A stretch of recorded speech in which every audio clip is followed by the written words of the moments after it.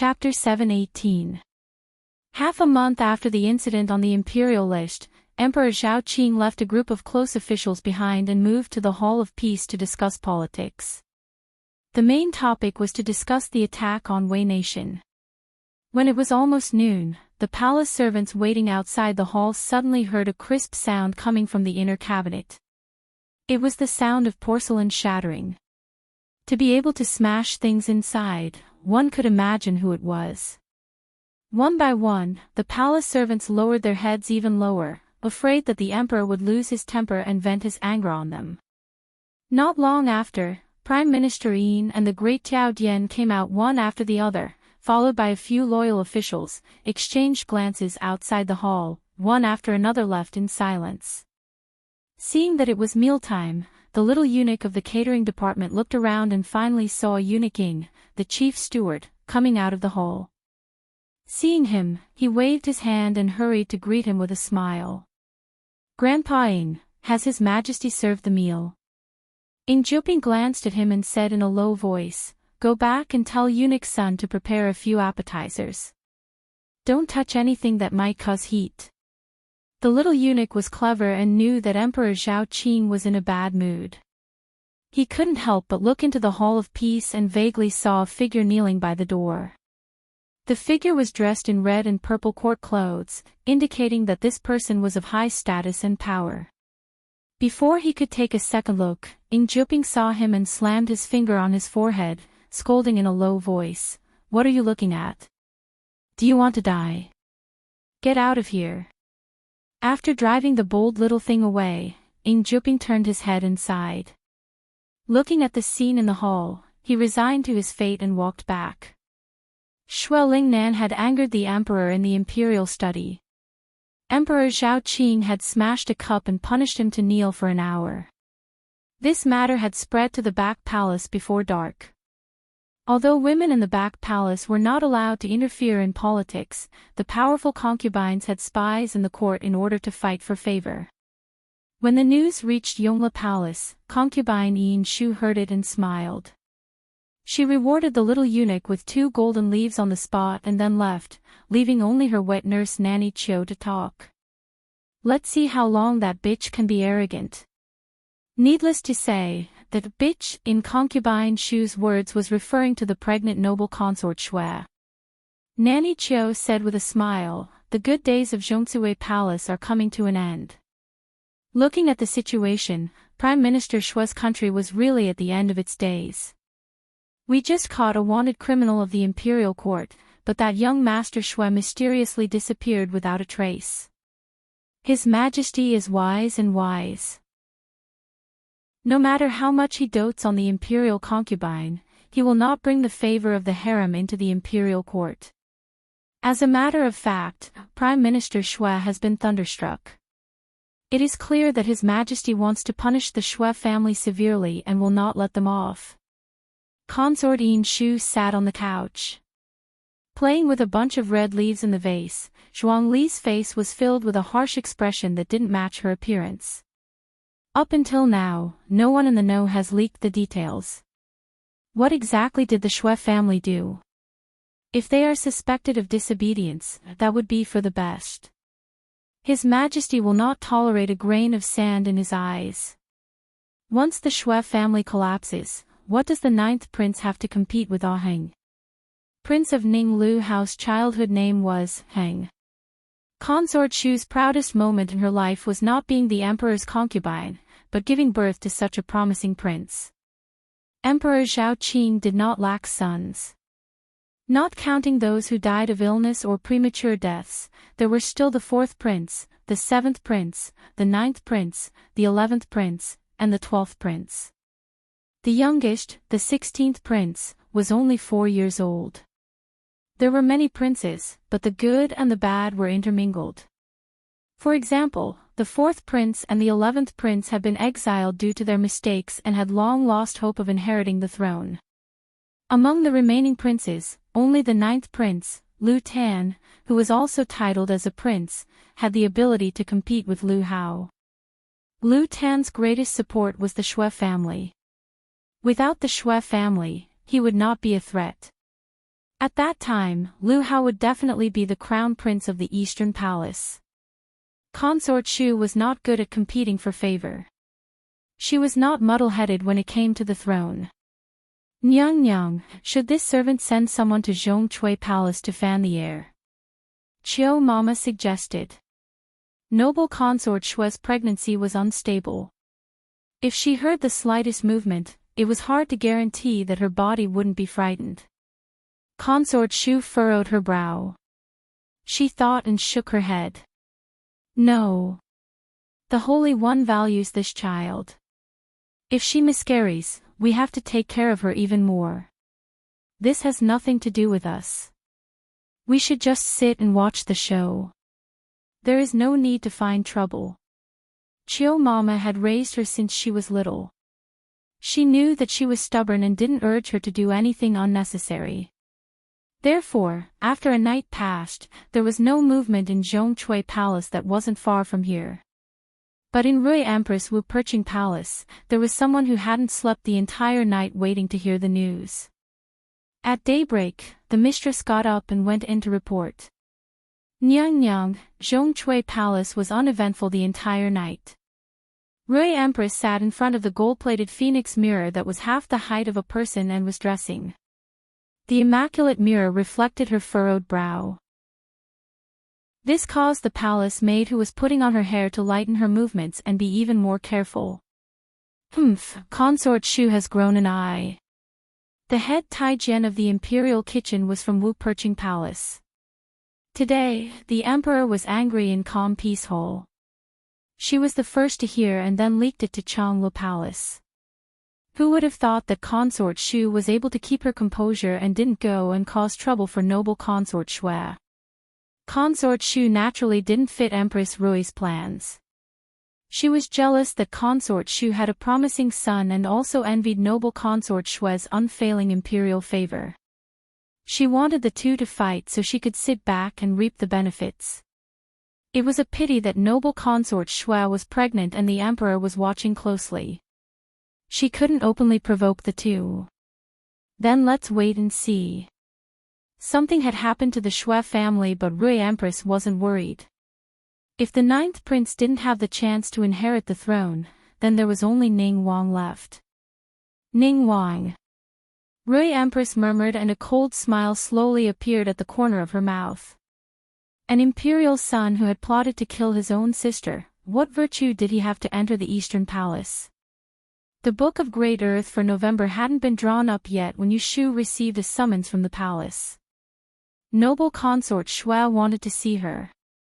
She wasn't surprised, but she wasn't sure how much noble Consort Shui had heard of what was happening outside. On the way into the palace, Yushu pondered what she should say and what she shouldn't say when she saw the person later. It had been over a month since she had last entered the palace. When she saw noble Consort Shui again, she felt different. Calculating, noble Consort Shui had been pregnant for 4 months. In the fall, she wore 2 more layers of clothing so her belly couldn't be seen. But the loose style didn't show the slender waist of a young girl. She hadn't put on any makeup and her skin was still snow white and translucent. Only the outline of her eyebrows was faintly drawn. It was less beautiful and more delicate. She sat with her knees bent on a carpet filled with green chrysanthemums. When she looked back, she was breathtakingly beautiful. Femme fatale, these words suddenly popped up in Yushu's mind. Sit. Noble Consort Shui didn't beat around the bush with Yushu. When they met, she directly asked, Qingbai disappeared, right? With just this one sentence, Yushu knew that she couldn't hide it from her. She must have heard everything that could be heard. With a bitter face, Yushu said, he went to Fenghua Manor to handle a case. He stayed at the post house and disappeared the next day. Noble Consort Shui sighed and said, since I'm pregnant, they've been hiding it from me. With such a big matter happening at home, they didn't even send anyone to the palace to send a message. They actually don't know what the situation is like outside the palace.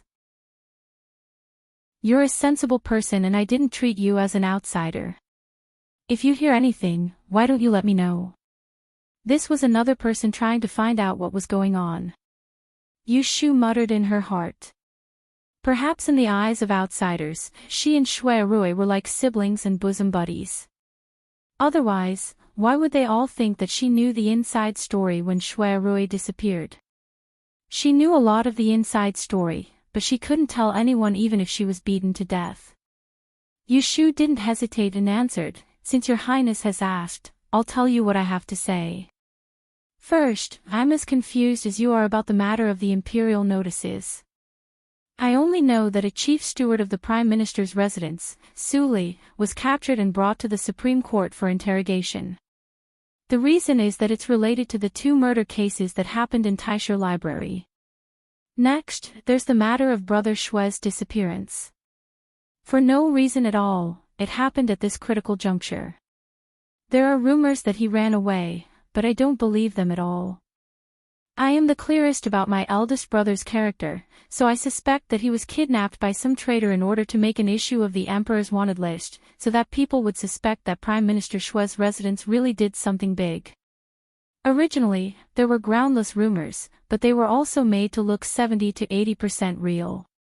She couldn't tell noble consort Shue the inside story, but she could analyze it with her. After hearing this, noble consort Shue's expression turned cold. She bit her tongue and asked quietly, "Then who do you think is making things difficult for the Shue family?" Yushu tilted her head slightly to avoid her gaze. "I can't say. However, Your Highness, don't worry. There's no real evidence. Just rumors and slander can't be considered guilty. The innocent will be innocent. There's no need to worry." How could noble consort Shue not know who was stirring up trouble? She didn't need to say anything. She turned around to comfort her, so noble consort Shue couldn't keep asking. She stared at her for a moment, and her expression relaxed. She smiled slightly and said, "Good child, after hearing what you said, I feel much more at ease."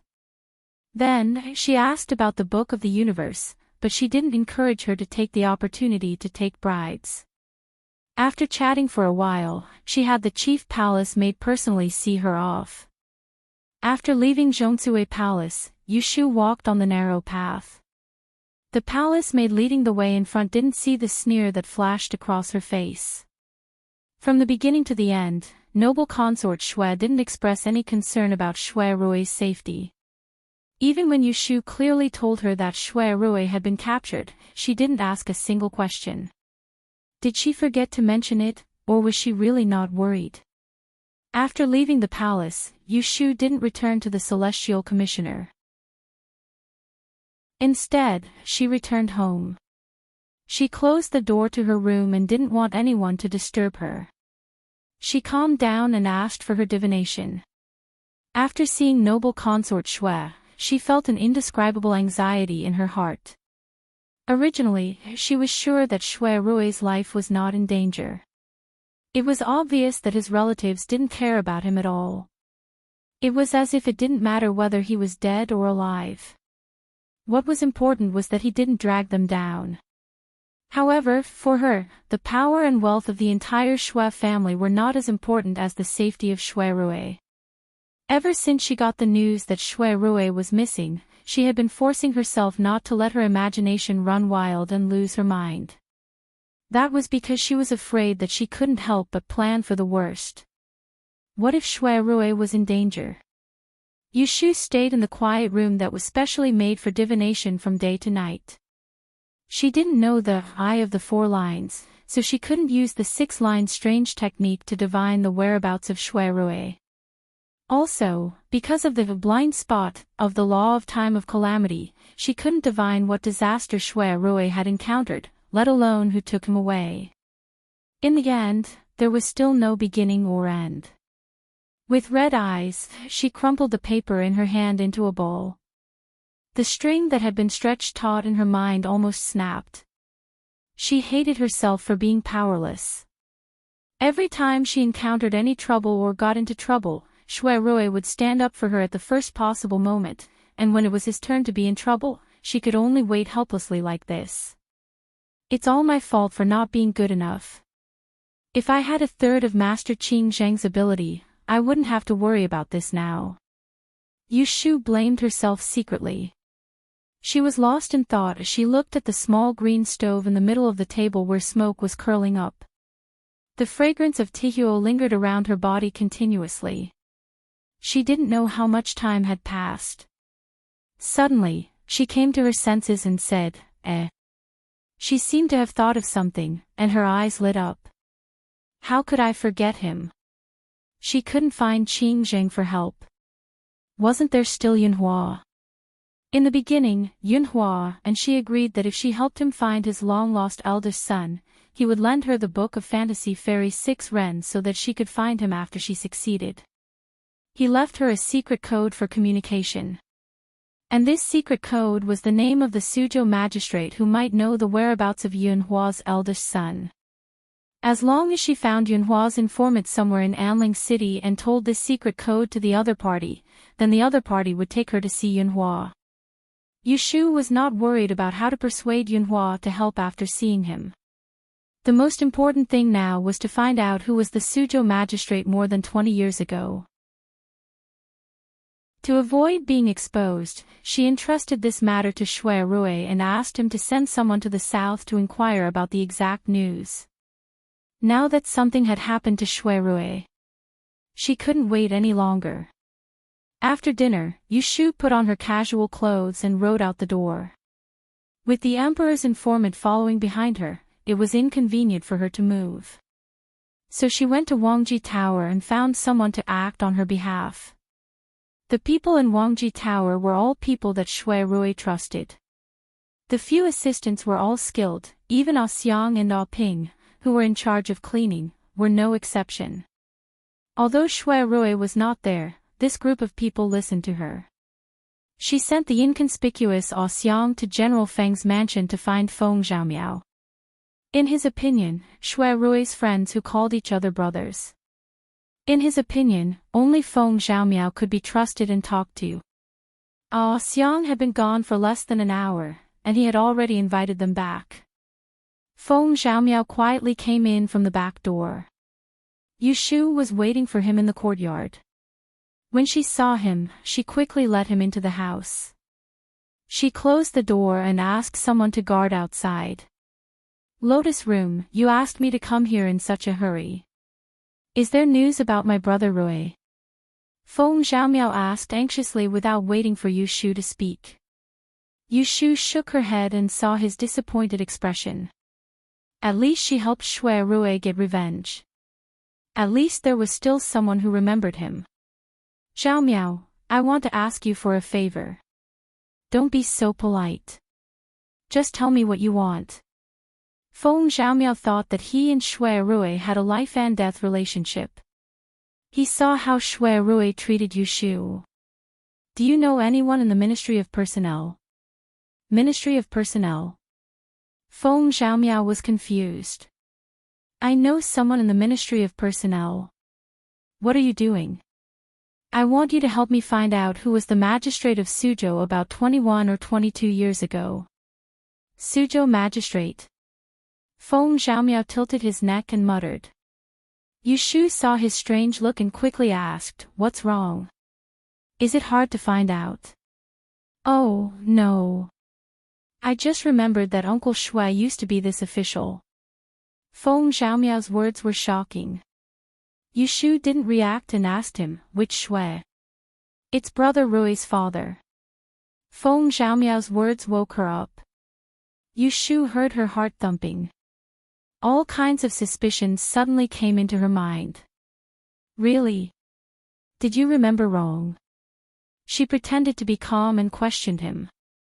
Feng Zhaomiao said with certainty, "Tisk, how can I remember wrong? Uncle Shui was like my father's brother when he was young. Although he passed away early, I often heard my father mention him since I could remember. Sometimes he would cry when he drank too much. I remember my father said a few times that Uncle Shui was released to Suzhou and became the magistrate of Suzhou for a few years. Because of that, the two of them were separated and couldn't meet often." "Do you remember which year he was in office?" Yushu's heart almost jumped out of her throat. She wanted to hear the answer from Feng Xiaomiao's mouth, but she was also afraid to hear the answer. Feng Xiaomiao stretched out his palm and counted his fingers. After a while, he confirmed, well, it should be the 9th to 12th year of Baotai. Yushu blinked. After a short moment of stiffness, she laughed with Feng Xiaomiao, that's not it. I want to know which magistrate was in office during the 4th to 6th years of Zhaoqing. In order to prevent Feng Xiaomiao from seeing through her, she picked up the teacup in her hand and wanted to cover it up, but her fingers could not help but tremble. Fortunately, Feng Xiaomiao was careless and did not notice any clues. I thought it was something difficult. It turns out that you just want to find out about someone. Feng Xiaomiao patted his chest. Leave it to me. Just wait for the news. Yushu did not forget to remind him, this is my private matter. You must not leak it. Feng Xiaomiao promised her and told her not to worry. He was an honest person. If Yushu did not mention why she wanted to find out about such a person, he would not ask in detail. After a cup of tea, Yushu watched Feng Xiaomiao leave through the back door. Then, she sat alone by the small pond in the backyard and was in a daze. Without warning, the clue that Yunhua left for her would point directly to Shui Rui's father. She used her brain to think about it. Feng Xiaomiao clearly remembered that Shui Rui's father was once the magistrate of Suzhou. How could Shui Rui not know? He clearly knew who the person she wanted to find out about was, but he hid the truth from her and stalled for time. What for? There was an answer in her heart that was about to come out, but she could not believe it no matter what. A gust of night wind blew and blew the lanterns hanging under the eaves. The light and shadow in front of her opened and closed, just like her messy mood. Yushu sat up from the marble bricks. The cold slate made her legs numb. She sniffed and returned to her room with her arms crossed. The next day, when Xiaoan, who had been absent from work recently, came to the Celestial Commissioner's office.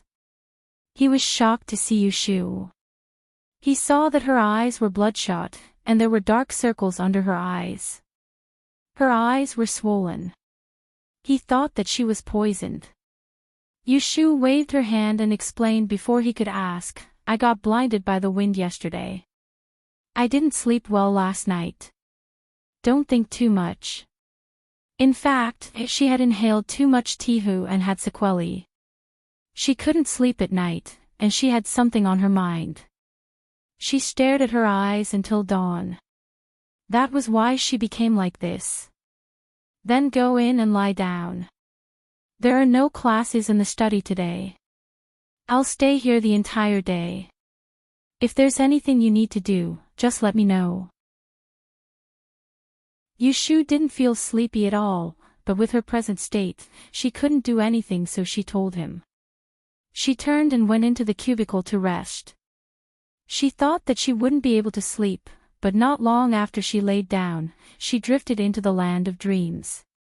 She slept until noon without anyone disturbing her.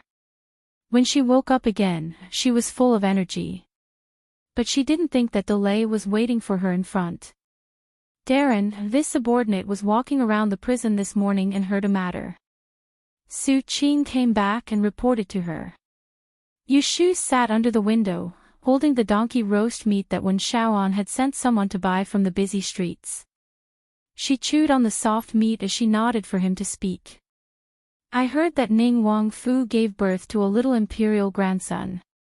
It seems to be the child of a concubine, so there wasn't much of a commotion when washing Xian, But that is Ning Wangye's first son, so many people are talking about it. Hearing such gossip, Yushu didn't think much of it at the time. In the middle of the afternoon, Jing Chen silently came. Come with me. He came in from outside. When he passed by her door, he stopped for a moment. After saying this, he went upstairs. Yushu couldn't see anything from his expression, but her intuition told her that it wasn't a good thing. She put down the documents in her hands and went to Jing Chen's room on the second floor. She closed the door behind her. "Why did you come at this time?" Yu Shu asked. Jing Chen, the temporary right commander, didn't have any desire for power. If he didn't want to see her, he wouldn't come if he didn't have to. Jing Chen didn't waste words with her and got straight to the point. "The emperor wants to investigate the Shui family." Yu Shu frowned and said, "Isn't it already being investigated? That Governor Su had been taken away for half a month and he still hadn't been released after being interrogated." Jing Chen shook his head. It was clear that she didn't understand what he meant. He could only say it more clearly. "The Great Advisor has interrogated Su Li and used torture, but nothing came out. I think that Su Li really doesn't know anything, but the Shui family is still very suspicious." "What do you mean?" "The Great Advisor secretly investigated the murder case. He suspected that the murderer who killed Zhan Shuiyuan was an old servant from the LoveLore Library.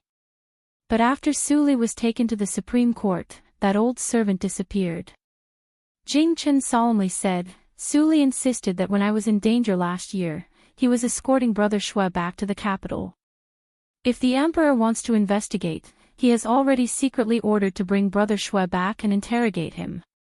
Coincidentally, Brother Shui disappeared at this time, which increased the emperor's suspicion.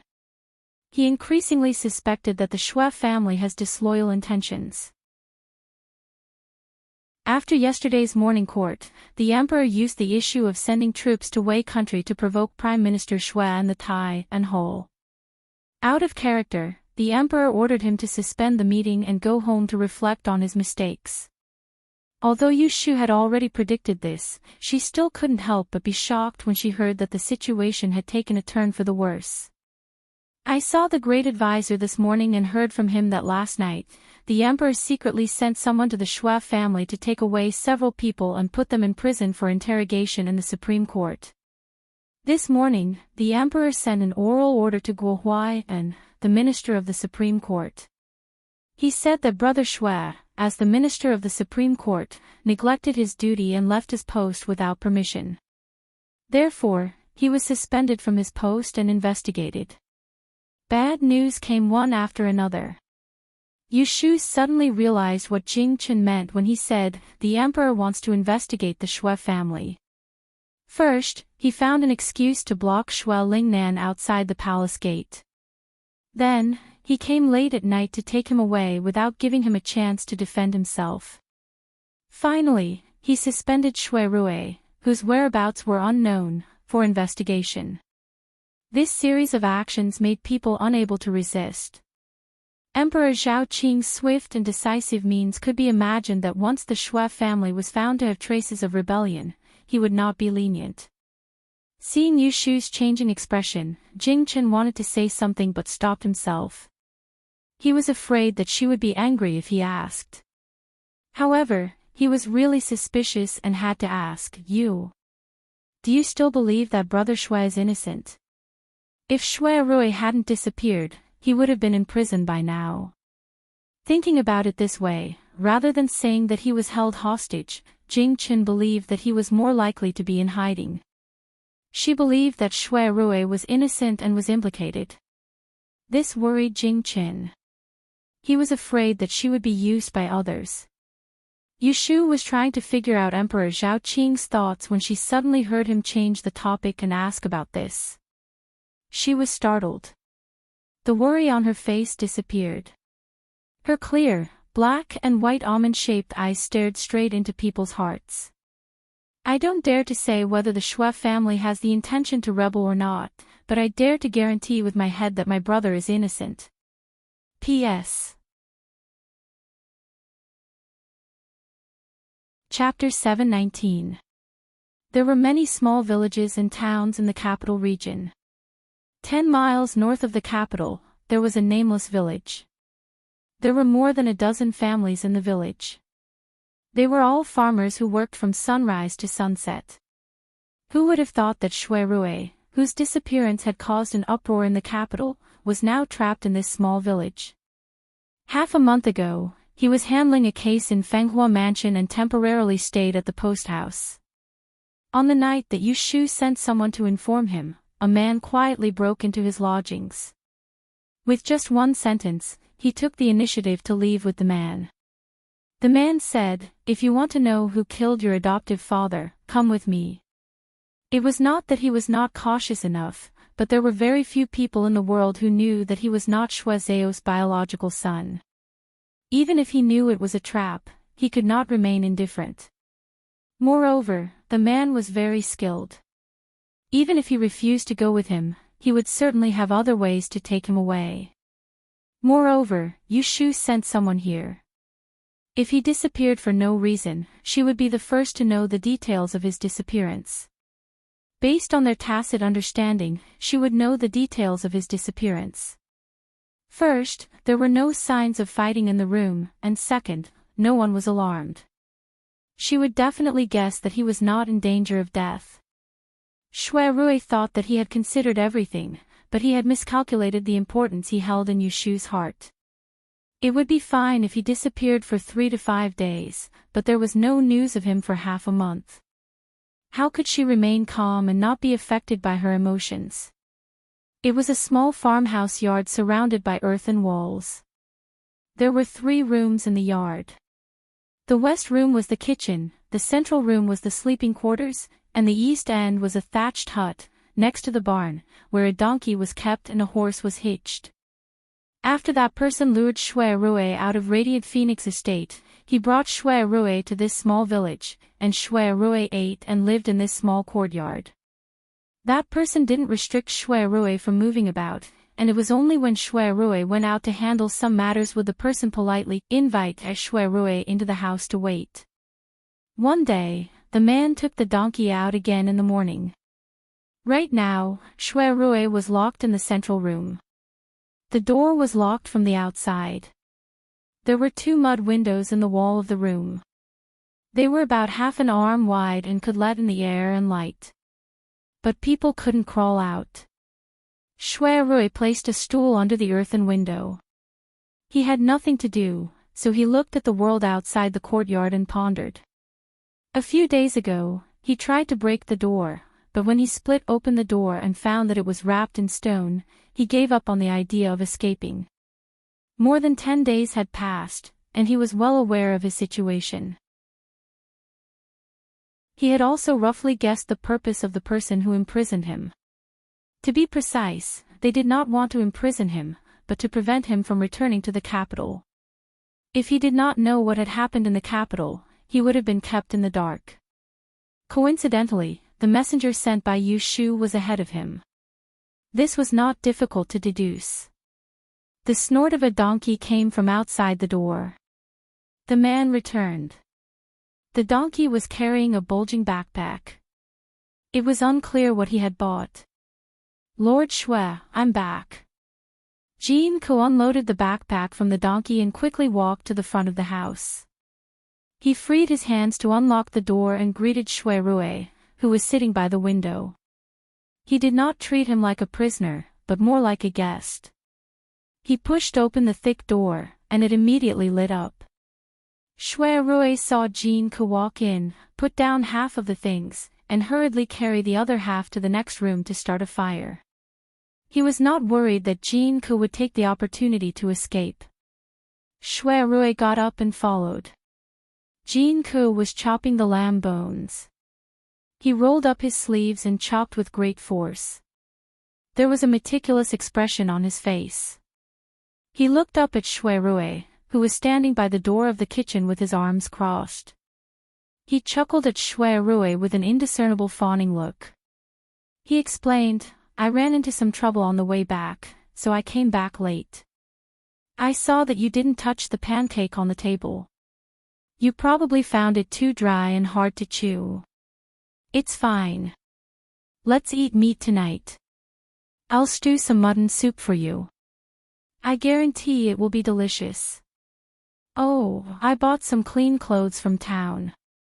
Go try them on and see if they fit." Shuerui did not respond. He turned around and returned to his room with a silent face. Jin-ko used his wrist to wipe away the blood on the tip of his nose. He muttered to himself, "It's already the 5th day. He doesn't care about me or ask me. Why do I feel so uneasy? In the evening, the mutton soup was ready and served on the table. Jin-ku saw Shui-rui walk in from outside and filled a big bowl for him. He saw that Shui-rui had changed into a set of greenish-gray clothes, and his hair was half wet. Shui-rui sat calmly in front of him with a pair of chopsticks in his left hand. He slowly stirred the soup in half a circle, and his posture inadvertently made him look like the person Jin-ku respected the most in his heart. For a moment, Jin-ku forgot about the fragrant mutton in front of him and only stared at him. That was until Shui-rui looked up and gave him a sharp look. Jin-ku looked embarrassed and tried to strike a conversation. You're not used to living in such a remote place, right? I'm not used to living here. When did he ask you to let me go? He didn't expect that Shui-rui would speak up for the first time. Jin-ku didn't even have the time to feel overwhelmed by the unexpected favor before he realized that something was wrong. Shui-rui's sudden attack caused him to be unable to react in time. Shui-rui did not wait for him to answer. He put down his chopsticks and stared at Jin-ku with his dark eyes as if he had seen through everything. You don't need to play dumb with me anymore. I already know who ordered you to lure me here. Go back and tell him that no matter what his purpose is, let me go back to the capital as soon as possible. Otherwise, I will never see him again. Jin-ku was stunned and looked at him suspiciously. He could not tell if he was lying or not. After all, since he'd taken Shui-rui away from Fenghua Estate half a month ago until today, he hadn't revealed a single word of his background, so how did Shui-rui discern an inkling? Seeing that Jin-ku did not believe him, Shui-rui smiled coldly. He only said one sentence, return to the princess's tomb. There were only a few people who knew about his background. This person had asked him to stay away from the capital before the Shui family was in trouble. Obviously, he had expected it. Originally, he had suspected that someone was targeting the Shui family. However, Jin-ku's humble attitude towards him made him have other guesses. In August of this year, he, Yushu, and Jing-chen went to the princess's tomb to worship. In a secluded place in the countryside of Enchanting, they met Mr. Yenya, who had concealed his identity. Later, it was proven that Mr. Yenya was Yunhua Yi, who faked his death 20 years ago. After returning to the capital, Shui-rui accidentally learned the truth from Yushu. It turned out that Yunhua Yi's other long-lost son was him. Yunhua and Yushu had a private agreement. He asked her to help him find the whereabouts of his eldest son and left her a clue. He asked her to investigate a Suzhou magistrate who was in office during the Baotai period. In fact, that magistrate was Shui-rui's adoptive father, Shui Zhao. From this, it could be seen that Yunhua had an ulterior motive. He asked Yushu not to find someone for him. Instead, he had already decided that Shui-rui was his father. He could not recognize him directly, so he borrowed Yushu's mouth to tell Shui-rui. He asked him to choose whether he wanted to recognize his father or not. If he guessed correctly, the martial arts brother that Zhao Xiaozhu mentioned was Jin-ku, and the one who asked Jin-ku to bring him to this small mountain village to hide was undoubtedly Yunhua. Shui-rui's sudden revelation made Jin-ku speechless. The two of them ate the meal without tasting anything. That night, Shui-rui was lying on the simple and crude wooden bed with his clothes on. When he was half asleep, he heard the sound of the chain on the door rubbing against each other. He did not need to open his eyes to know that Jin-ku had left quietly. Jin-ku traveled quickly through the night. At dawn, he arrived at a small town with a population of less than 100 households.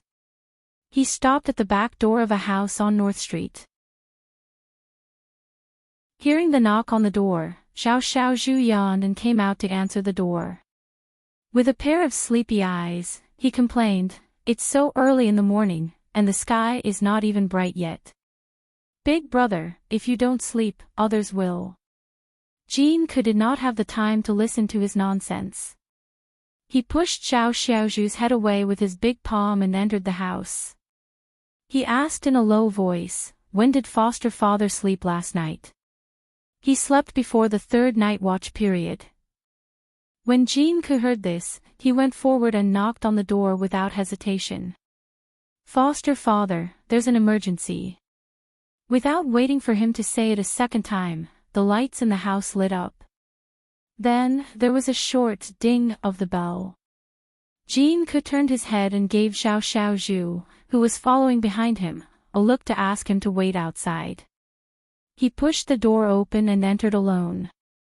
Yunhua was sitting on the edge of the bed with a smock draped over his shoulders. He bent over to reach the teapot on the small wooden table. A strand of white hair hung down from his shoulders.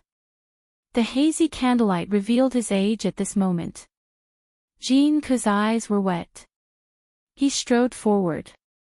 He took the teapot from Yunhua's hands and half squatted in front of the bed to serve tea. He was born in the north. His father was a Mongolian officer who invaded Yang City, and his mother was a pitiful singer. Half of the blood of the barbarians flowed in his body. He struggled in humiliation since he was a child and bore the brand of a slave. He witnessed his birth mother being trampled by a group of ruffian soldiers, but he had to beg for mercy to survive. He hated the world, and he hated himself even more. He hated that he could not die, but he was lucky enough to live.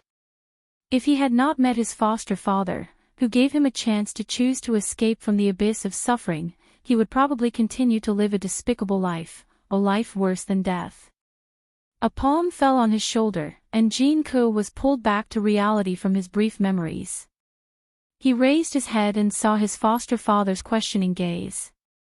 He suppressed his emotions, straightened his body, and said, "My younger brother noticed.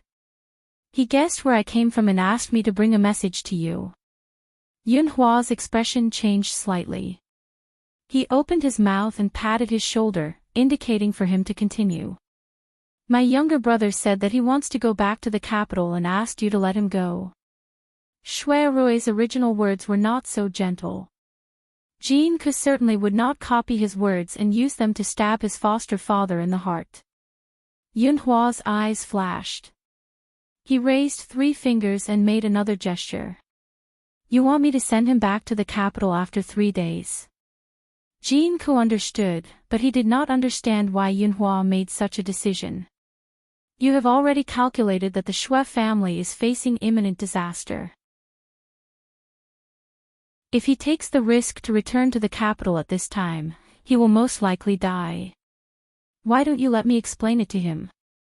I think my younger brother is a reasonable person. If he knows that foster father is doing this for his own good, he will not blame you wrongly." Yunhua shook his head and said in sign language, "The Shui family raised him, and he will not easily give it up. In the end, he must put an end to this." Jinke pursed his lips tightly, and it seemed that he did not agree with Yunhua's decision. Although he and Shui Rui were brothers with different surnames and had only known each other for a short half a month, he had followed Yunhua for more than 10 years and often felt his fatherly love and guilt for his son. He felt that he had replaced Shui Rui and enjoyed Yunhua's love and care for many years. He had long vowed in his heart that if he found his younger brother one day, he would repay him double. Now that he was asked to send Shui Rui to walk into a trap, how could he be willing to do so? "Are you not going to meet your younger brother?" Yunhua sighed softly. If he did not avenge his wife's death and his son's death, he would not be able to face his own flesh and blood. Jinke scrutinized his expression and suddenly knelt down. He pleaded, "Foster father, please allow me to stay by my younger brother's side and protect him." Yunhua knew that he was passionate. He hesitated for a moment and placed his left hand on his shoulder, silently agreeing. Then, he told him a few things and asked him to go out and bid farewell to Xiao Xiaozhu. Just when the capital was in turmoil because of the Shui family's change, the imperial court made another big move. In the last 10 days of the 14th year of Zhao Qing, Emperor Zhao Qing decided to send troops to conquer the island of Japan. He drafted 6 edicts to deploy troops, and the first edict was to appoint Prince of Dongjing, Jiang Huaying, as the Grand Marshal of the Eastern Expedition. The courtiers who originally disagreed with Prince Dongjing's decision to lead the army chose to remain silent after Shui Lingnan was suspended from his post and grounded. Everyone was worried for their own safety. On the day of the edict, Madame Wei heard the news. She, who was very sensitive to politics, smelled a conspiracy. She immediately sent someone to find her daughter who was wandering outside. "Mother, why are you in such a hurry to find me?" Jiang Mia was reluctantly brought back. Madame Wei asked her, "You don't come home all day. What are you busy with outside? Didn't you hear that the Shui family is in trouble? Shui Daolang has been missing for a few days." "I'm looking for him everywhere," Jiang Mia said worriedly. Madame Wei had heard about it long ago. After all, her son and Shui Rui were brothers. She couldn't be completely unconcerned. However, in the imperial capital, her every move was restricted by others. She couldn't ask about it personally, but she didn't stop Jiang Mia from looking for him everywhere. However, after today, it would be another matter. "From this moment onwards, you are not allowed to go out without my permission," Madame Wei warned her sternly. "Mother." Jiang Mia widened her eyes and refused to comply. "Shui Daolang and I owe him a debt of gratitude. Since young, you taught me to repay a debt of gratitude. Now that his family is in trouble, aren't we being ungrateful wolves if we just stand by and watch?" She talked back without thinking. Madame Wei laughed angrily and slapped her on the head. She scolded in a low voice, "You only know that he is in prison. Do you know that our family is also in trouble?" Jiang Mia was stunned. She was immediately silenced and asked, "Mother, why do you say that? Is the emperor going to make things difficult for our Jiang family again?" Madame Wei's face darkened. This child wasn't stupid and immediately hit the nail on the head. This matter was of great importance. She didn't hide it, but she was afraid that she couldn't explain it clearly now.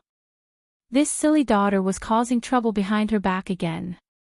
Thus, she told Jiang Mia about Emperor Zhao Qing appointing Jiang Huaying as the Great Marshal of the Eastern Punitive Expedition to attack Wei Nation.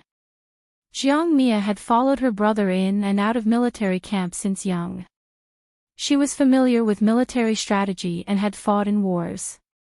She had seen blood and killed hundreds of people. She was the #1 female general of Ningdong City. When she heard about the war, her first reaction was to frown deeply. This war wasn't going to be easy. It was currently the 10th month, and it was getting colder every day. If they wanted to attack Wei Nation, they would have to cross the sea. Imperial Brother had received the imperial edict that he would need at most a month to prepare the troops before setting off. At that time, it would be freezing cold. If they encountered bad weather, a group of people would freeze to death before they could meet up with the enemy. Brother Wang had a well-trained navy under him. If he sent all of them out this time, he might have the confidence to win the battle. However, if he did that, the loss would be too great. If he conserved his forces and suffered a defeat, it was obvious that the emperor would not let go of this opportunity to punish the Jiang family. Dog Emperor. Jiang Mia scolded angrily, "If it wasn't for our Jiang family guarding the bitter cold land of the north for decades, half of Dan would have been taken by the Tatars long ago. How could he sit comfortably and enjoy peace? Now that the world is settled, he's using himself to measure others. He's afraid that Imperial Brother will have disloyalty and wants to get rid of the donkey when it's no longer useful. He's simply muddle-headed and tyrannical." Madame Wei's eyes flickered, but she didn't reprimand her disobedient words. She only sighed, "When the birds are gone, the fine bough will be hidden. When the cunning rabbit is dead, the hound will be cooked. Our Jiang family has been in the north for too long. Many people are jealous of your father and brother. When your father was still alive, there was still a trace of kindness here. Today's Anling City no longer has a place for the Jiang family. Our roots have already been planted in Ningdong City. Therefore, if he wanted to uproot them, how could the emperor not put in a lot of effort? No, I have to write a letter to Imperial Brother. We can't let him send troops now. We have to find an excuse to delay it until next spring and win the war beautifully. We can't let that muddle-headed emperor get what he wants. Jiang Mia gritted her teeth. Madame Wei shook her head inwardly when she saw her being so impulsive. In the end, this daughter of hers was spoiled by them. She was smart, but it was a pity that she was reckless and often did bad things. In the future, she had to find a meticulous son-in-law to watch over her. At this moment, Madame Wei thought of the candidate she originally had her eyes on. She felt helpless and regretful. How can it be as childish as you said? Delaying military plans is a serious crime. Your imperial brother can only send troops when he receives the imperial edict. Why do you think the emperor brought us to the capital? Isn't it to restrict your imperial brother? What concubine selection and marriage is all a pretense? If Ningdong City really disobeyed the imperial edict, we will be the first to bear the brunt. When she said this, her face turned cold. I'm not afraid of your imperial brother losing the war. I'm only afraid that the emperor has other means to make your imperial brother unable to return.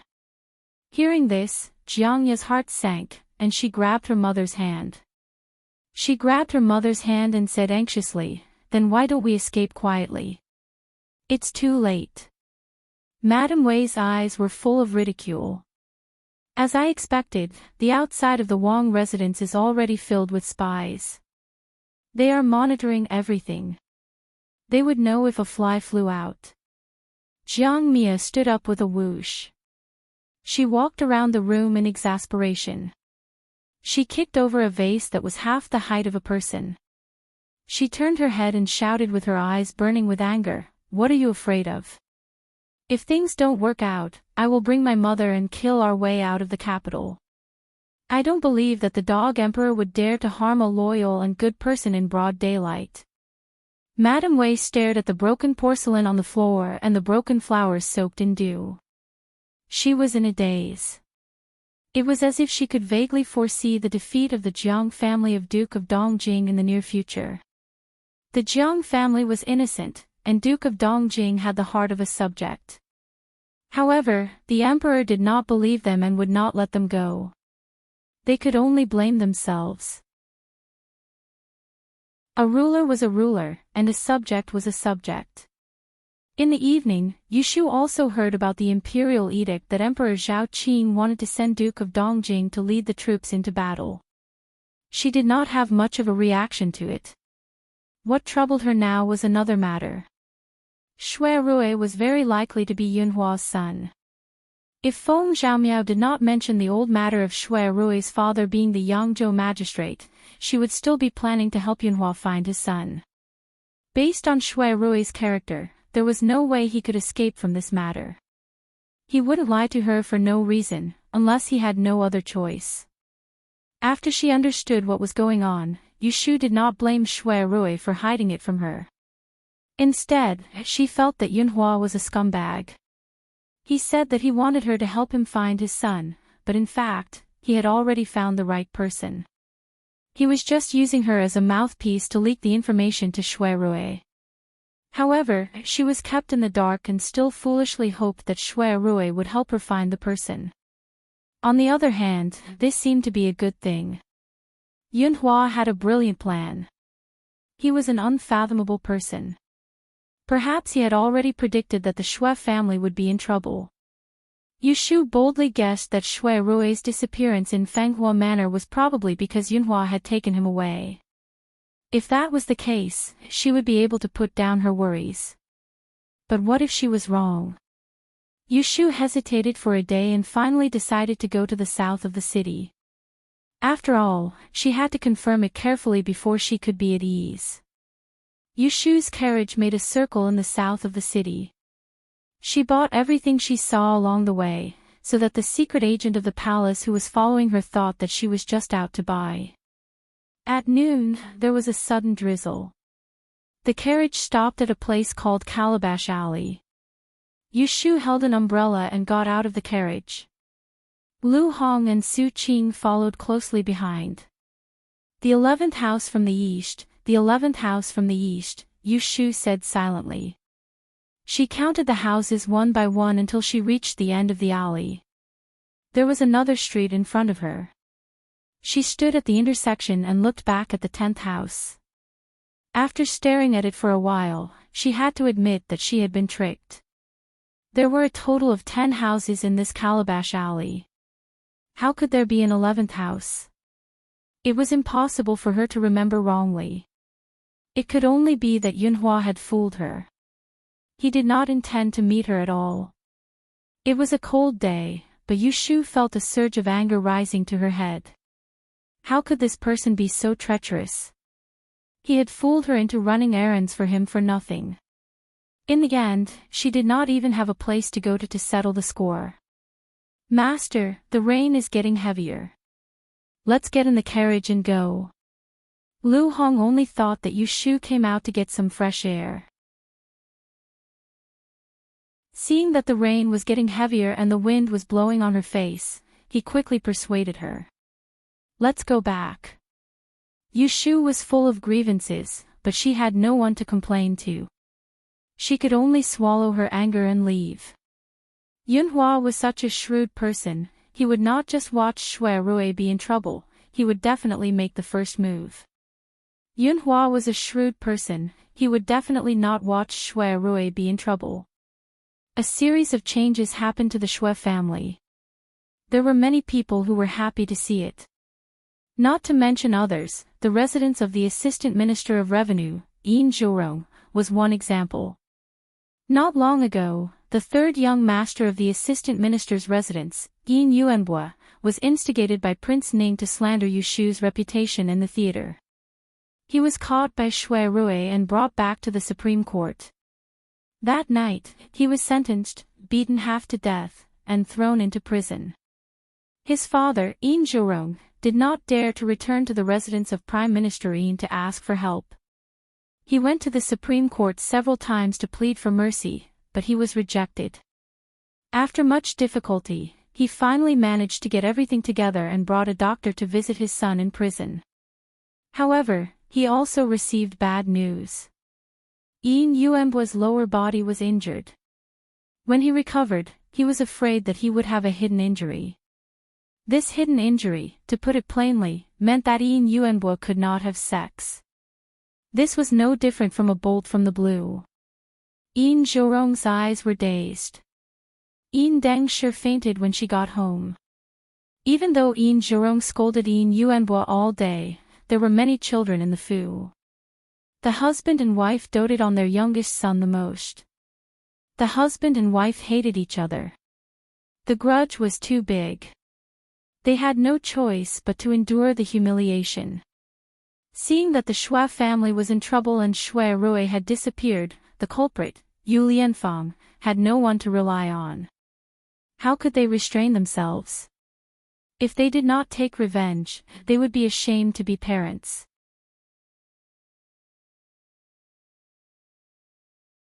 Chapter 720. Yushu went to look for Yunhua, but there was nothing she could do. She went to Wangji Tower, feeling helpless. The kitchen cooked a few seasonal dishes for her and drank alone to drown her sorrows. Not being able to find Yunhua not only meant that Shui Rui's identity was a mystery, but it also meant that she had no chance of obtaining the Book of Mystery Fairy's 6 rens. Her future suddenly became uncertain. The rain outside had stopped long ago.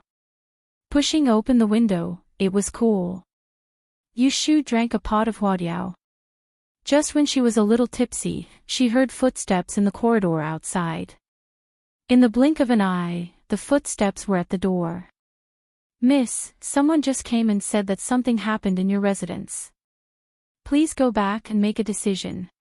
The shopkeeper, Lin Fu, reported anxiously. Yushu frowned, but she didn't panic. She put down her wine cup and asked, "Who is it?" "Ask him to come up." Lin Fu left in a hurry. After a while, he came back with a person. It was her head maid, Xan. When Xan saw Yu Shu, she knelt down. There were outsiders in the room, so she didn't say anything. However, looking at her pale face, she knew that it was not a small matter. "Old Lin, go and do your work," Yu Shu said.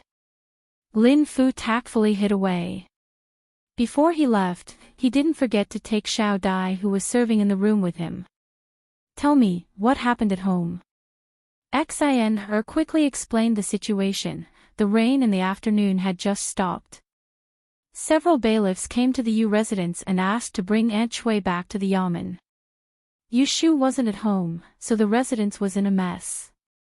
He Fengji didn't come back from the medical center, so Zhao Hui could only come out and deal with the bailiffs to ask about the situation. It turned out that someone came to the yamen early in the morning, claiming that a family servant eloped with someone 10 years ago and escaped. Now that they found her, they found that the servant had already had children and established her own family, so they came to the yamen to report.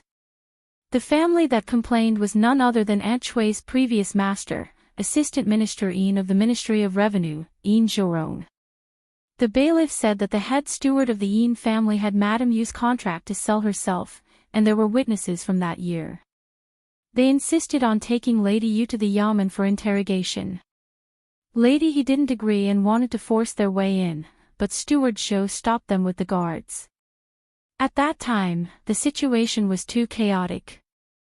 Madam He was hit on the head by someone and bled a lot. Yu Shu was originally able to keep her composure, but when she heard this, her expression suddenly changed. She stood up and said, "Hit your head. Are you all right? It looks like there's an opening." Xin had always been gentle, but now she was gnashing her teeth in anger. Those violent bailiffs saw that the situation was not good. They were no match for our protectors. Taking advantage of the chaos, he slipped away. "Master, quickly go back and take a look." Yu Shu didn't say anything else and walked out. Lin Fu was waiting downstairs. He didn't go far and saw them coming down. He hurriedly went forward and asked with concern, "What can I do for you, miss?" Yu Shu paused for a moment, then said to him, "Get up Ping and Xiang to come with me." She was angry, but she didn't let her anger get the better of her. Today, things would not end well. Assistant Minister Yin had made a ruthless move to oppose her. It was obvious that he wanted to seek revenge for that bastard Yin Yuanbua. Those bailiffs had left today. They would probably come again tomorrow. She wasn't afraid of making a big fuss, but she was afraid that her family would be implicated. Ping and Xiang were skilled, so she brought them back to guard the house for the time being, just in case. When Yu Shu returned to the residence with her people, she glanced at the main hall. She saw that the tables and chairs were overturned, and the 2 vases at the door had been pushed over. They were broken on the ground, but no one cleaned them up. When she entered the backyard, she didn't see anyone. When he Fengji and her husband's residence, he saw a courtyard full of servants. Zhou who was kneeling outside. Yu Shu was angry and didn't even look at them when she walked past them. What use were they if they couldn't protect their master? He Fengji came back before her. At this time, he was sitting at the head of Zhao Hui's bed, comforting her. When he saw Yu Shu come in, he didn't complain. He just sighed and said to her, "Your mother's head was injured once before, which left a sequela. This time, it was lucky that it didn't hit the same place, otherwise," before he could finish his words, he was pulled by Zhao Hui. She glared at him and turned to Yu Shu and said gently, "It's not a big deal. It's just a scratch. The chair's leg was broken, so it flew past my scalp."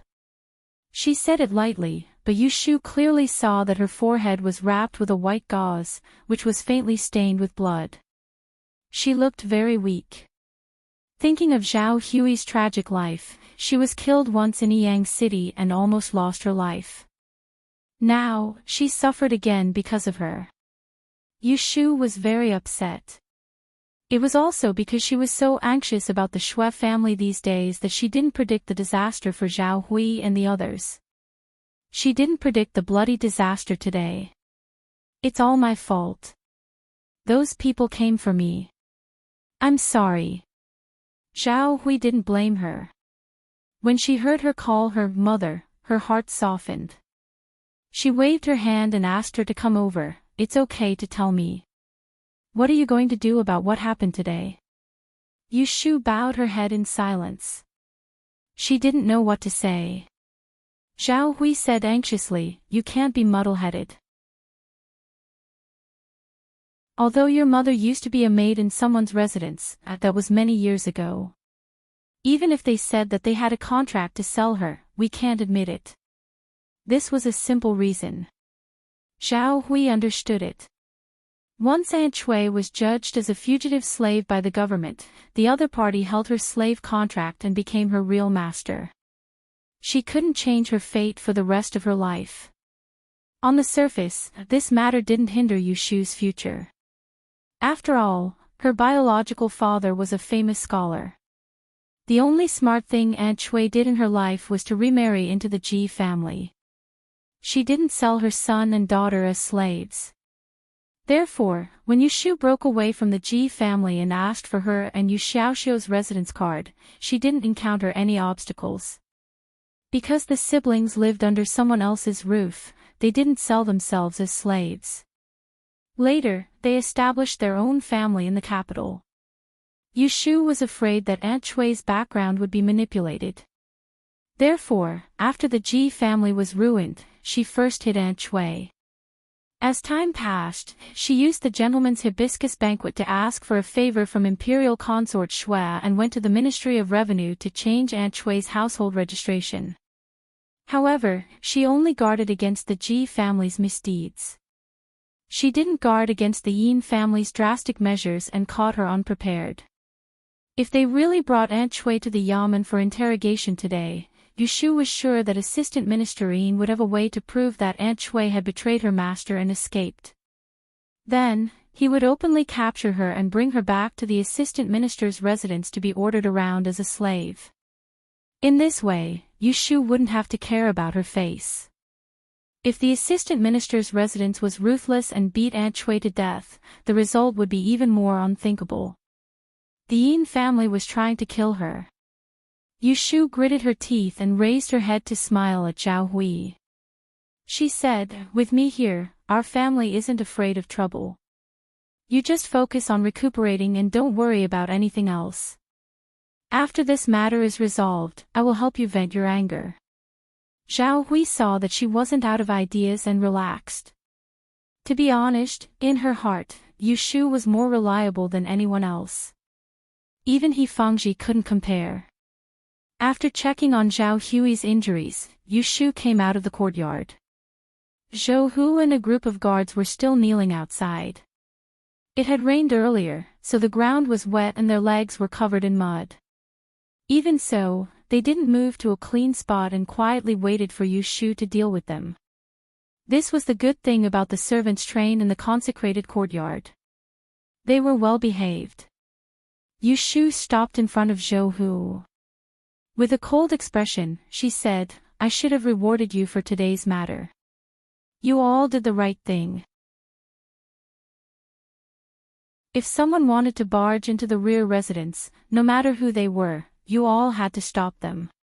Even if they made a huge mess, I, as the master, would take care of it for you all. But you all were wrong. You shouldn't have attacked in front of the womenfolk. Couldn't you have lured them outside before fighting? Where did all of your brains go? Zhou Hu and the others trembled. This group of burly men couldn't even raise their heads after being scolded by a little girl. At the same time, they felt their blood boil. In the end, they were all servants. They dared to fight with officials because they wanted to protect their masters. Yu Shu didn't punish them just because they had chased away a few bailiffs. Instead, she said they should be rewarded. How could they not accept this? Seeing that this is the first time you've committed a crime, and this is the first time I've seen something like this, I won't punish you heavily. However, there's no reward. You all don't need to kneel. Go do what you need to do. If anyone comes looking for trouble, you don't need to be polite. Throw them all out." After saying this, she didn't care what they did and led a few servant girls to Aunt Shui's place. After a while, Lin jogged back and stopped Zhou Hu. In front of the group of guards who hadn't left, she said in a crisp voice, "Big brother Zhou, the young lady said that she'll have the kitchen add 2 dishes of meat and fish tonight. Open a few jars of old wine to calm down." After saying this, she ran off. Zhou Hu was stunned. He turned his head and saw the bright eyes of the group of guards. He coughed and put on a straight face, scolding, "What's there to be happy about? Master is benevolent and didn't punish us. Have a good sleep tonight. Tomorrow, wake up and be alert." When Yushu arrived at Qingshizhai, Aunt Shui was still hiding in the room, not daring to come out. How could she not know about the big commotion in the front yard this afternoon? She was afraid that someone would break in and capture her. When Yushu entered the room, she saw her curled up on the bed, wrapped in a blanket. She stared at the door with a panicked expression. She was obviously frightened. "Little girl, you're finally back." Aunt Shui grabbed the blanket and squeezed out 2 tears to Yushu. "There are officials coming to arrest me. You have to save me." Yushu felt a headache. She didn't treat her well. She picked a place nearby and sat down. She waved her hand to let everyone in the room leave. Xin stood guard outside the door. "You also know that there are officials coming to the mansion. Do you know why they want to arrest you?" Aunt Shui nodded timidly. "It's the Yin family who reported to the officials that I eloped with your father. They also said that they have my slave contract. Logically speaking, I am still their servant." Yushu took a breath and asked her again, "Then tell me the truth. Did you elope with my father?" Aunt Shui's eyes widened instantly. She shook her head vigorously and said in a shrill voice, "No. It was Madam who gave me to your father. I didn't have the guts to elope with someone." Yushu narrowed her eyes. She felt very lucky in her heart. She confirmed again, "Then what about the contract you signed when you sold yourself to the Yin family?" Aunt Shui's face was bitter. She felt wronged and said, "How would I know? Maybe your damn father kept it."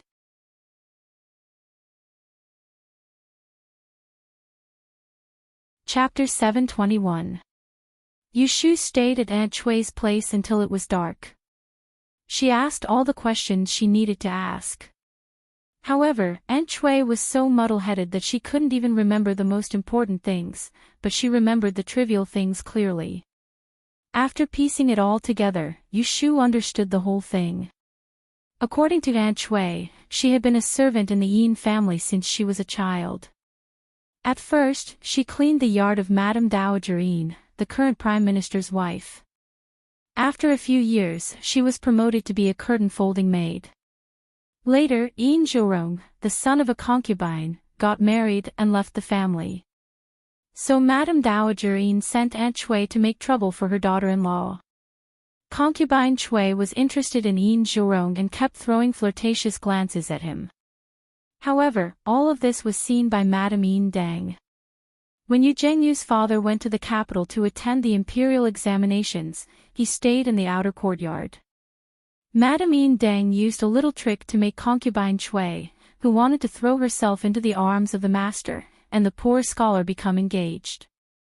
Aunt Shui won the lottery and became pregnant with Yushu. Madame Yin saw it. She took the opportunity to be a good person. She made a matchmaker for Papa Yu and gave him some money as a dowry. Then Papa Yu secretly took Aunt Shui back to the hometown to get married. This story sounded good, but Yushu found that there was a big problem when she really looked into it. First of all, Madame Yin didn't do it openly when she married Aunt Shui to Papa Yu. That was to say, it was done secretly. She let Aunt Shui go, gave the dowry, and sent her away without saying a word. Moreover, Madame Yin didn't return the indenture to Aunt Shui, so it was not clear whether she gave it to Papa Yu or not. This was called Dead Men Tell No Tales. Shu Shu.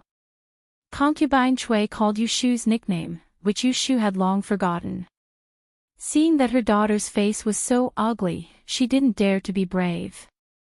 Even her tone was weak. Do you think that Madame Yin really didn't give my contract to your father?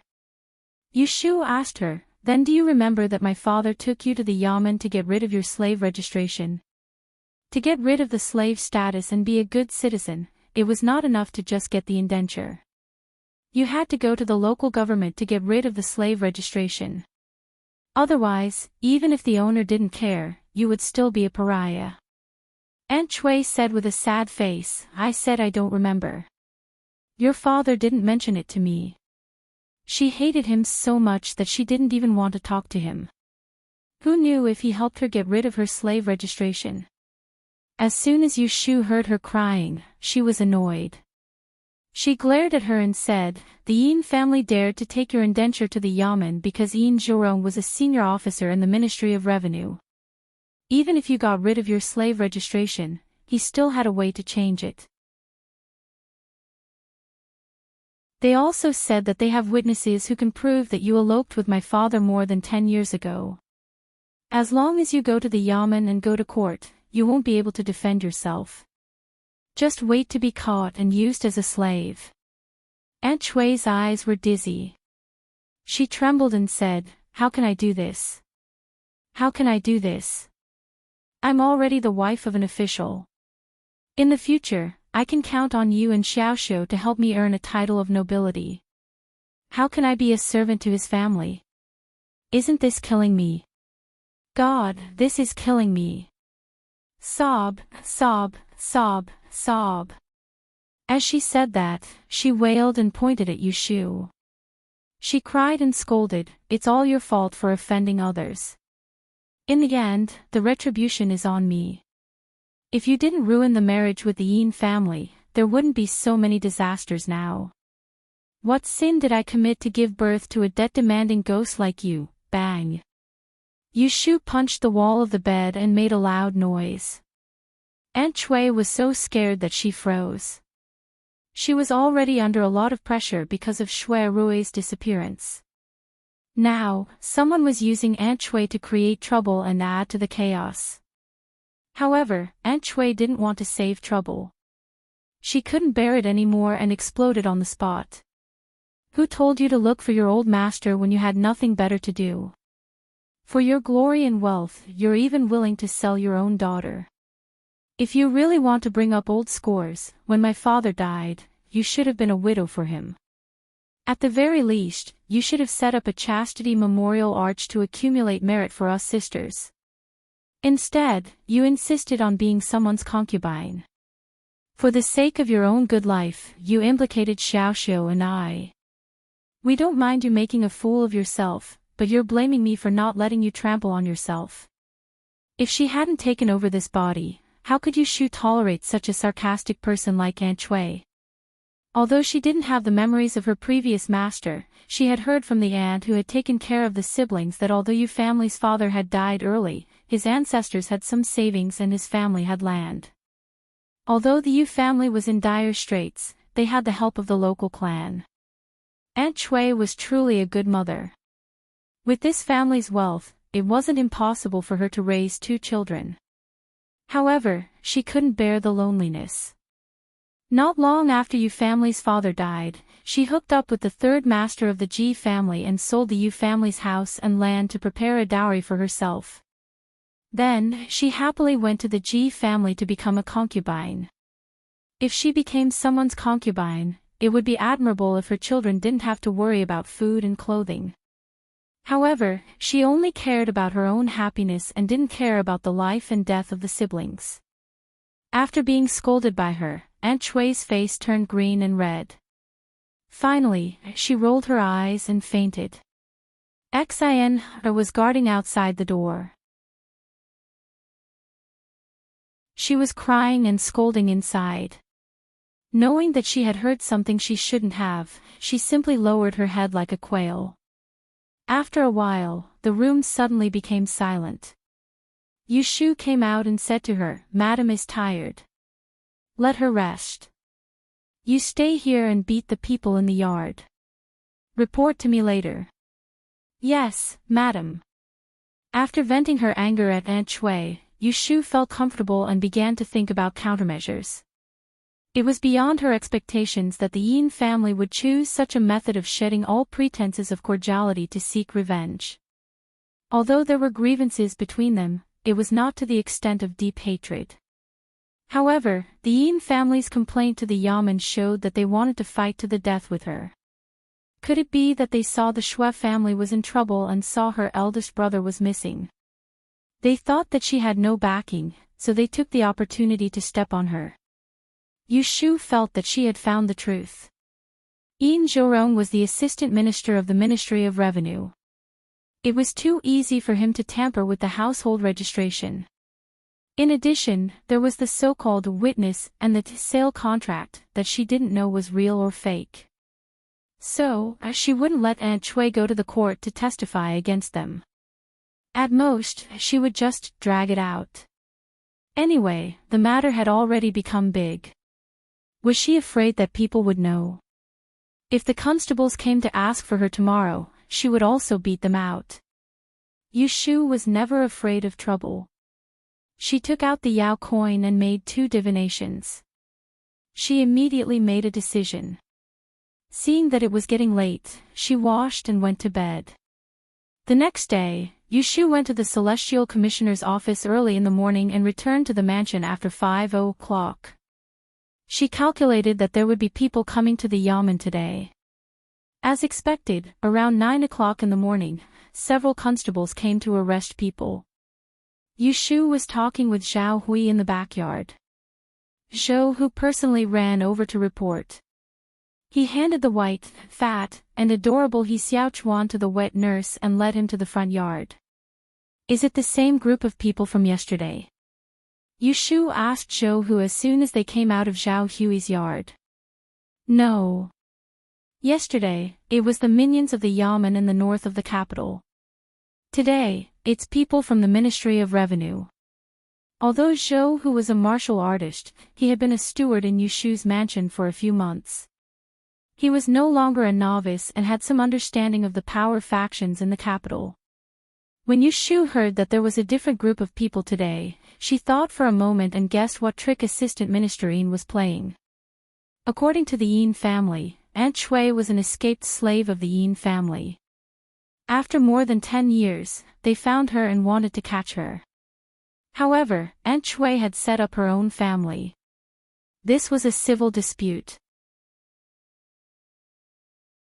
Anling City had 2 yamens in the north of the capital and the south of the capital that specialized in handling lawsuits for the common people.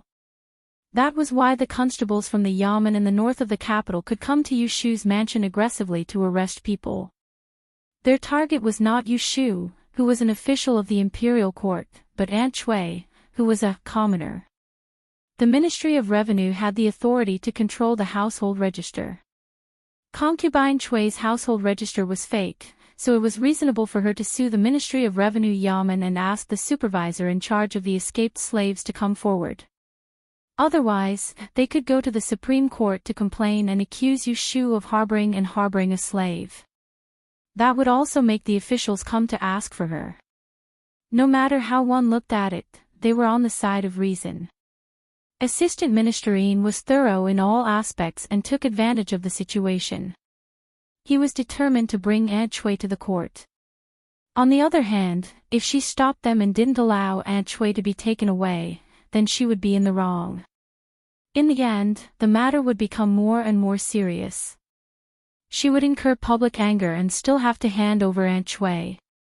When the Yin family caught Aunt Shui and brought her back, Assistant Minister Yin would have the final say.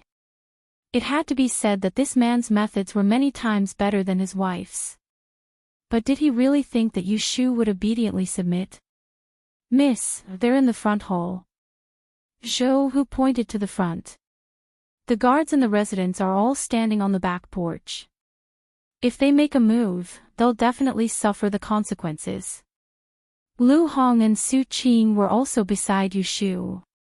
When they saw Zhou Hu's fierce expression, they instinctively tightened their grip on the scabbards at their waists. They had heard about what had happened yesterday. As Yu Shu's personal bodyguards, they naturally knew what to do. The group of men rubbed their fists and rubbed their palms together, waiting for today's big fight. Who would have thought that when Yu Shu saw the officials from the Ministry of Revenue, she showed a smiling face and politely invited the constable to sit down. She walked to the main seat and asked knowingly, "May I know why the constables are here? Why didn't anyone come to the residence yesterday?" The constable who spoke had triangular eyes. No matter how one looked at him, he was not pleasing to the eye. However, he was just a lowly official. When Yu Shu offered him a seat, he dared to sit down calmly. When Yu Shu asked him a question, not only did he not stand up and respectfully answer, he even retorted.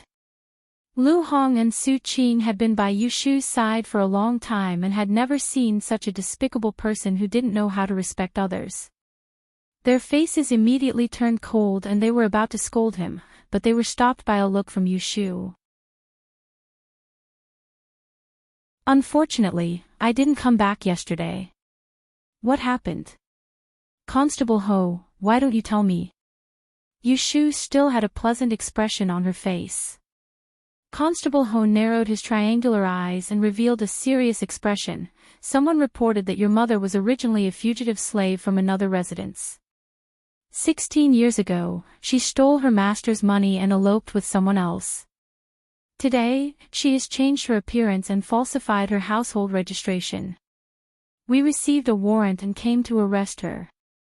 We hope that official you will make things easier for us and not make things difficult for us." Chapter 722. It was said that the king of hell was easy to provoke, but the little demons were difficult to deal with. Arrester Ho opened his mouth and was about to arrest her with a business-like attitude. Yu Shu didn't look angry at all. She pretended to be surprised and asked, "What did you say?" "My mother is an escaped slave." "Arrester Ho, you've got the wrong person. Although my mother is of humble birth, I've long sought Imperial Consort Nyang's permission to return my mother to a good citizen. Although this matter is not known to all, there is no lack of people who know about it. Who is it that is so unreasonable and falsely accusing my mother?" Constable Ho said coldly, "That's right. Your mother's contract of sale proves that she is a servant of Assistant Minister Yin's residence. Otherwise, why would we dare to come to your residence to arrest her?" "Contract of slavery." Yu Shu shook her head and laughed, "Then there must be a mistake. My mother was indeed a servant of the Yin family a few years ago, but the madam of that residence was virtuous and virtuous. She returned the contract to my mother and acted as a matchmaker for my late father, allowing both of them to return home. It had already been more than 10 years. How could there still be a contract of slavery?" "I said you've got the wrong person. Please leave." Arrester Ho saw that she was going to play dumb to the end. He looked at Yu Shu and saw that she was just a little girl around 10 years old. She was rumored to be amazing and even thought that she was born with 3 heads and 6 arms. Because he was ordered to come here, he was very confident. He thought that if he completed this task well, he might be able to show his face in front of the assistant minister. Immediately, he pulled a long face, raised his eyebrows and glared. He threatened, "There are witnesses and material evidence. Darren, are you going to defy the law?" "Law? Do you have the final say in the law?" Yu Shu sneered and straightened her upper body. She looked at him and said, "Get the hell out of here before I get angry." Just a moment ago, he had a friendly expression on his face, but now his expression had changed faster than flipping the pages of a book. That contemptuous gaze landed on him, as if he was looking at a dog instead of a human. Ho flew into a rage out of humiliation. He slammed the table and stood up. "We are under orders to capture the fugitive. Hand him over now, or don't blame us for being impolite. Yushu picked up her teacup. Expressionless, he said, send the guest off. Zhou, who stood behind Yushu and raised his hand towards the door.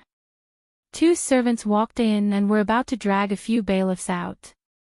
Arrestor Ho's sleeve was tugged by someone.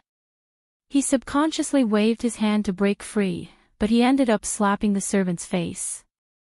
The servant took a step back and fell on his butt. He was stunned for a moment, but before he could react, he heard a dang sound.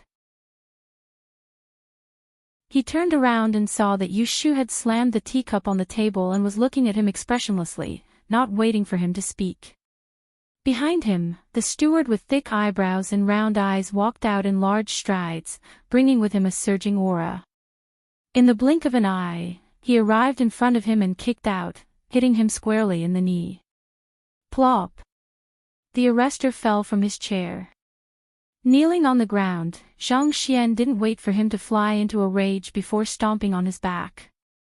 The force of the stomp was so great that he almost spat out a mouthful of blood. The expressions of the bailiffs who had followed him all changed.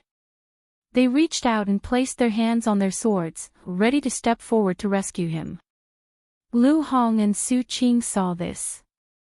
First, he stood in front of Yushu. Men! Zhou Hu bellowed. In an instant, more than 10 figures rushed in from outside the corridor.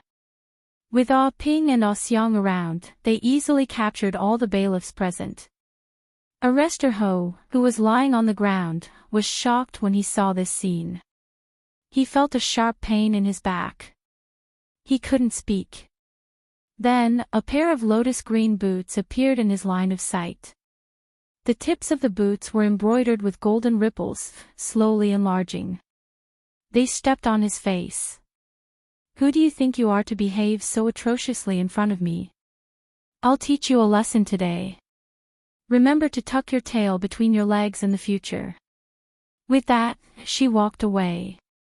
Arrestor Ho was dragged out by his collar, together with the other bailiffs, to a large lotus pond in the front courtyard. It wasn't until someone pressed his head into the bone-chilling mud that he felt suffocated. He had no strength to struggle. Only then did he understand what Yushu meant when she said, "Don't wait for me to get angry." Unfortunately, it was too late for regrets. Yushu wasn't cruel enough to kill a few of her henchmen. She just gave them a light punishment so that they wouldn't dare to act violently again. However, when Yin Zhorong and his wife heard it, they had a different understanding. What? She beat away all the bailiffs who came to arrest her. Madame Yin Deng cried in surprise. Yin Zhorong had just returned from the yamen. Madame Yin Deng kept asking about the progress of the matter, so he had to talk to her with a sullen face. In fact, when he knew what Yushu did, he was as surprised as Madame Yin Deng. He knew that Yushu wouldn't let her mother be taken away, but he didn't expect that she would dare to instruct her servants to beat up the bailiffs. She didn't look like a little girl at all. Yesterday, the bailiffs from the yamen in the north of the capital were also beaten up. It seems that the women in her family were hurt. That's probably why she became so angry today, Yin Zhorong guessed. She's really lawless. Madame Yin Deng said worriedly, "What should we do now? If she doesn't hand over Xiaozue, how can we try the case?" Yushu's guess was right. Yin Zhorong wanted to drag concubine Cui to the court to testify against her. Only then would he be able to prove that concubine Cui was guilty of absconding and capture Yushu's mother. At that time, it wouldn't be a problem to deal with Yushu. What's the hurry? It's a good thing that she's so impulsive. Yin Zhorong sneered and said, "Let's send someone tomorrow. I want to see how many bailiffs she can beat away. She's not afraid of making a scene, and we're not afraid of that either. Master, what do you think? Let me know what to do." Madame Yin Deng was afraid that she couldn't control Yushu this time, and she couldn't avenge her youngest son, who was ruined for the rest of his life. Humph, does she think she'll be fine after beating people away? As an official of the imperial court, she doesn't know how to behave. When she's done, I'll find Censor Wang to report her. If she's sensible, she'll come to beg for mercy. If she wants to fight with force, I'll make her lose her official position. Let's see how she can be arrogant then. Yin Zhurong had a perfect plan, so he wasn't afraid that Yu Shu would turn the sky upside down. Madame Yin Deng was a little worried. Master, didn't you say that Yu Lianfang has a title given by the emperor? If we go directly to her and annoy the emperor, wouldn't we be shooting ourselves in the foot? That was before. Yin Zhurong's eyes lit up. He leaned close to her and said in a low voice, "Do you know what the Shui family did?" He whispered 2 words in her ear. "What?" Madame Yin Deng gasped in shock and stepped back. "Are you serious?" Whether it's true or not, she won't have a good end if she's involved in such a crime. I'm telling you, you have to keep your mouth shut. The emperor gave that girl a title and publicized it to make her a wise ruler. But think about it. Yu Lianfang has a close relationship with the eldest son of the Shui family. Once the Shui family is convicted, what will happen to her? I'll just ruin her reputation in advance. The emperor won't blame me. Yin Zhurong had been an official for many years. He had some experience and thought that he had figured out the emperor's intention, so he didn't have to worry about the consequences. Madame Yin Deng was relieved.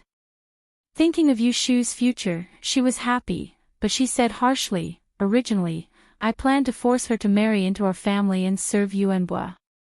Now I can't. When she comes to beg for mercy, I'll make her kneel in front of Yuanbua and kowtow to admit her mistake. Then I'll feed her a bowl of broth to relieve the hatred in my heart." A woman's heart was the most vicious. Madame Yin Deng showed it clearly at this time. Yin Zhurong didn't even frown when he heard this. Instead, he said faintly, "That's what she deserves." He had never thought that Yin Yuanbo would end up like this. Wasn't he getting what he deserved?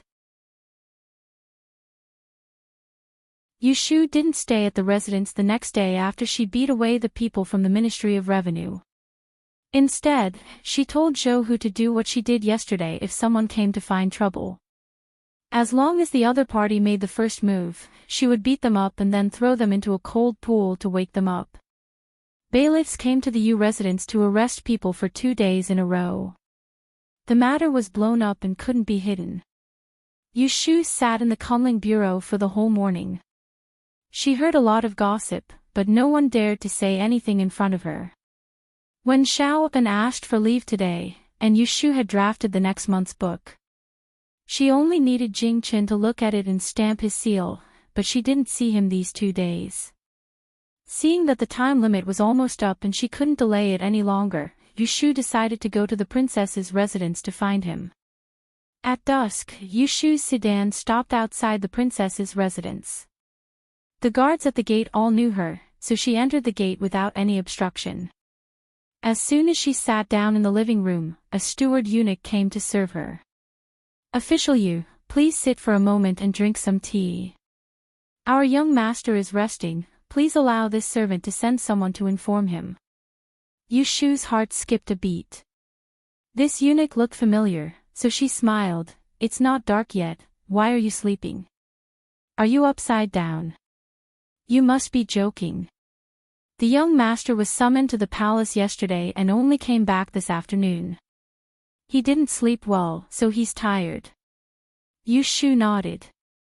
She could hear a lot of information from his words. After waiting for the time it took to drink a cup of tea, she saw Jing Chen come out. She could see his tired expression at a glance, so she asked, "What happened in the palace?" Jing Chen dismissed the servants and sat beside Yu Shu. In a low voice, he told her, "His Majesty fainted yesterday. I guarded the Hall of Tranquil Peace for the entire night. His Majesty only woke up this morning." Yu Shu's heart trembled, and she quickly whispered, "Is the Emperor okay?" Jing Chen shook his head. "It's not a big problem for the time being, but his body is a little weak." "Oh." Yushu didn't know whether she should be disappointed or relieved. She continued to ask, why did he faint all of a sudden? Jing Chen naturally told her everything he knew. I only heard that the day before, the emperor sent an edict for Dong Jing Wang to lead troops to attack Wei country.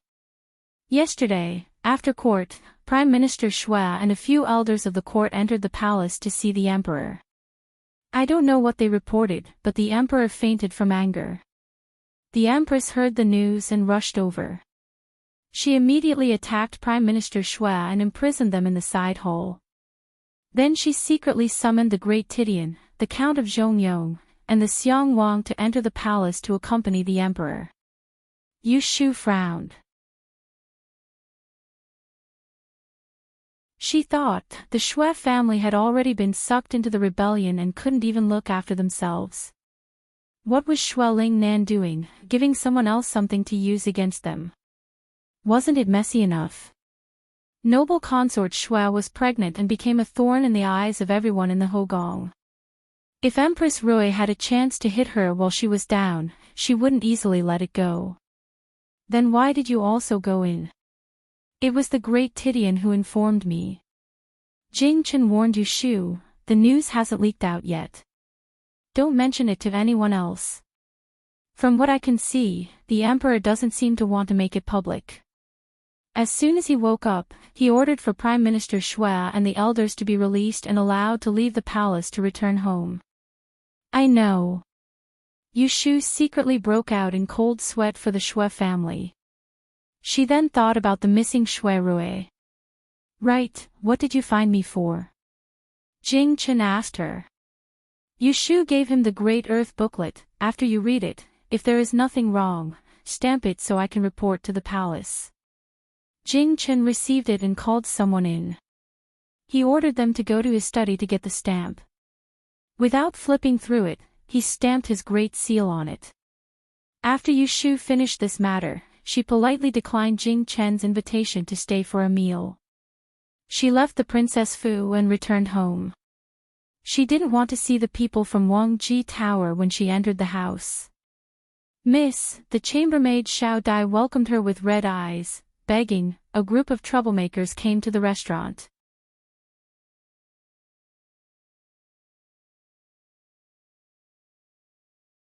Chapter 723. Ever since the news of Shui Rui's disappearance came back to Wangji Tower, Lin Fu had been on tenterhooks. He had warned everyone in the restaurant to be on guard against villains. Even if they were careful, they still couldn't stop it. That evening, the restaurant was full again, and there were no seats left downstairs. The customers who came later either left in disappointment, or generously booked a private room on the second floor and paid an extra 10 taels of silver to unlock the door. Apart from noon, business was good at this time of the day. Lin Fu sat behind the counter and used a small scale to calculate and keep accounts. His abacus was so fast that it was not enough for both hands. Downstairs, there was another table of regular customers who had settled the bill. Lin Fu smiled and greeted them, "Second Grandpa's son, young Masterly, there will be aged wine coming out in 2 days. Don't forget to come and have a taste." Ha ha ha, sure, sure. Someone died. All of a sudden, the crowd was in an uproar. Lin Fu's heart skipped a beat. He grabbed the waiter who was passing by with the dishes and asked the waiter to guard the counter. He called Gue Lu, who was running the restaurant downstairs, and the two of them ran up the stairs. The scream just now came from the second floor. It was a mess downstairs, but it was even worse upstairs. The corridor was filled with people. They were all customers who heard the scream and came out. Gue Chi opened the way in front while Lin Fu lifted his robe and walked behind him. Soon, they arrived at the scene of the accident. The private rooms of Wangji Tower were arranged according to the names, wind, flower, snow, moon. This room was a flower room, and it was furnished with all sorts of exquisite and novel things. It was usually used to entertain young masters and young masters. Lin Fu stood at the door and poked his head in. He saw that the immortal glazed screen blocking the door was pushed to the ground. A chair was smashed on it and one of the glass windows was cracked. Thousands of taels of silver worth were destroyed just like that. He didn't have time to feel the pain. He heard a noise inside. Where's the manager? Where the hell is the manager? In the inner room, there were 6 or 7 young people gathered around a round white marble table. Some of them were sitting while others were standing. The tablecloth had been lifted. The red and green dishes were scattered all over the floor, still steaming. Lin Fu didn't recognize the person who shouted, but when he saw someone sitting next to him, his eyelids suddenly twitched. He squeezed out a smile and walked in with small steps. "Oh my lord, I didn't know you were here. This little one greets Lord 11th. Do you know who was the leader of this room? It was the devil incarnate who was expelled from Anling City by the Emperor's decree. 11th Prince Louis." Louis folded his arms and sneered. He did not make a sound. The person beside him shouted again, "Don't try to get close to our master. Are you the manager of this restaurant? Good timing. I was just about to settle the score with you. My brother just drank a mouthful of your wine, and then he foamed at the mouth and fell to the ground dead. Tell me what to do." After being yelled at, Lin Fu took 2 more steps forward and walked around the table. Only then did he see a person lying on the ground, dressed in bright and beautiful clothes. His mouth was full of white foam, and his eyes were rolled back. He was motionless and looked like he had died. Lin Fu was startled and thought that something was wrong. He turned around and asked the waiter who was in charge of serving the dishes. He pointed at the person on the ground and asked, "What happened?" The waiter was obviously frightened. He shook his head with a pale face. "I don't know. He was fine when you came." Although there were many hidden dragons and crouching tigers in Wangji Tower, when there were too many people, there would always be corners that could not be taken care of. Louis entered the door and sat in the private room upstairs drinking wine. Lin Fu actually knew nothing about this. This was obviously a trap set by the other party. Lin Fu could see through this kind of trick in one glance. But since it was done, it would not be easy to deal with it. Most importantly, Louis was present, so he could not use force. "What are you talking about? There are so many eyes watching. He died in your place. If you don't give us an explanation today, we will smash this tower." Lin Fu wiped the sweat off his forehead and ignored the noisy lackey. He bowed to Louis and said, "Master Louis, our forgotten machine tower's tea, wine, and dishes are all clean and fresh. We have so many customers all day long. If it was poisoned, something bad would have happened long ago. Could it be that there is some misunderstanding? Why don't I send someone to report to the officials and have them investigate this matter?" Lin Fu retreated in order to advance. At this time, there were too many people in the tower. He could not be careless and let people think that Wangji Tower had a guilty conscience, which would ruin their reputation. On the contrary, Louis had already been expelled from the capital by the emperor. No one would dare to interfere if he entered the city quietly. But if he were to cause trouble in such a big way, they would have to think twice. Report to the officials. Louis finally opened his mouth. He looked at Lin Fu and said sarcastically, "Who doesn't know that the owner of your restaurant is the eldest son of the Shui family? He is the Shaoqing of the Supreme Court and specializes in investigating cases. I think you want to report to the officials so that you can get away with your crime. Let me tell you, there is no way." Lin Fu took a deep breath and argued with him with a bitter face, "You are joking again. My young master has not been back for a few days, yo." Louis interrupted him with a loud voice and a fierce look on his face, "So, no one is in charge here. Serves you right that my little brother was poisoned to death by you, and I have no place to seek justice. Do you believe that I won't smash this broken tower of yours right now? Lin Fu was roared at by him and thought that this was bad. This Master Lu Yi was here to cause trouble because the eldest son was not around. He tasted bitterness in his mouth. If it was any other day, he wouldn't need to be afraid even if another Lu Yi appeared. However, today was different from the past. The Shui clan had changed, and Shui Rui wasn't around. How could he have the confidence to fight a prince seriously? Master Lu Yi, please calm down. My young master is not here, but there is another person in charge here. Why don't you sit here and wait, and I will invite her over. There is another person in charge. Speaking of which, you also know her. She is my eldest son's sworn sister, Miss Lianfang. Lin Fu had no choice but to use the name of Yushu. Hearing this, Lu Yi's eyes flashed. He cracked his neck, and his joints made a cracking sound. Okay, invite her over. The people who came with him all looked like they were watching a good show. Lin Fu secretly sighed, excused himself, and left. He first apologized to the customers in the corridor, saying that they could skip the meal. After all, a life had been lost, so he couldn't do business today. He asked everyone to go back. Some people listened to him and left, but some refused to leave. They said a few words to Lin Fu and returned to the private room, waiting for someone to come. Then they continued to watch the show. Lin Fu did not want to chase these guests out, so he could only shake his head and go downstairs to clear the place. When Yushu saw the messenger, she didn't even take a breath as she entered the room. She turned around and went straight to Wangji Tower. The carriage passed by the front door and saw that the door was unlocked. The sky was dark, and 2 of the 4 red lanterns on the door were extinguished.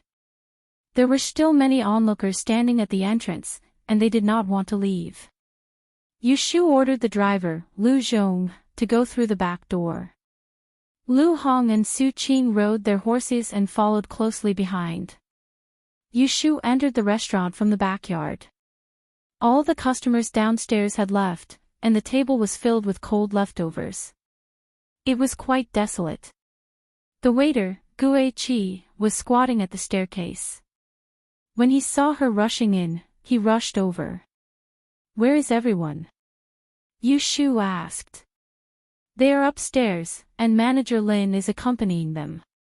Yushu nodded, and Gue Chi led the way in front. As they spoke, they went up to the 2nd floor. The customers in the rooms on both sides of the corridor heard footsteps and poked their heads out. There were many who knew her, but they did not have the time to greet her.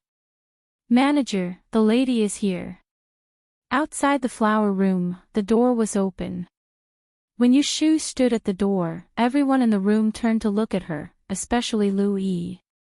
He stared at Yushu's tall and slender figure from head to toe. The corners of his mouth curled up as he said, "It's been a long time."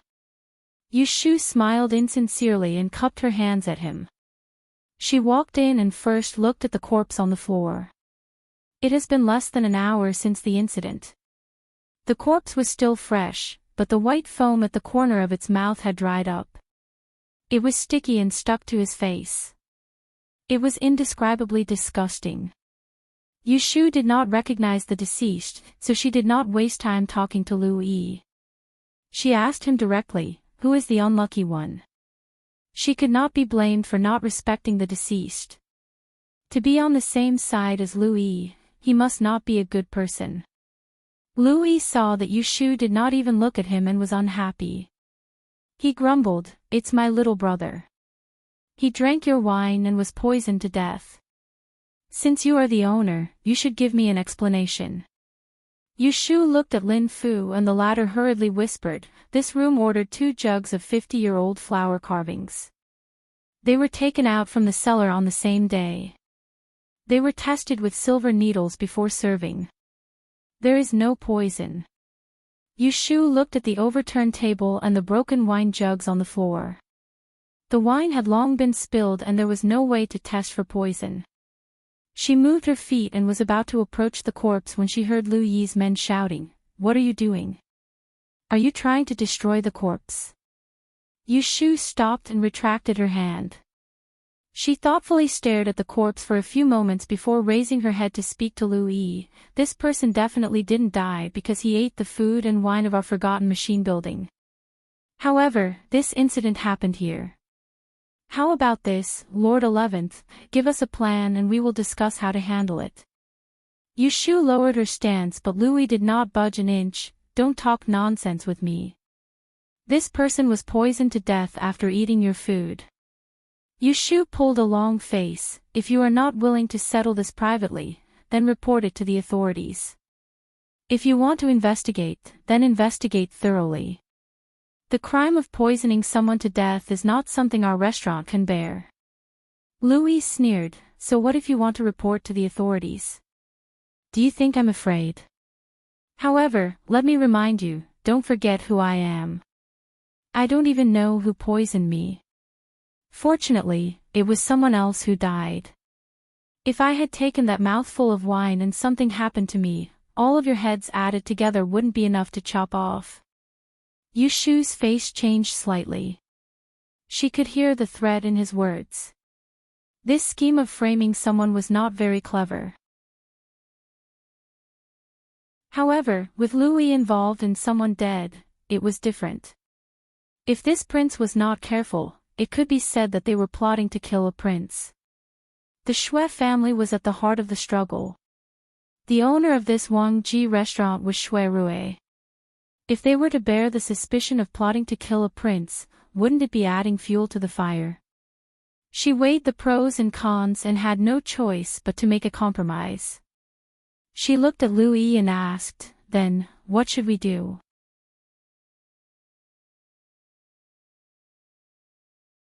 Chapter 724. Because Lu Yi was involved in the headless case of the imperial envoy, he became the scapegoat for Prince Ning. Not only did he cause Consort Xian to fall out of favor in the palace, the worst part was that she was expelled from Anling City by an imperial edict and had no chance of becoming the emperor. In the palace, Yu Shu had seen Consort Xian and received benefits from her. While she was disgusted by Lu Yi, who had once tried to encroach on her, she also felt a bit of pity. But now, seeing his extremely poor face and how he wanted to take someone's life as soon as he opened his mouth, she felt that he deserved to end up like this. She looked around and saw panic on a few familiar faces. She sighed in her heart. "You know better than me how people die. It's impossible for me to compensate you with a life. At most, I'll pay for a coffin and ask someone to arrange their funeral. I'm sorry, but I can't do anything more than that." Yu Shu did not intend to fall out with Lu Yi, but she also would not show her fear. She rejected Lu Yi's excessive request and turned around to say to Lin Fu, "Go, withdraw 200 taels of silver from the account and give it to 11th Master." Lu Yi was furious and jumped up from his chair. 200 taels of silver, do you think you are sending a beggar away?" Yu Shu sneered, "It is enough to buy a good cypress coffin." Lu Yi did not see her begging for mercy as he expected and was instead ridiculed. He angrily kicked over a nearby chair and pointed at Yu Shu's nose. "Let me tell you, if you do not take out 200,000 taels of silver today, I will sue you thieves for plotting to harm the Tian family. I will let all of you die." Yu Shu frowned. Lu Yi could not stand being tricked and was exposed in just a few words. She knew that he took the risk to make this scene not just to vent his anger, but to get money. She found it a little strange. Even if Lu Yi's mother's family, the Lu family, had been hurt because of his uncle Lu Buhuan's case, the Lu family was still one of the 12 prefecture's aristocratic families. Why would Lu Yi be short of money and need to come to the Wangji Tower to extort money? Since she couldn't figure it out, she decided to keep it for later.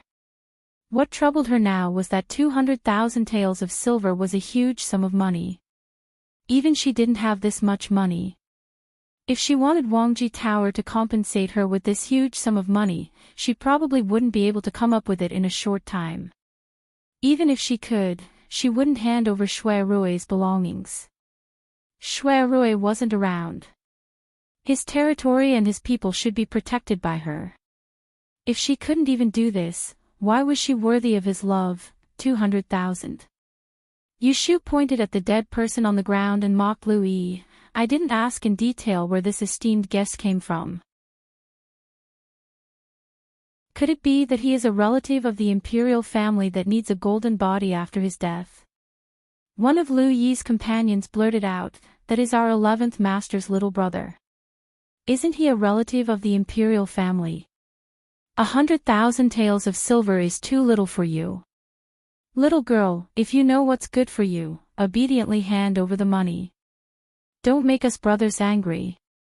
When we deal with you later, you won't be able to cry even if you want to. This kind of vulgar words entered their ears, causing the faces of everyone on Yushu's side to change. What kind of status did Yushu have? In the past, even if it was Prince Jing Lu Tan, he would have to politely call her Lianfang Gunyang when he came. They didn't know where Lu Yi found this ruffian that dared to say such vulgar words to dirty her ears. He really deserved to die.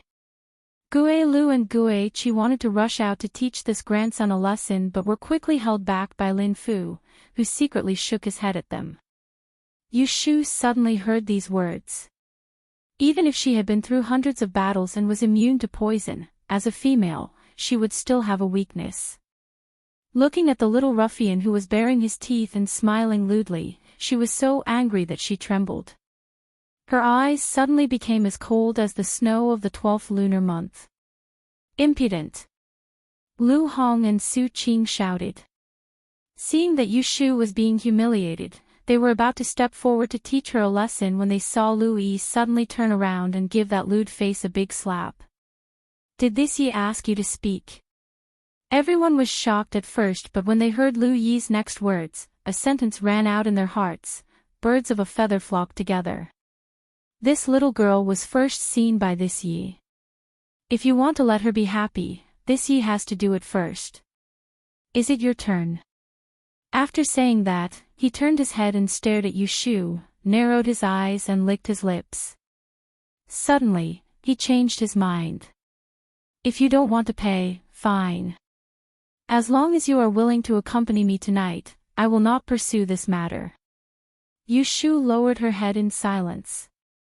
Just when everyone thought that she was going to explode, she raised her head expressionlessly and asked him. Do you mean what you say? Lu Yi sneered. If I want to deceive you, then let me die without descendants. All right, then let's go. She then said to Lin Fu and the rest.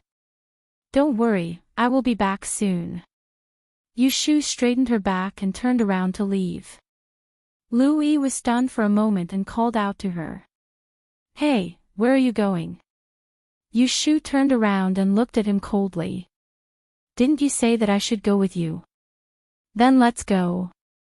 No matter where you go, I will accompany you to the end.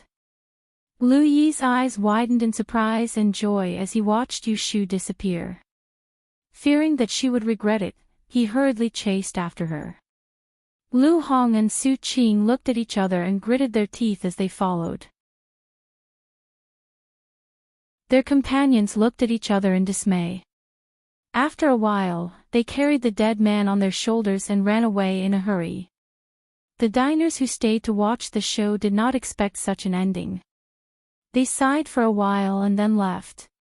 When the place was empty, Gue Lu and Gue Qi could not bear it anymore and shook off Lin Fu's hand. Gue Lu angrily said, Old Lin, why did you stop us just now? Didn't you see that the girl was coaxed by them? No, I have to chase after her. If something happens to her, how am I going to explain it to the young master? Little six. Lin Fu hugged him tightly and said with a crying face, Do you think I want the girl to go with them? If I were alone, I would have fought with them. But don't you see who it is? It's the 11th prince.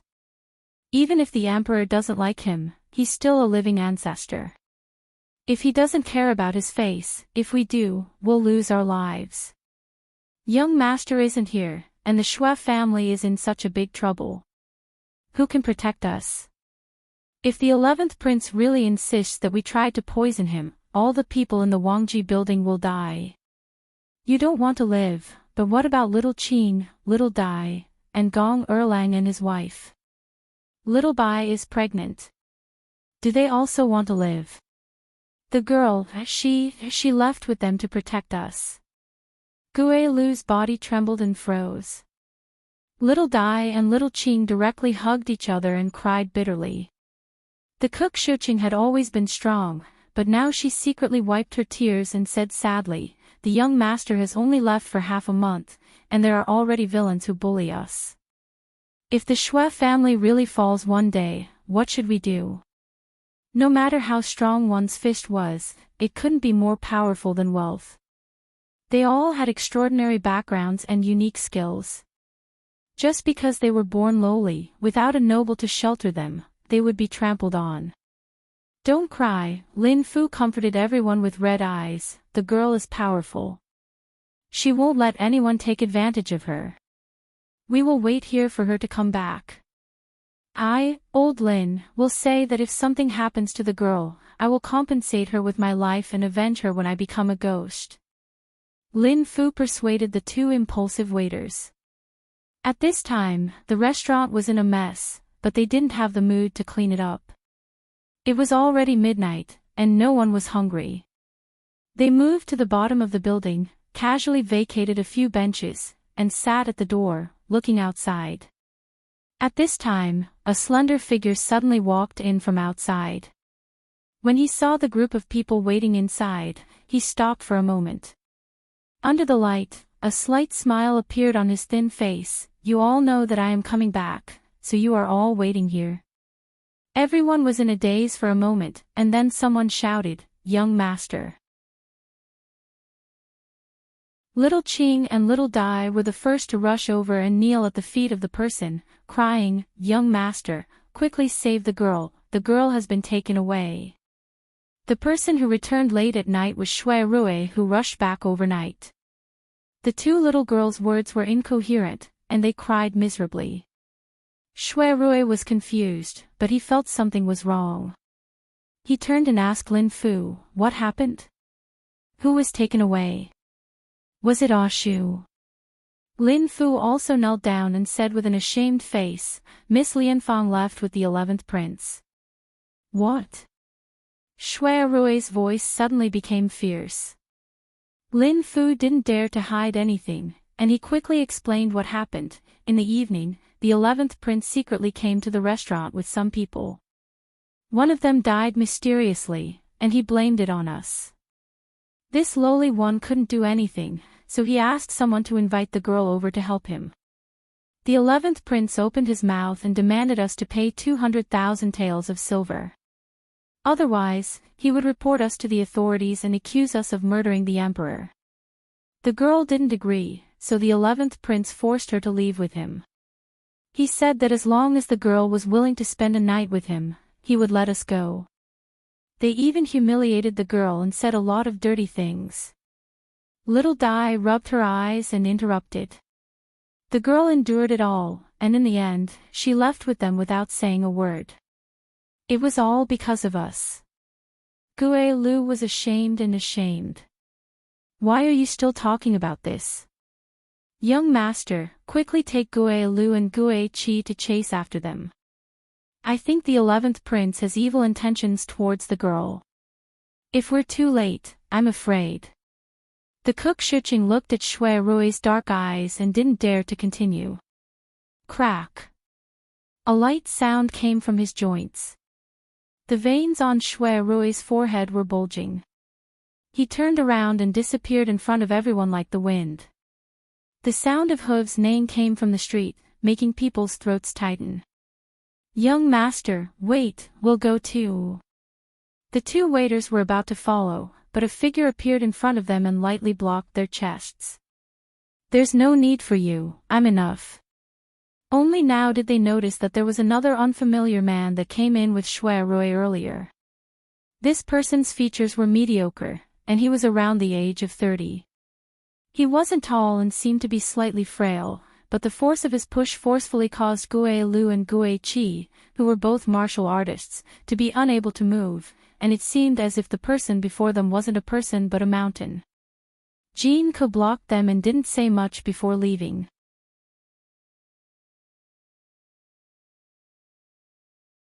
Chapter 725. Whoa! Go! Shui Rui swung his horsewhip forcefully and swiftly passed through the streets that were wet after the rain. Splashes of mud bloomed under the horses' hooves and splashed onto the bodies of a few drunkards who were out for a night stroll, causing them to curse. Jinke quickly caught up with him and was half a horse's length behind him. With the wind whistling in his ears, he shouted at him in a low voice, "Little brother, don't panic. We've been riding for a day and this horse can't take your abuse. Besides, where are you going to find people?" Shui Rui looked ahead and turned a deaf ear to Shui Rui, and then he lowered his shoulders and dashed swiftly towards a certain direction. The horse beneath him was truly pitiful. Its legs were trembling, yet it didn't dare slow down under Shui Rui's fierce urging, and it could only wail sorrowfully as it sprinted madly. Jin Ke had no choice but to follow him. They passed through half of Anling City and came to a side street of Songyang. He could vaguely see two lights in front of him and there seemed to be shadows under the lights.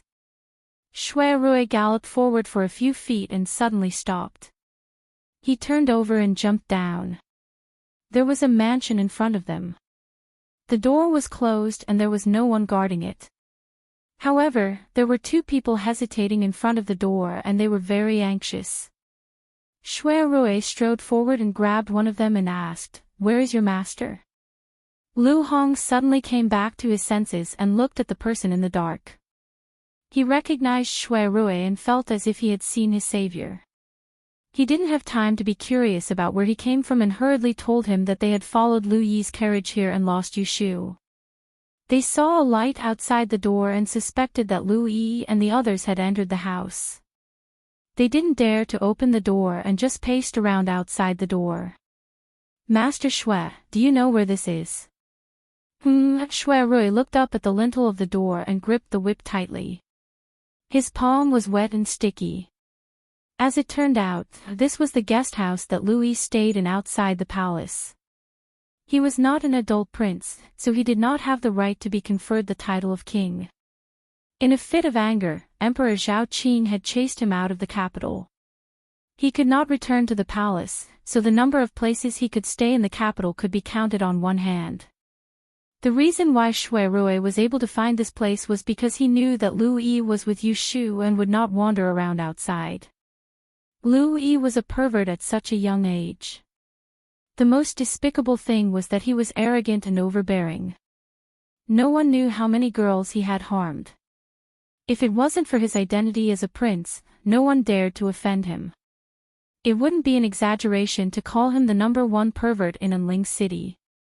Needless to say, it was easy to guess why he brought Yushu here. "How long have you been chasing me?" His voice was low and hoarse, as if he was desperately trying to suppress some kind of emotion. "A long time." Lu Hong looked at the frightening expression on Shui Rui's face and couldn't help but take a small step back. Shui Rui turned to Jin Ke and said, "Do me a favor. Climb over the wall and open the door. Do not disturb the people inside." This was the residence of a prince after all.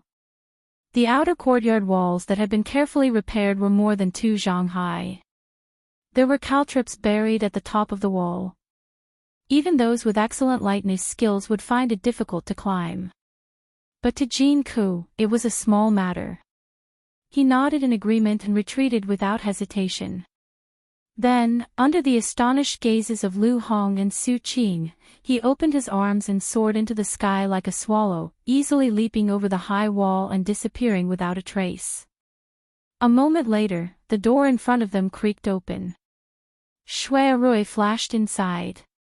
Lu Hong and Su Qing looked at each other, gritted their teeth and followed in. However, Lu Yi did not have good intentions in bringing Yushu back to his residence impatiently. This person, the more he couldn't get what he wanted, the more he couldn't forget. He still remembered half a year ago, when he sneaked into the guest room where Yushu was resting and was beaten up. Since then, it became a sore point. He didn't know how many times he secretly swore that he would get her sooner or later. Now that he had the opportunity today, he threw his original plan of blackmailing to the back of his head and only wanted a moment of pleasure. Lu Yi's evil nature was not concealed at all. Yushu also saw it. If it was in the past, she would have shed all pretense of cordiality to teach this pervert a lesson. But he hit her soft spot by a stroke of luck. In order to protect the people of Wangji Tower, she could only swallow her anger, beat him at his own game, and tricked him to leave. So now she had entered the wolf's den and became a dish on Lu Yi's plate. On this side, Lu Yi brought Yushu to a room filled with incense and asked someone to guard the door. When he turned around, he revealed his true colors. He looked at Yushu's tall and well-proportioned figure and snorted, "Since you dare to follow me, you must know what I want from you. Since you dared to follow me here, you must know what I want from you. To tell you the truth, I have seen countless people and have seen all kinds of beauties. Your face can't be considered beautiful, but your muscles and bones are well-proportioned, your hips are high, your legs are long, and your lower body is strong. You are 1 in a million. I can tell with one look that when a woman like you is on the bed, you will definitely be ecstatic and very enjoyable. Even if I don't have that 100,000 taels of silver, it is not a loss for me to exchange for your first night." Yushu listened to his lewd words. She was so disgusted that she wished she could slap him to death. But in order to protect herself, her expression was cold. When he came near and reached out to grab her, she cleverly stepped sideways to avoid him. She covered her nose with one hand and said in disgust, "What's the smell on your body?" "It stinks." Lu Yi stopped and lifted his sleeve to sniff himself. A sour and fishy smell assailed his nose, like leftovers from the previous night. His expression became distorted. He looked at Yushu and hesitated. His obsession with cleanliness made him clench his teeth and walk out. "I don't know which bastard vomited on the stairs. I stepped on it when I went out. Wait for me, I will go and wash it." Lu Yi left and ordered the guards to keep an eye on Yushu. They closed the door and windows so tightly that not even a fly or a mosquito could fly out. Yushu sat alone under the lamp. She did not intend to open the window. She sent Lu Yi away not to make a last-ditch struggle, but to quietly think about how to escape later. At least Lu Yi was right about one thing. She dared to follow him because she knew what he was thinking. However, that pervert did not know her character and thought that she was a weak woman who could be bullied at will. She sneered silently and touched her bosom to make sure that the thing was still there. She had a plan in her mind. Not long after, Lu Yi came back. She did not know how he took a shower, but his hair was still wet. He wore a cloak outside and took it off as soon as he entered the room. He was only wearing an apricot yellow undergarment. The thin material made it obvious that he was not wearing anything inside. Yushu felt disgusted, so she fixed her eyes on his face and did not pay attention to anything else. Lu Yi saw her sitting there with a cold and arrogant expression. Her clothes were neat and tidy. He could not help but swallow a mouthful of saliva and his breathing became heavier. "You are so untactful. I have already washed up. Why don't you wait on the bed? Do you want me to carry you over?" "TSK, come, let me." He stepped forward and stretched out his arms. He wanted to hug her, but before he could touch the corner of Yushu's clothes, she threw something out and slapped it on his face. "See." Lu Yi sucked in a breath of cold air. He caught it and held it in his hand. He raised his head and fiercely glared at Yushu, scolding, "You want to refuse a toast only to drink a forfeit?" Yushu crossed her arms and raised her chin. "Look at the thing in your hand first. It is not too late to decide whether I want to drink a toast or forfeit." Lu Yi heard this and looked down. He saw that he was holding the weapon that Yushu had used to hit him. It was a wooden booklet with a ginger yellow lacquer cover. There were two small characters written in crane script on the upper left, Kun at the top and booklet at the bottom. Kun booklet. Louis frowned and raised the item in his hand. He disdainfully said, "I thought you had a trump card. Is this it? Idiot." Yushu's lips moved. She didn't wait for Louis to become angry because of her scolding and continued, "You only care about your own free and easy life. Did you forget that there is a suffering mother in the palace?" Today was a coincidence. She had gone to the Princess Fu to find Jing Chen to stamp his seal and had brought the Kun booklet with her. As soon as she returned to the Fu, she heard that something had happened at Wang Jilu. She didn't stay for long and directly went there. Louis had asked her to accompany him for a night. She remembered that she had this item on her, so she beat him at his own game. She first tricked him into leaving Wang Jilu and then found an opportunity to escape. Louis was blinded by lust, but he wasn't stupid. He heard the meaning behind Yushu's words and put away his lustful expression. In a deep voice, he asked, "What do you mean? You don't understand." "Fine, I'll be more direct. The item in your hand is next month's Kun booklet. I don't need to explain to you what the Kun booklet is.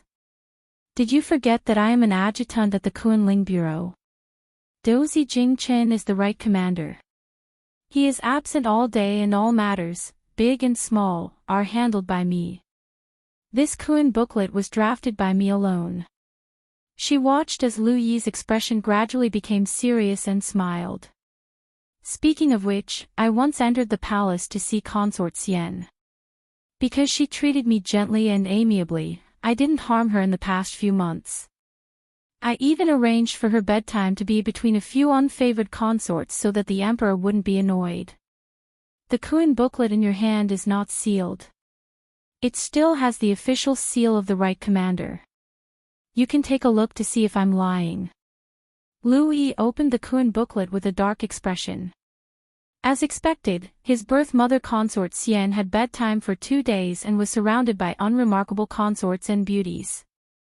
When he flipped to the last page, it was impressively stamped with a large seal. This Kun booklet was originally to be sent to the Palace Bureau tomorrow to be delivered to the Empress. However, I've changed my mind. I feel that it's better to draft a new one. Your Highness, what do you think? You're threatening me. Louis raised his voice and glared angrily. Yes, I'm threatening you. Yushu wasn't afraid of him. If he turned hostile, she wouldn't be courteous. She jumped up from her chair and strode in front of him. She snatched the booklet from his hand and raised her head. Her eyes looked down at him and she was even more imposing than him. She raised the Kun booklet high up and said with a face full of malice, "If you dare to touch even a finger of mine today, I will draft a new Kun booklet tomorrow and arrange 2 more good days for Consort Xian to enjoy the treatment of a favored consort. Who knows, the Emperor might, in a fit of anger, grant her the grace to leave the palace to accompany you." A consort that had already fallen out of favor, suddenly enjoying the treatment of a favored consort, would only attract the emperor's disgust. The Lu family was already suspected by the emperor. Without Consort Xian as a shield, when the day came when the Lu family collapsed, there wouldn't even be a chance to plead for mercy. Yushu's words could not be clearer. Lu Yi's heart trembled as he listened. When he looked at the woman in front of him again, the fire that had been burning earlier had been extinguished by a bucket of cold water. How could he have any lustful thoughts? All that was left was anger and a fear that he didn't want to admit. "I've already said everything that needs to be said. Tell me, should I drink a toast or drink a forfeit?" Yushu took the thin booklet and patted Lu Yi's shoulder. Her pats were neither light nor heavy, and there was a hint of mockery and humiliation in them. It was as if she was lecturing an ignorant fool. Louis was furious, but he didn't dare to say anything. He held back his anger and his face turned red. He grabbed Yushu's wrist and trembled with anger. I let you go now. What will you do? Yushu coldly smiled. If you let me go, it means that you still have some humanity in you. You still have filial piety in your heart. Naturally, I won't make things difficult for Consort Xian. Louis gritted his teeth and pulled back his arm. He pulled Yushu in front of his face and lowered his head to get closer to her. He fiercely threatened, if I find out that you don't keep your word, I have ways to kill you. Yushu frowned and raised a hand to push him away. She didn't expect that Louis would hold her so tightly that she couldn't break free. Instead, under his strength, his collar opened to the sides, revealing his white arms. Right at this moment, a loud sound came from behind them. With a boom, the two of them turned their heads and stared dumbfoundedly at the door that had been kicked open. A foot stretched in, then retracted, and with another boom, the two doors fell to the ground with a loud crash. Wood shavings flew and a layer of dust rose. A figure strode in and went straight for Yushu and Louis, who were pulling each other. Before they could see who it was, Louis was sent flying with a slap. He screamed and fell to the ground.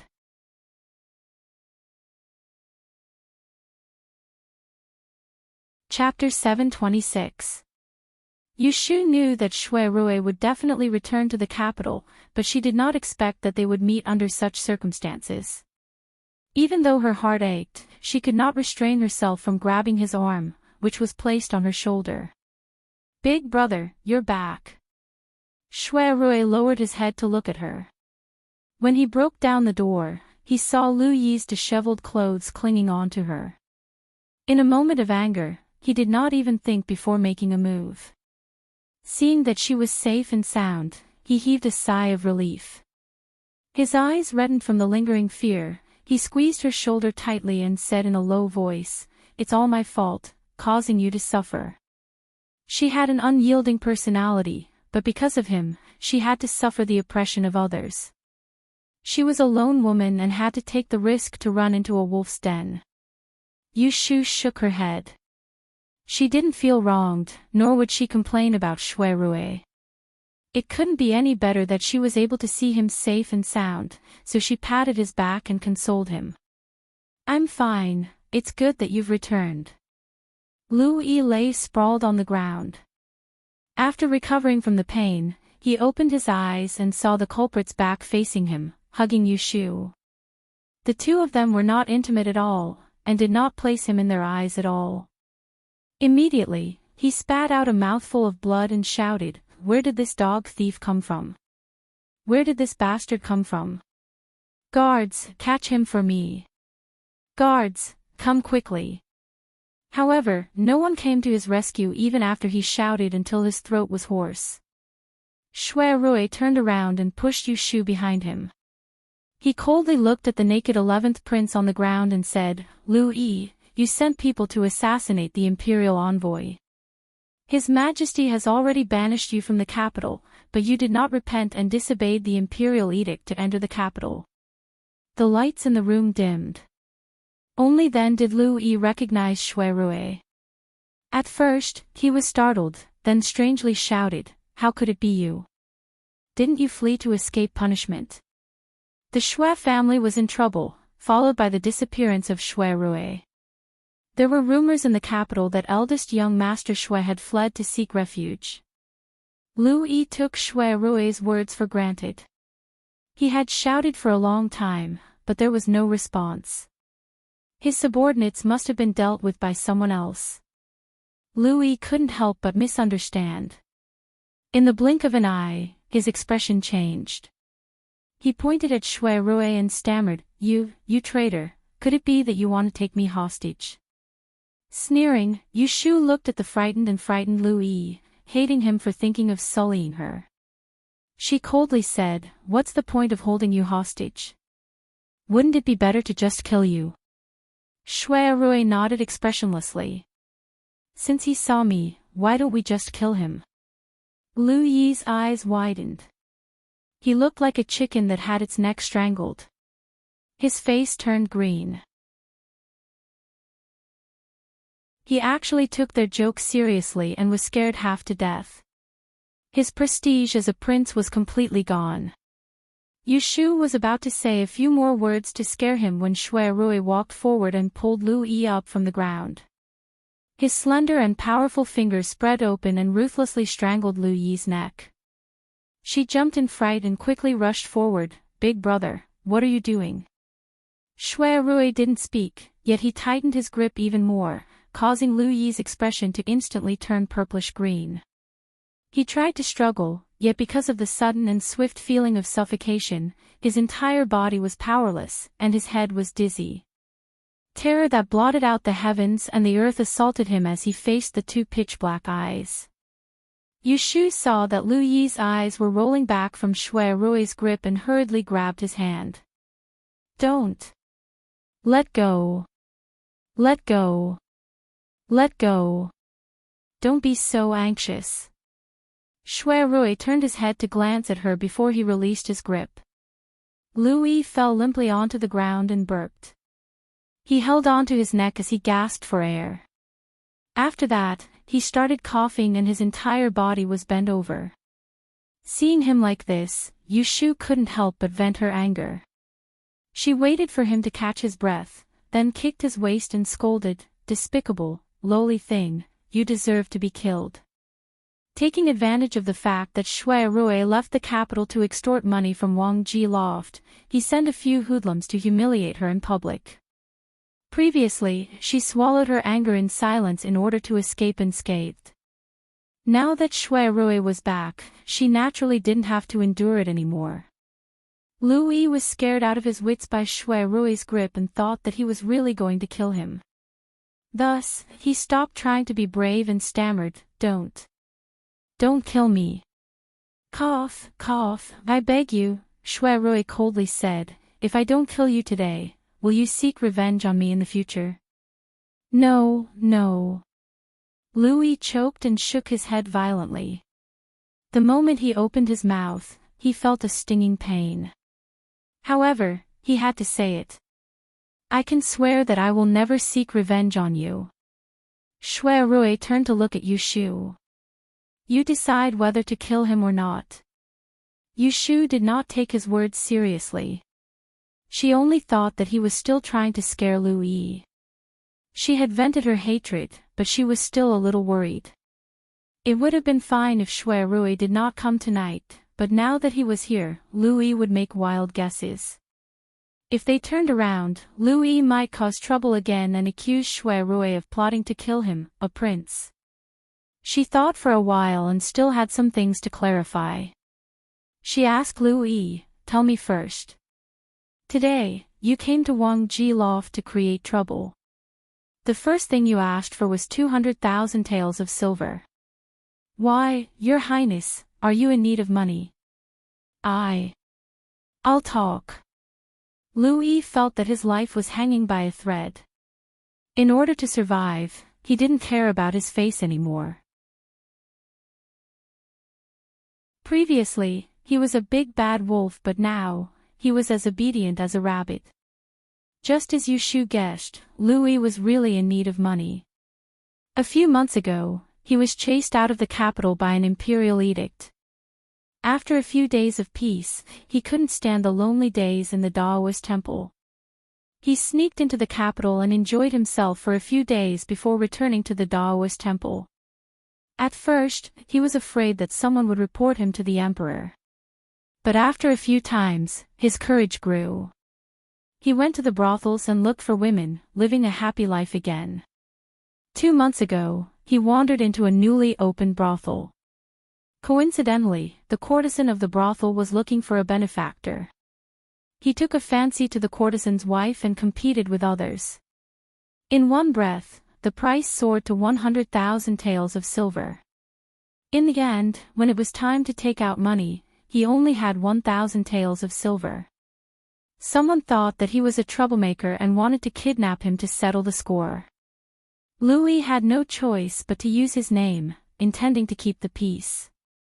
Who would have thought that he was a swindler pretending to be a prince and wanted to send him to the yamen? This was bad. If he wanted to see the yamen, the matter would blow up.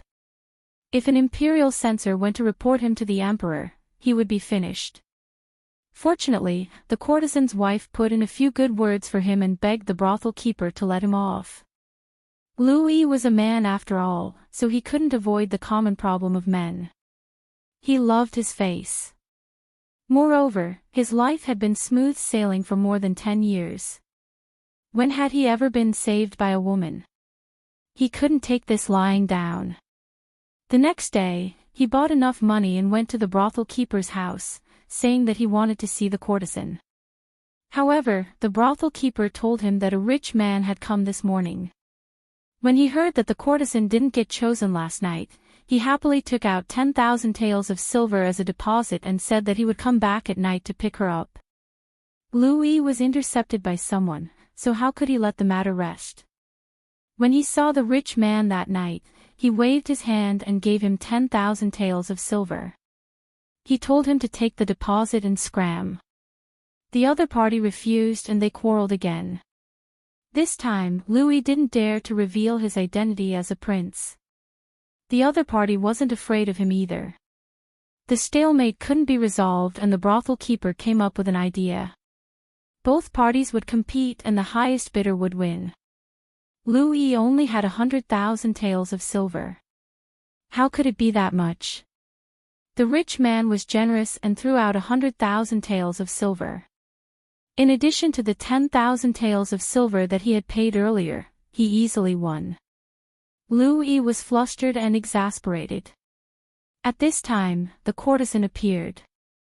She said that compared to the fat rich man, she would rather follow Louis.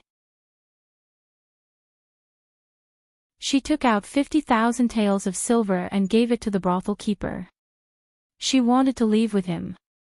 The rich man didn't have any more silver and left in disappointment.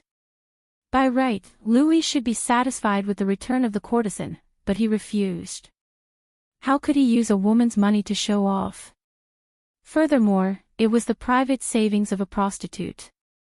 Thus, he left the 100,000 taels of silver as a deposit and boasted that he would take her away the next day when he had enough money.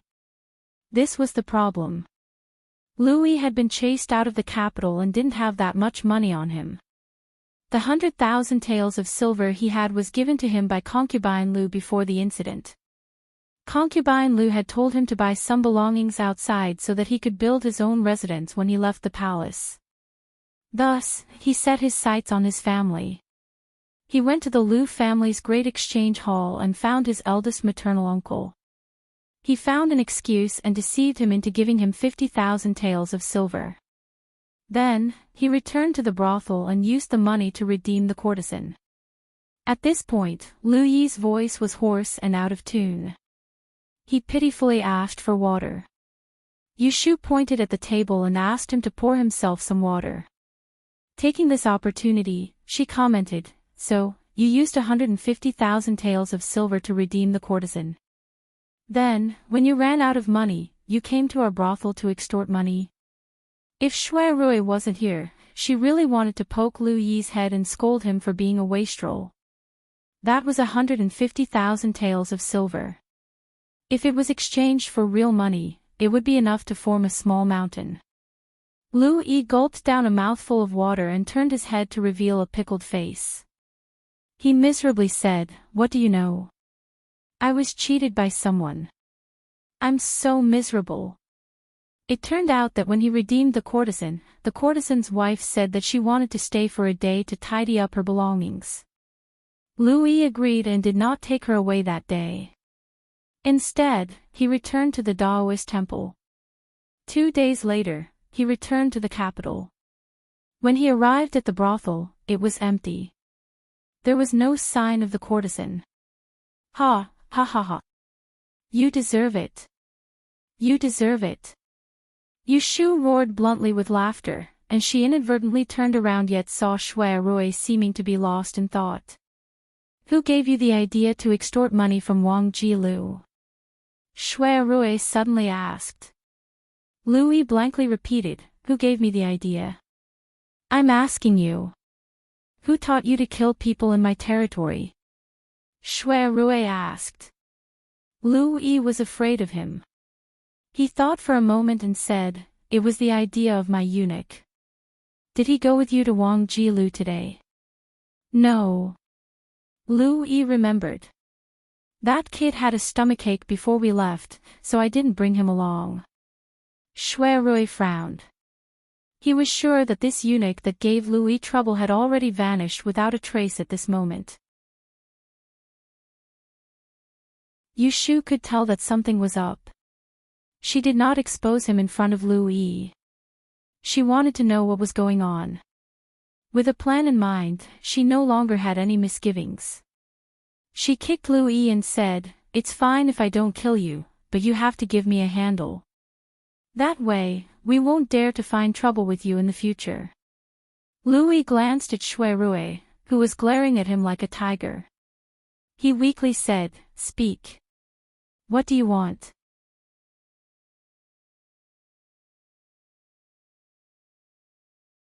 Chapter 727. "Here, I've already written it." Lu Yi reluctantly handed over a statement to Yu Shu, who was supervising him from behind. The uncut piece of paper was densely filled with small words. He personally recounted how he was cheated of a large sum of money in a brothel, how he ran to the Wang Ji Tower for extortion when he was short of money, and how he poisoned a small hooligan to death in his wine. He recounted the whole process of how he was cheated of a large sum of money in a brothel, how he ran to the Wang Ji Tower to extort money, and how he poisoned a small hooligan to death. Finally, he attached a debt note, stating that he had borrowed 100,000 taels of silver from Yu Shu tonight, and that he would return it in the future. One was a confession, and the other was a debt receipt, both of which had 7 or 8 bloody fingerprints on them. It could be considered as a signature, and there was no way to deny it. After Yu Shu checked that there was nothing wrong with it, she passed the confession to Shui Rui and put away the receipt for the debt. Then, she sneered and warned Lu Yi, "I'll take it that tonight's matter is over. If I hear even half a rumor outside that's detrimental to my big brother and me, then I'll blame it all on you. I'll first ask my big brother to report you to the imperial court, then I'll take the receipt to the emperor to collect the debt. Do you hear me?" "Yes, I hear you," Lu Yi said in a muffled voice. Since when had he been so cowardly? He knew that he would not be able to seek revenge on the two of them after he wrote such a thing today. His heart was filled with hatred, but he had no other choice. He could only hope to send these two devils away as soon as possible to preserve his life. Yu Shu and Shui Rui looked at each other. Both of them felt that it was about time, and only then did they let Lu Yi go. They stepped on the broken wood at the entrance and left this damned place. As for how to deal with the aftermath, Lu Yi would think of a way to cover it up.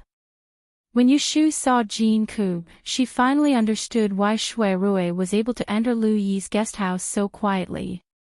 If she had not seen many guards lying on the ground on the way out, it would be really hard for her to imagine that this honest-looking man was actually a top-notch martial arts expert. The three of them met up in a corner of the garden. Jin Ku also took a few extra glances at Yu Shu, and he was also a little surprised. It turned out that Shui Rui had broken into the prince's mansion to rescue her in a fit of rage for the sake of a beauty. He had thought that he should meet a beautiful young lady, but it turned out that she was a tomboy. He couldn't be blamed for his poor eyesight. It was true that Yu Shu didn't like to wear dresses or hairpins. She wore her hair in a bun and only drew her eyebrows without drawing her eyes. At first glance, her tall and straight figure did indeed look like a fair and handsome young man. "This is Jin Ku, brother Jin." Shui Rui briefly introduced Yu Shu. He did not hide it from Jin Ku. He held one of Yu Shu's hands and took her out at night. When they arrived at the front yard, they saw Lu Hong and Su Qing standing guard at the door. Only then did he let go of her and change to a shoulder guard. When the two guards saw that Yu Shu was unscathed, they were relieved and apologized to her with a face full of shame. "It's our incompetence to protect Milord." Yu Shu waved her hand and said, "Let's go back first." Then she shared a horse with Shui Rui. The group left in a hurry and hurried back to Wangji Tower. On this side, the people of Wangji Tower were gloomy, but when they saw that Shui Rui had brought Yushu back, they rejoiced for the time being. Everyone had stayed up for half a night, and their stomachs were empty.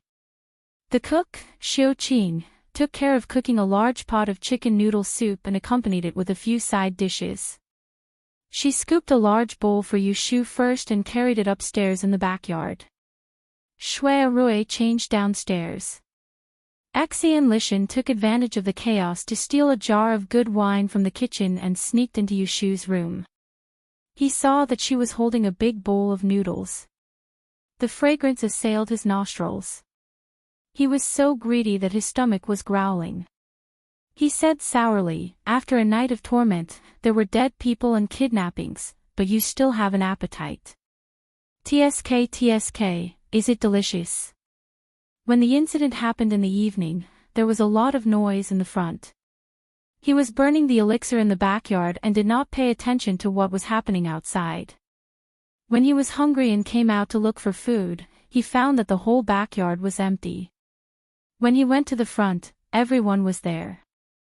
Some were crying, some were anxious. After asking, he learned about the cause and effect. "I know that you are brave and careful. Nothing will happen. Come, drink some wine to calm down." Xian Lishan poured a cup of wine for her. Then he took out a small bag from his arms. It was the size of a palm. He put it on the table and pushed it to Yushu. "Here, this is the Tihu incense that you wanted. There are 10 pills inside. You can go back and try it. See if it smells the same as what the Xian family gave you." Yushu said happily, "You really made it. Let me see." She put down the wine cup and opened the bag to take a look. The color and fragrance were the same as what Xian Yi gave her. Except for the shape and size, there was no problem. It seemed that Xian Lishan did not lie. The secret Tihu incense of the Xian family was first made by him. "Thank you, fifth uncle." She kept the bag like a treasure. She would try it tomorrow. If she could really make the imitation Tai Ching cauldron work and she could control the 6 lines mystical technique, then she would thank the heavens. "Don't thank me. I have also benefited from you. I did not give it to you for free." Xian Lishan looked at Yushu. "You borrowed the Zhuge Tong from me. It has been a few days. It is time to return it to me." Yushu laughed dryly. If he did not mention it, she would have forgotten about it. That day, she asked Jing Chen to find out about Titian. She was afraid that he would expose himself, so she borrowed the Zhuge Tong from Xian Lishan. Jing Chen knew that it was Yunhua's legacy and asked for it. She could not bear to reject him, so she gave it to him. "That, fifth uncle, I want to discuss something with you." Xian Lishan said warily, "Discuss what? Don't tell me you want to keep my treasure." "No, listen to my explanation," Yushu said with a bitter face. "I borrowed the Zhuge Tong for Jing Chen's emergency. Blame me for speaking too fast. I told him that it was a legacy of Yunhua's son. You also know that the relationship between father and son is not good. This thing is just a memory. When he asked for it, I told him no. This is a gift from your father to fifth uncle Xian. I can't make the decision. He begged me to ask you on his behalf. No matter what your request is, as long as you can give him the Zhuge Tong, he will do anything." Of course, what she said was nonsense. She was already prepared to bleed for Jing Chen. She did not expect that after listening to her words, Xian Lishan became silent. He hugged the wine jar and stared blankly for a while. Sigh. He suddenly sighed, "I am sorry to Big Brother Yun. This treasure does not belong to me in the first place. It should be. Forget it, just give it to him." He held the jar and drank a few mouthfuls of wine. He shook his head and walked away. He did not take the opportunity to ask for an exorbitant price from Yushu. Yushu was secretly glad, but at the same time, she felt a little depressed. She knew very well what Axian Lishan did not say. Zhuge Tong should have been a life-saving item left for his first wife's eldest son. But Axianya secretly took it for herself. That day when Jing Chen asked her for it, she did not notice that Shui Rui's identity was suspicious. Now that she knew, it was a pity. Why are you frowning? Shui Rui washed up and came to talk to Yushu. When he entered the door, he saw that she was troubled. Yushu looked at him deeply. She saw that his hair was wet and draped over his shoulders.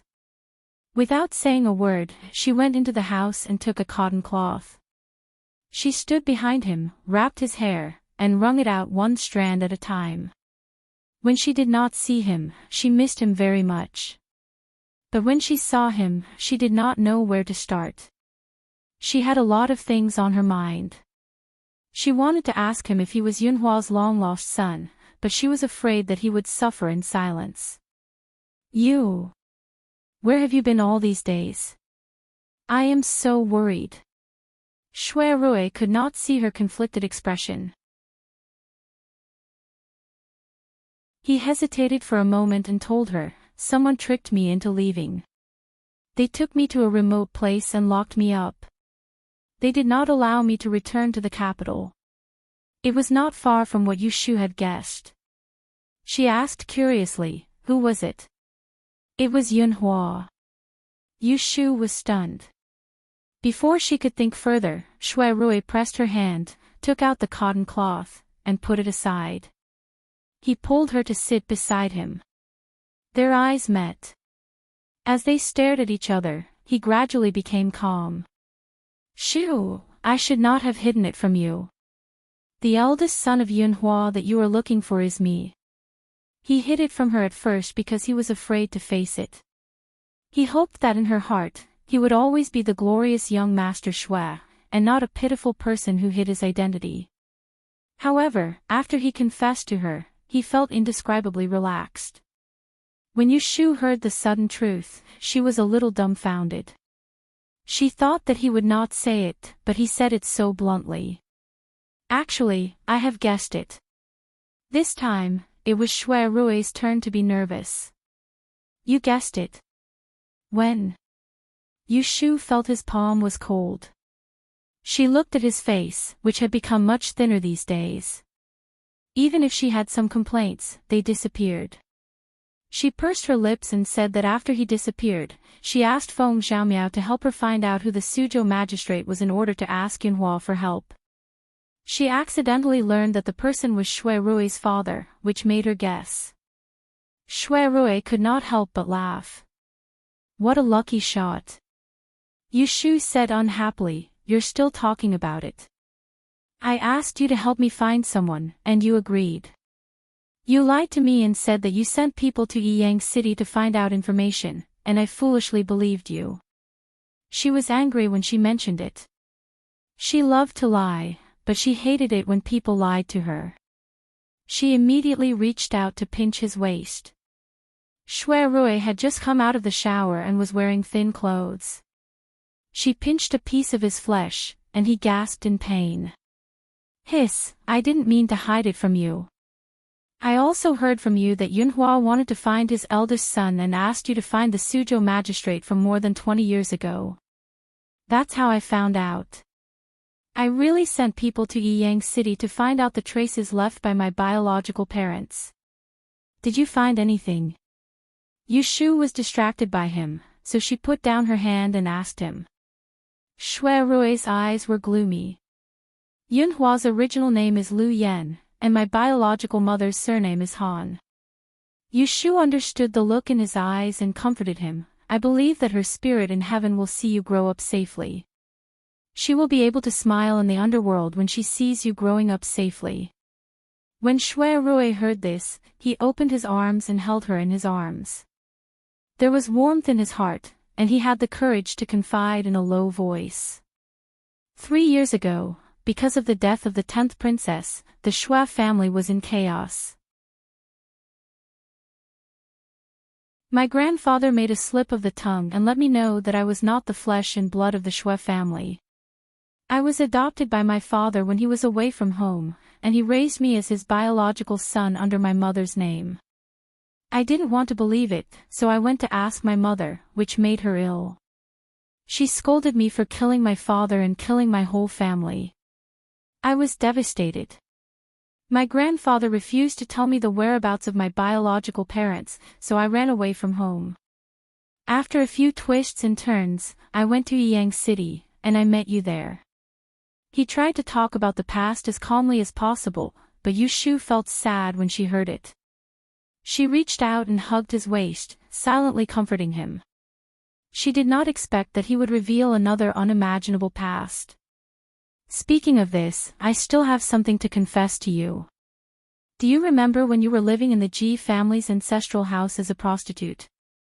One night, there was a thief in the house, and you rescued a masked man who was injured by a hidden weapon in the garden. That person was me.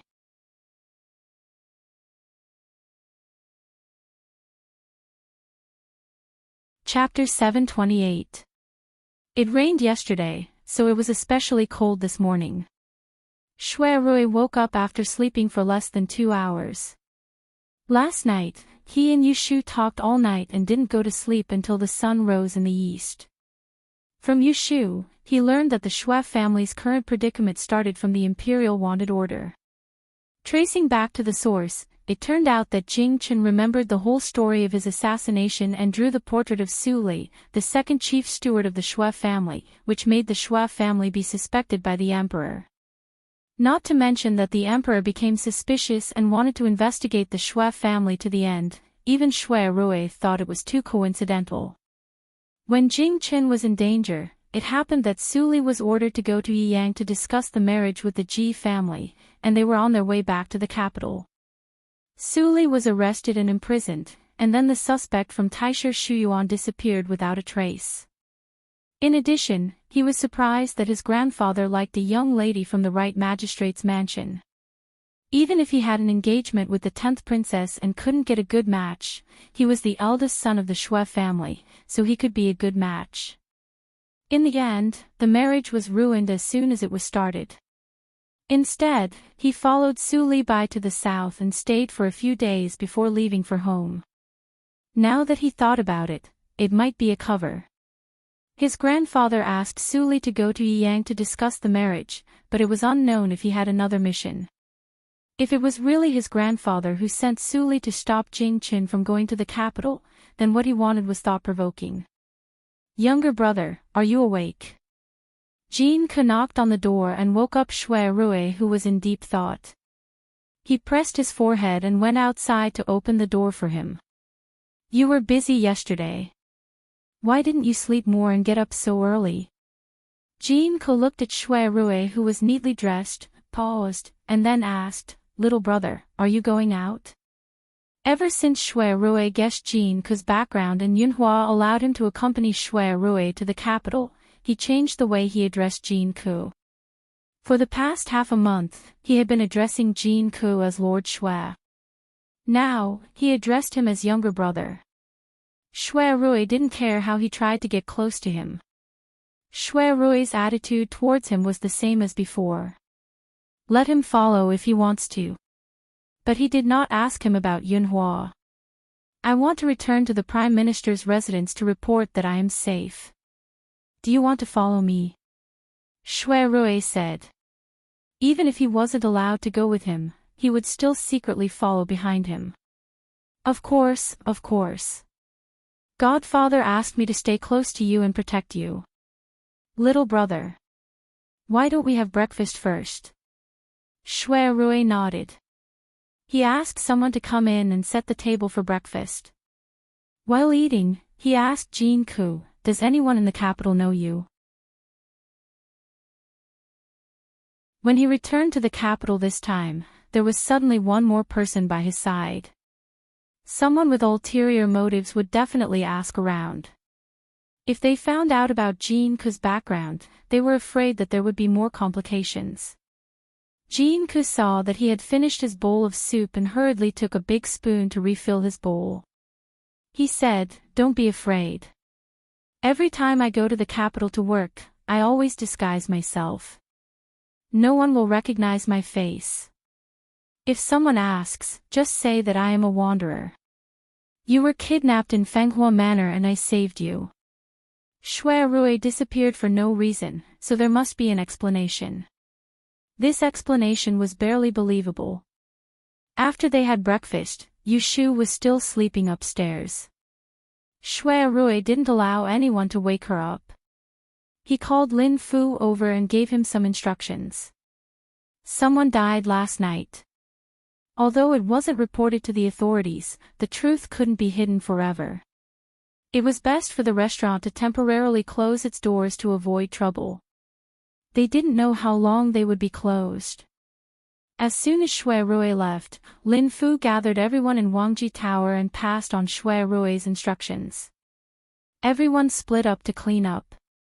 Gue Lu brought a few waiters to clean up the upper and lower floors. Lin Fu brought Xiao Qing and Xiao Dai to gather all the valuable decorations together and locked them in the storeroom. Xiao Qing ordered the workers to sort out the delicacies in the kitchen. They stored the ones that could be stored and checked out the ones that couldn't be stored for a long time. With this calculation, they had lost at least a few hundred taels of silver. Fortunately, there were still a few days before the next purchase. Otherwise, they would have wasted even more. The busy outside was in full swing. They moved quietly and didn't make much noise. Yu Shu slept in her room under the blanket and didn't show any signs of waking up. 3 days ago, Shui Lingnan entered the palace to persuade Emperor Zhao Qing to faint from anger. He was quietly sent out of the palace and didn't step out of the door. No matter who came to ask, he ignored them all. On this day, he heard a servant hurriedly report that eldest young master had returned home. He wasn't surprised and only calmly ordered the steward beside him to bring him to his study. After the time it took to burn a stick of incense, the grandfather and grandson met again. After more than 10 days and experiencing many twists and turns, they didn't show the slightest bit of excitement. Shui Lingnan listened to Shui Rui's story of being kidnapped in Fenghua Mansion and being trapped for many days before escaping.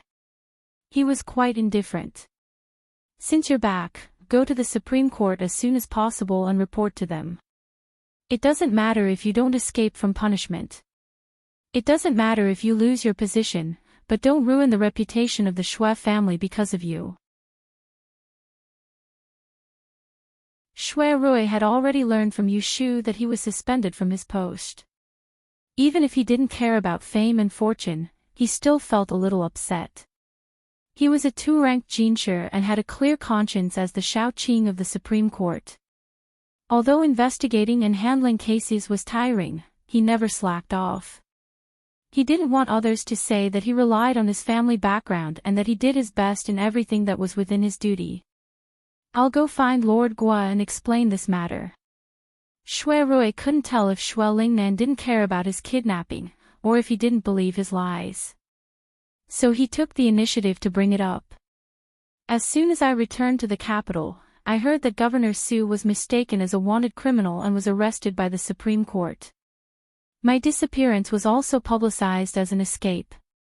Who has ulterior motives and used my disappearance to frame the Shui family?" Shui Lingnan sized him up and said, "Who do you think it could be?" Shui Rui met his gaze and said, "That depends on what crime Governor Su committed." No one knew better than Shui Lingnan whether Su Li was innocent or not. Was it Jing Chen who misunderstood, or was Shui Lingnan really plotting something in the dark? Hearing the doubt in his words, Shui Lingnan put on a straight face and said sternly, "We, the Shui family, have been loyal and upright for generations. We wholeheartedly protect the nation. How can we have the intention to rebel against our superiors? There's something fishy about Su Li's arrest and there's still no conclusion. But this old man thinks that the innocent will be innocent. Even if the emperor is temporarily deceived, the truth will be revealed sooner or later. There's no need to worry." Just from his expression and reaction, there was nothing wrong with the old man. It was as if he'd been wronged.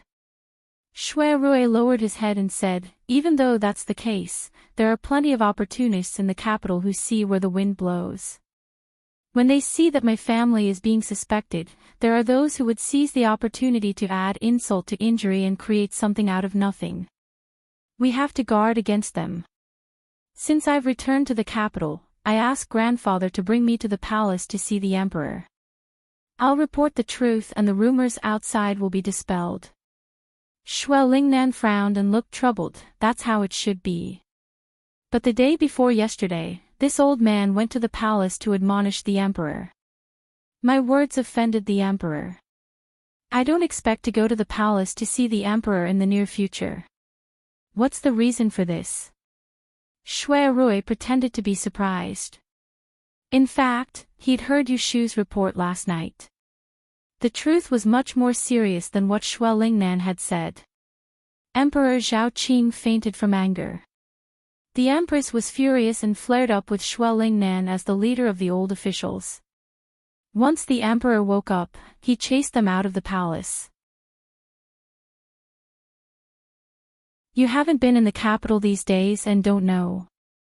The emperor has ordered Prince of Dongjing, Jiang Huaying, to send troops to Dongying. This is not appropriate. In recent years, the Mongols have repeatedly harassed the border cities. It's precisely because of Prince of Dongjing that they don't dare to invade. If Jiang Huaying leads troops and the Mongols invade the pass, once Ningdong city falls, the consequences will be unthinkable. This is the first. The second is that the Jiang family has been guarding the northeast for many years. His Majesty has heard slanderous rumors and misunderstood the Jiang family to be disloyal. Thus, he brought their mother and sister to Anling to impede them. Now, he has ordered Jiang Huaying and Donghua to send troops across the sea. Although the reason is not known to outsiders, Jiang Huaying will not be willing. You were once sworn brothers with him and should know his character. Let me ask you, will he obey or not? Shui Lingnan was agitated and his attitude was overbearing. In the end, he actually asked Shui Rui. He didn't know whether to answer or not. Grandson doesn't know. Humph, Shui Lingnan coldly snorted and said, you know what you're doing. It's fine if you don't say it. In short, appointing Prince of Dongjing as the Grand Marshal of the Eastern Punitive Expedition will cause endless trouble. In order to change His Majesty's mind, I entered the palace with Grand Elder Zhang and Grand Elder Chu to explain the situation. Alas, His Majesty insisted and listened to the sycophants and refused to retract the order. AI. Shui Rui noticed the lingering sound at the end of his words. He raised his eyes and asked, who is the sycophant you were talking about? Although Shui Lingnan was a meticulous official in the court, unlike Prime Minister Yin, he didn't easily make enemies. It was rare for him to use the term sycophant to describe others. Who else could it be? Previously, when we were discussing who to send to attack Wei country, there were many different opinions in the court. Unexpectedly, during the few days when I was ordered to return home and not attend morning court, the Celestial Commissioner Ren Qiming submitted a memorial and laid out a bunch of metaphysical theories.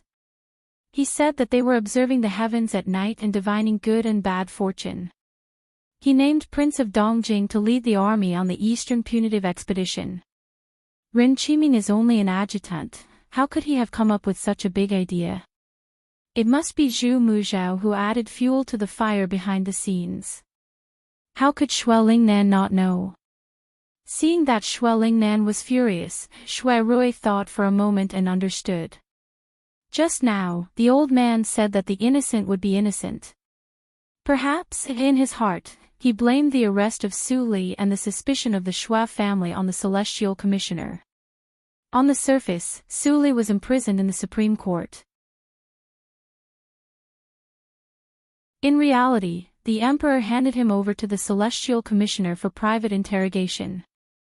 Now, he was locked up in the secret room of the Celestial Commissioner. Even an outsider like Yushu could find out about this. How could Shui Lingnan not know about it? The reason why Shui Lingnan sighed was because the celestial commissioner was worthy of his reputation as the #1 person in front of the emperor. His Majesty indeed relied on the celestial commissioner. Grandfather, on the other hand, your advice is unpleasant to the ear.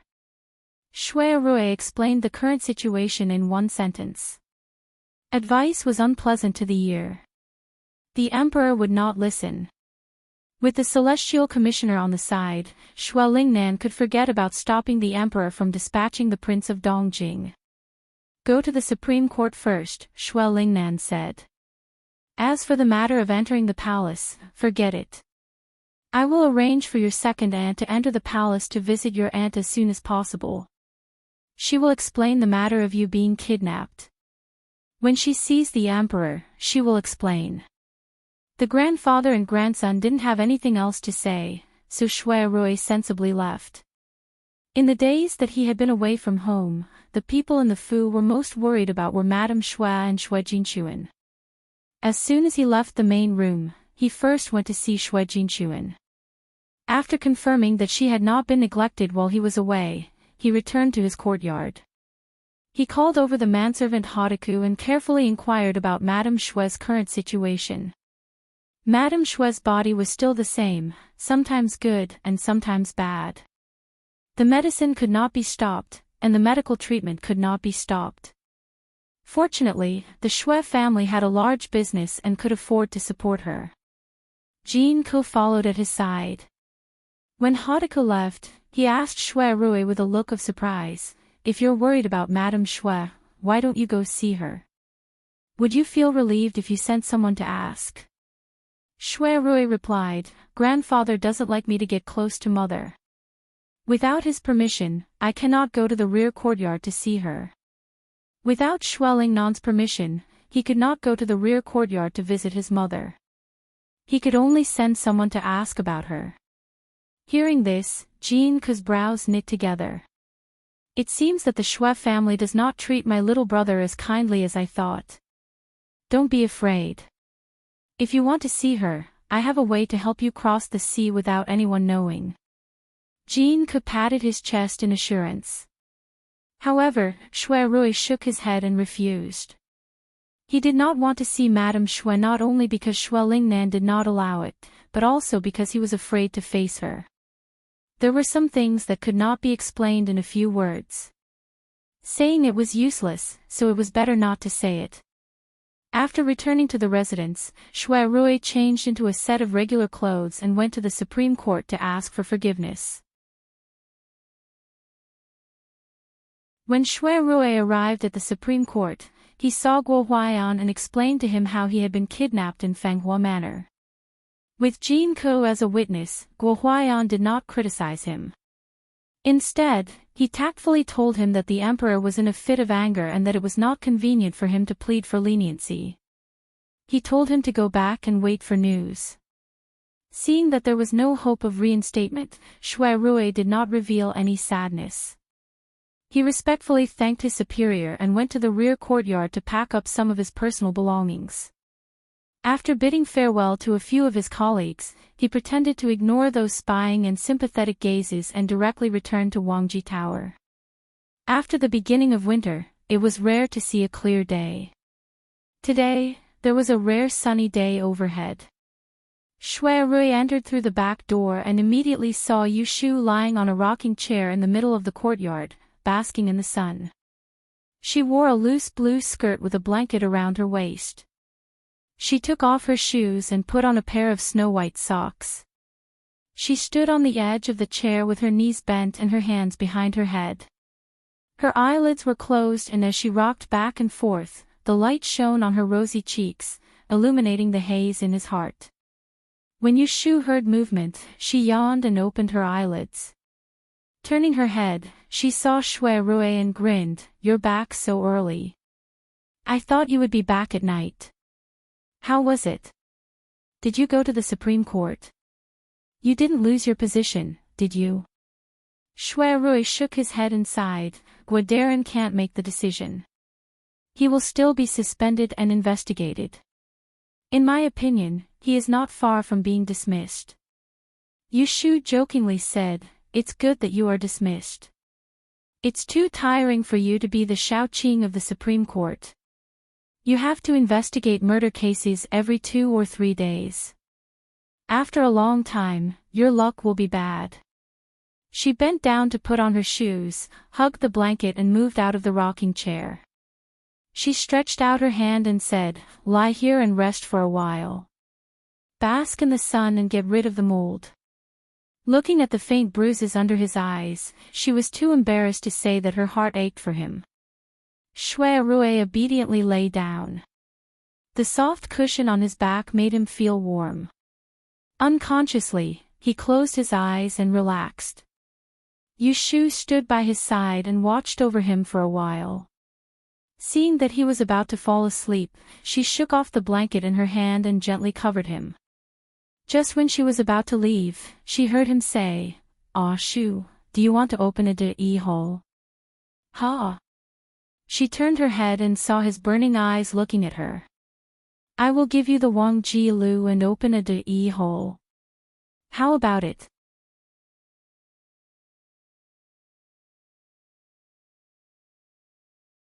Chapter 729.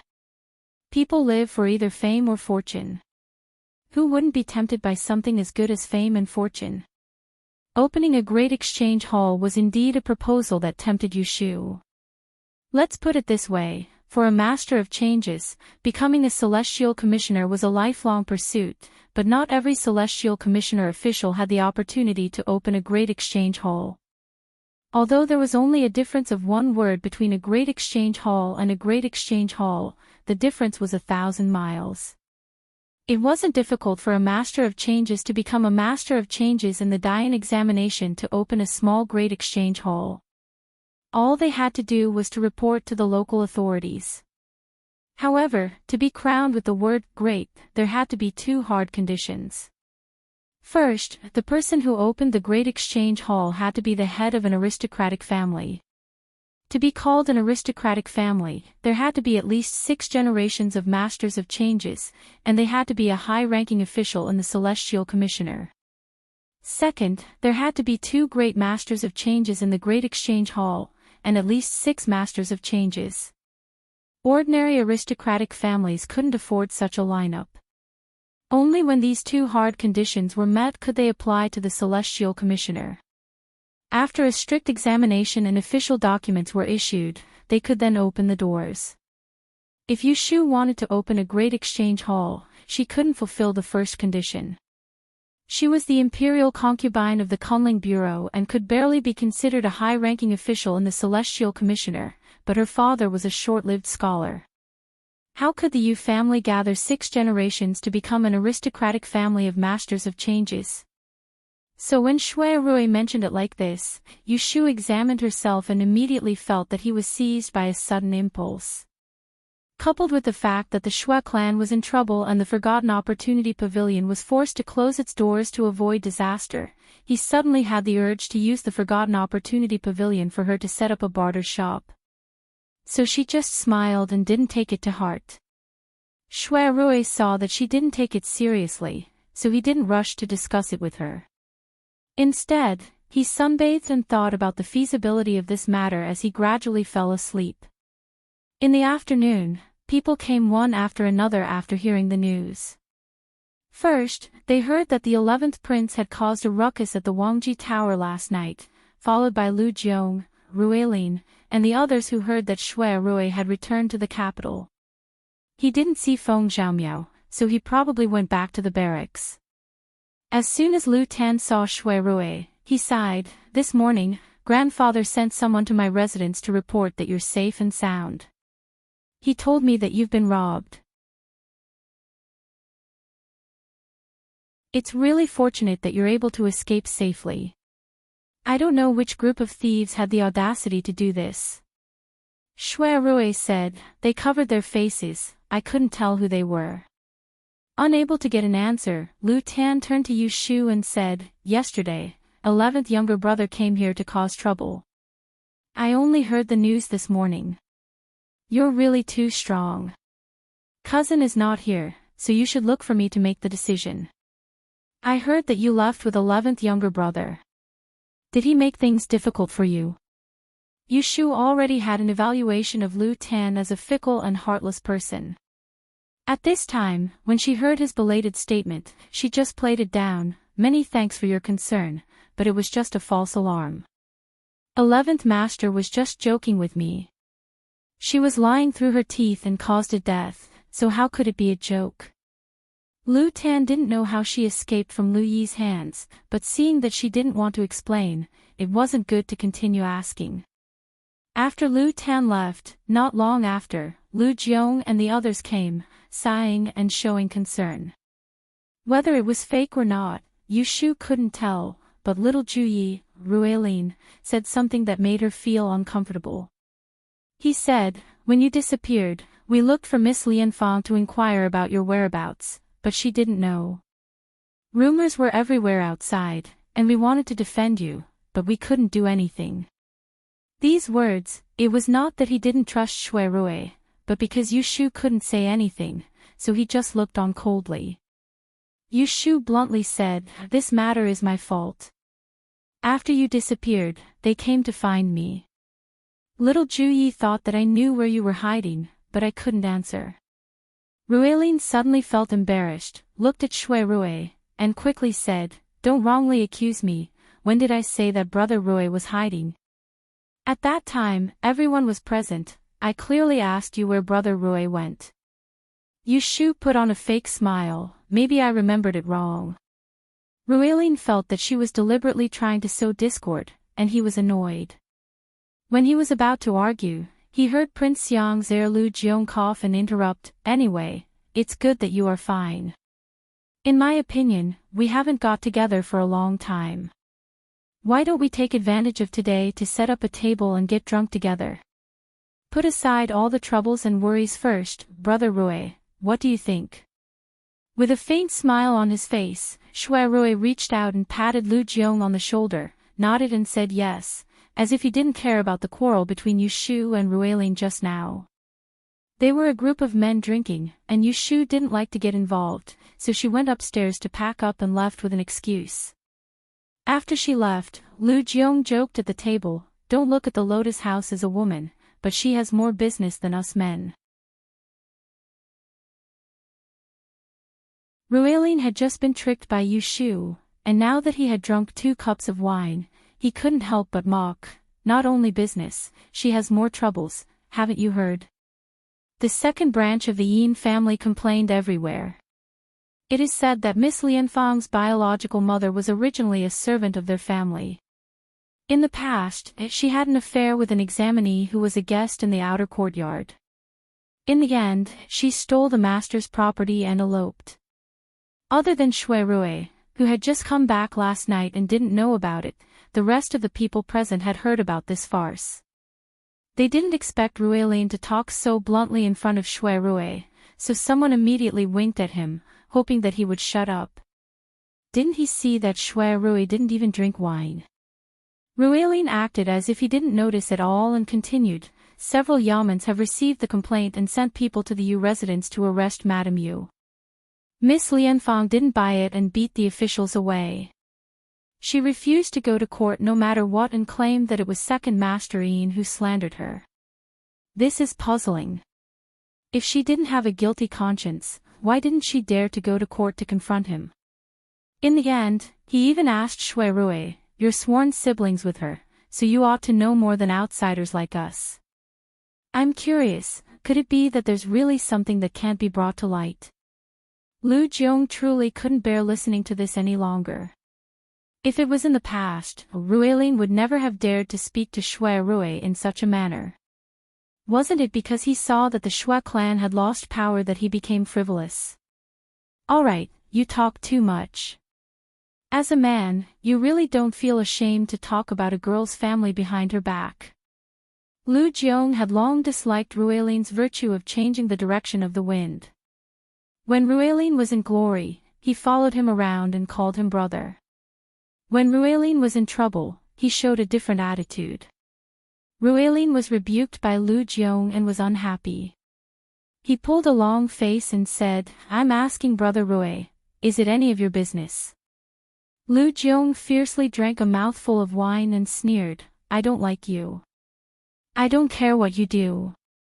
If you don't want to drink, then go away. Don't gossip here. What do you mean? Ruelin became angry out of humiliation. He slammed the table and stood up. How could he bear it when others pointed at his nose and scolded him? Don't you understand what I said? Seeing that the two young and vigorous young people were about to roll up their sleeves and fight, Lu Tan, who pretended to be deaf and mute for a long time, had to open his mouth to persuade them. All right. Don't talk too much. How much hatred can there be between brothers? Why are you so calculative? Sit down, all sit down. Fill up the wine and calm down. Lu Jiong could not give Ruelin face, but he could not give Lu Tan face. Ruelin was the same. The two sat down angrily, but they turned their faces and ignored each other. Lu Tan was helpless. The atmosphere was so tense, how could he still be in the mood to drink? So, he said to Shui Rui, cousin, you see, let's go. Shui Rui gently shook the wine glass and looked at them. He was still clear and bright, and he did not show his emotions. I just returned to the capital and haven't recovered yet. I feel sleepy as soon as I sit down. I'm going to catch up on my sleep. I won't send you off. After that, he left them and left. Lu Jiong felt very aggrieved. Shui Rui was 3 years older than him. Because they were cousins, they were closer to each other. Moreover, he had been following Shui Rui around since he was a child. Every time he did something bad, it was Shui Rui who helped him take the blame. Even when he ate meat for the first time when he saw blood and fainted for the first time at the age of 13, it was Shui Rui who secretly took him to the south of the city to find a doctor. In his heart, Shui Rui was on par with his own older brother. However, he was unable to help Shui Rui in the slightest when Shui Rui was in a predicament, so how could he not feel depressed in his heart? The few of them left the Wangji Tower one after another. Lin Fu closed the back door and went into the kitchen to bring out a bowl of hangover soup for Shui Rui. Shui Rui was lying on his side on the Luohan couch. He was very sleepy, but he could not sleep. Seeing Lin Fu come in with a bowl and plate, he lazily said, I didn't drink much. There's no need to sober up. Take it away. Lin Fu retreated to the door and was stopped by him. How much money is there in the accounts? Lin Fu quietly reported a number. After a pause, he heard Shui Rui say, have Xiao Lu go to Nan Lin wood shop and invite Gui Shu over. Those who started with the word Gui were all loyal servants under Shui Rui.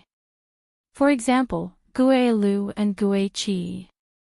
The only one he would call Gui Shu was Gui De, the confidant Shui Fu had left for him. After Lin Fu left, Shui Rui got up from the bed. He washed his face with cold water and went to the study next door to plan. After seeing Shui Lingnan, he felt that the future of the Shui family was bleak. Officials that were suspected by the emperor never had a good ending. Furthermore, the Shui family had been prosperous for a long time. They were past their prime and would not be far from their decline. Shui Guifei was favored, but she could not interfere with the court. Lu Tan was ambitious, but he did not have the power and influence that Ning Wang had accumulated for many years. If something happened in the future, he could only protect himself. Xiang Wang was idle. He might speak up for the Shui family, but he would not be able to turn the tide. If he could not retreat in one piece, Shui Lingnan's position as premier would be difficult to maintain. Once he was demoted, the Shui family would not be the same as before. His adoptive father, Shui Zhao, had treated him with great kindness. After all, he grew up under the protection of the Shui family. With such great kindness, he would not stand by and do nothing. Even if he could not turn the tide, he would share weal and woe with them. Only then would he be worthy of being a human. Before the Shui family lost power, he needed to do something for Yushu. Even if he could not protect her in the future, she would not be bullied or tortured by others.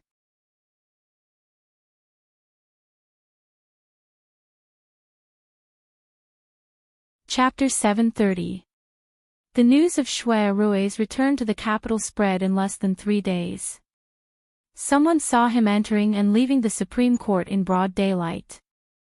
Although he did not wear official robes or ride in a sedan chair, at least he showed his face. It was difficult to confirm the rumors of his escape. In the following half a month, Shui Rui had people spread the news that he had been kidnapped in Fenghua Manor to tea houses, restaurants, and other crowded places. He himself often went in and out of Hangwu Building and other places where high officials and nobles gathered.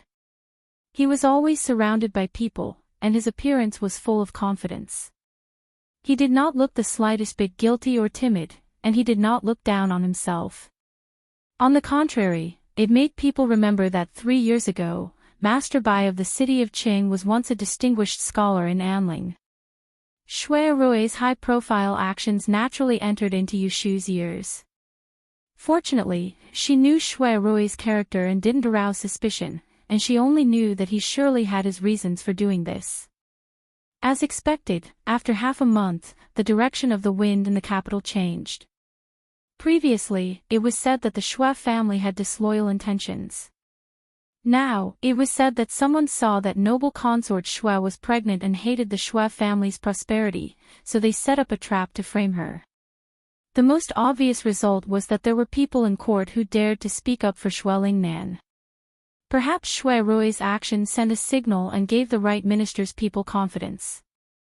One day, 13 officials with important positions wrote a joint petition, begging the emperor to show mercy and allow Shui Lingnan to return to court. Between the lines, they all said that Prime Minister Shui was the pillar of the country and the backbone of the emperor. They also hinted at a muddle-headed emperor of the previous dynasty who mistakenly killed a loyal official on a non-existent charge.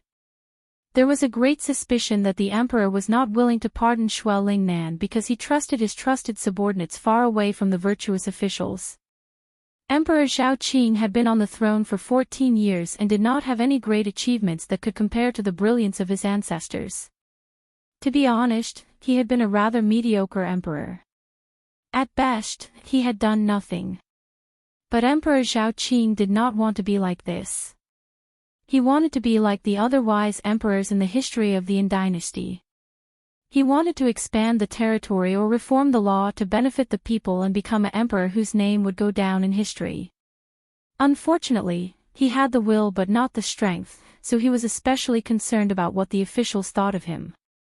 He read the document asking for Shui Lingnan's pardon over and over again, and threw it into the corner several times, only to have someone pick it up again. He did not want these officials who were trying to coerce him with soft words to get what they wanted, but he also did not want to prove that he was the incapable ruler that they had written about. Because of this, he agonized over it for half a day, and then he quietly sent someone to announce the great commandment to the palace. No one knew what the two of them talked about, but the next day at court, Emperor Zhao Qing mentioned Shui Lingnan in a seemingly unintentional manner. He said that it had been a while since he had seen Shui Lingnan and that he missed him.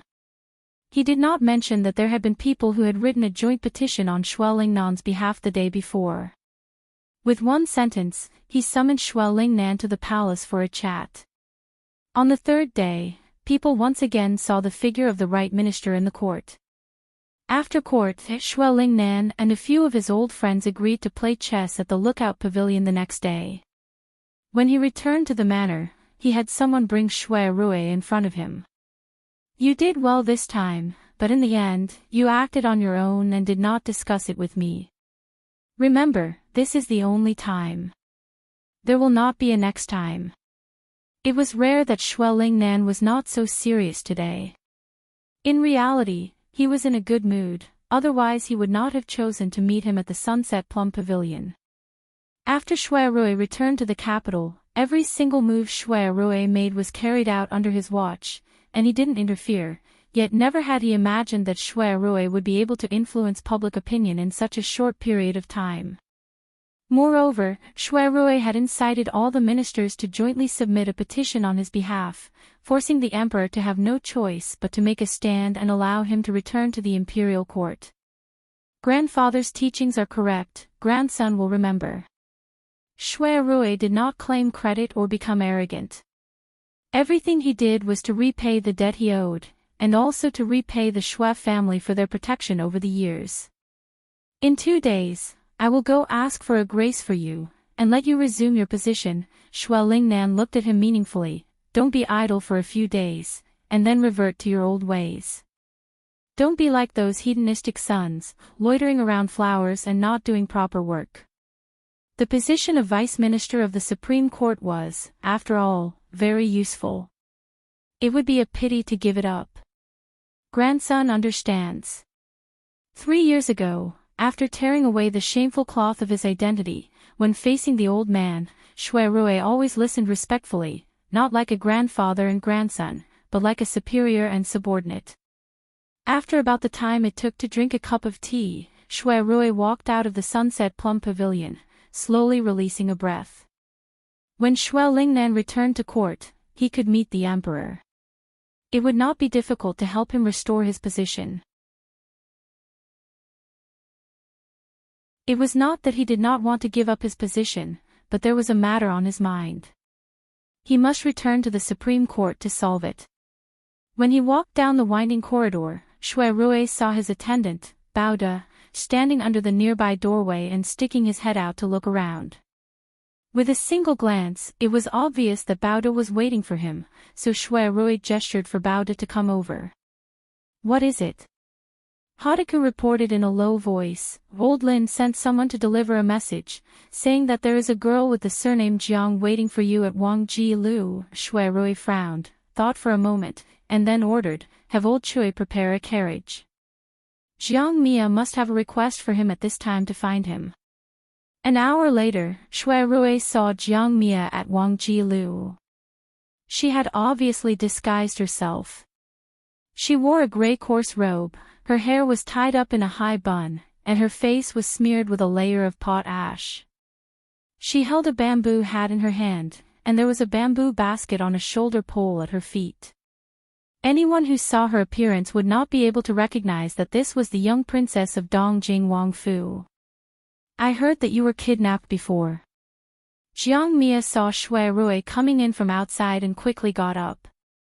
She subconsciously rubbed her cheeks with the back of her hand, wiping off a lump of black dirt. Her eyebrows were tied in a dead knot, and she said gloomily, after your accident, I looked for you everywhere, but I couldn't find your whereabouts. Later, when I learned that you were back, I wanted to see you, but the prince's mansion was full of spies. I was afraid that I would cause you more trouble, so I only found an opportunity to come out today. After hesitating for a moment, she said hesitantly, you should know that the emperor wants to force my brother to go overseas, so he has kept my mother and me under strict surveillance. Shui Rui sighed inwardly. Emperor Zhao Qing's intention was very obvious. He chose this time to let Lord Dongjing go to Japan, so he planned to make a move against the Jiang family. Lord Dongjing's family had been guarding the border for generations, and they had been trembling with fear until today. Finally, they had reached the limit of the emperor's tolerance. If they looked into it, it was not surprising. In history, there had not been an emperor who could tolerate a vassal king who had a higher prestige among the people than he did, and whose military power threatened the court. I know everything. Sit down first before we speak. Shui Rui sat down opposite her and lifted up a cup of tea to moisten his throat. Recently, he'd been drinking too much every day, causing the heat in his liver to be exuberant, and he had a lot of phlegm that was difficult to swallow. If he didn't drink a few more mouthfuls of tea, his throat would be sore when he spoke. It was rare for Jiang Qia to be obedient, so she sat back down and did not argue with Shui Rui.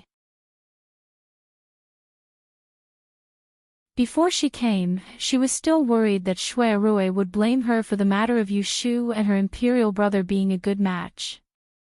When she saw his good expression, she finally felt relieved and dared to continue speaking. I know very well what the emperor is thinking. He is angry because of my brother's recent accumulation of troops. He thinks that my Jiang family is planning to raise troops and rebel. It is ridiculous. Few people know that my brother has sent secret memorials to the capital several times, speaking of the troubles in the north and asking the emperor to send troops to drive away the Tatars. However, the emperor did not listen.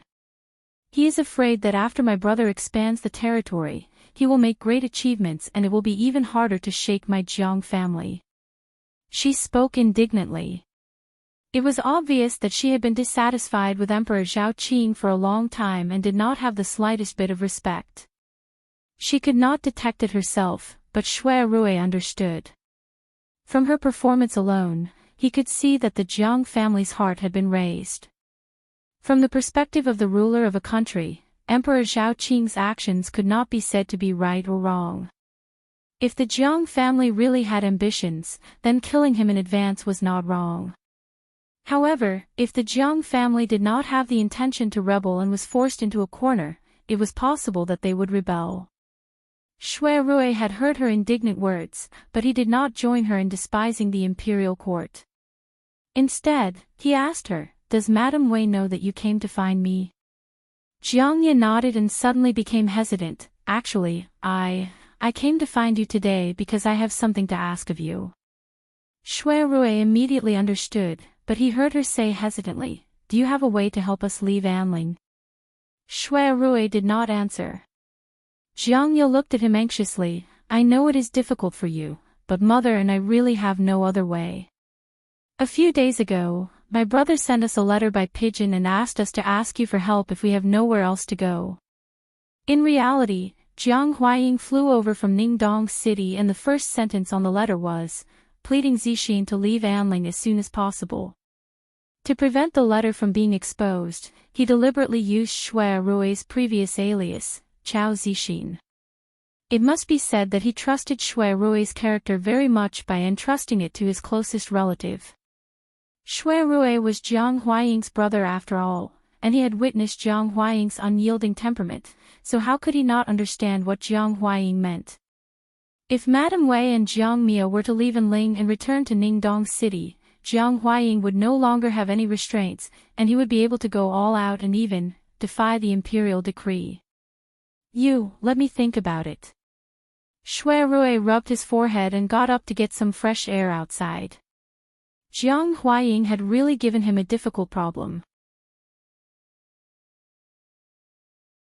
Regardless of whether he had a way to send Madame Jiang and her daughter away, if he did not care about them, they would still try every possible way to leave the capital. Once they were discovered by others, they would not be able to escape. On the contrary, if he arranged for them to leave the capital, it would be no different from deceiving the emperor. If there was a day when the Jiang family rebelled, he would inevitably be held responsible. To go through water and tread on fire for the sake of brotherhood, or to be loyal to the emperor and betray the country, it was difficult for him to choose. Jiang Ye looked at his hesitant back and felt apprehensive. She walked forward and raised her hand in the air. She wanted to pat his shoulder and tell him that it was fine if he was in a difficult situation. However, when she thought of her mother's warning before she left, her hand fell again. "Second brother," she called out in a low voice.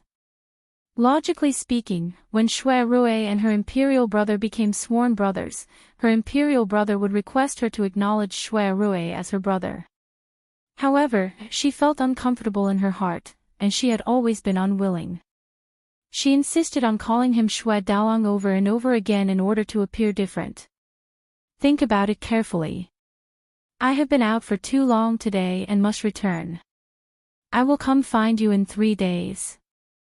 After saying that, she was afraid that he would say something to reject her, so she hurriedly put on her bamboo hat to cover her face and left through the back door with her shoulder pole.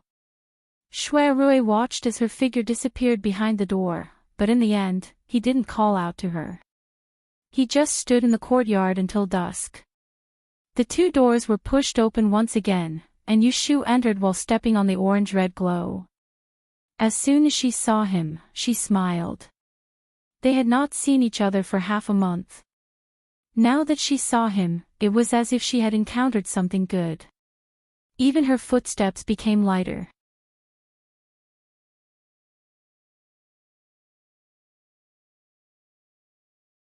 Chapter 731. Shui Rui told Yushu everything about Jiang Mia's visit in the afternoon. There were times when he couldn't make up his mind, and she was the only person he could confide in without any worries. I was wondering why you looked so worried.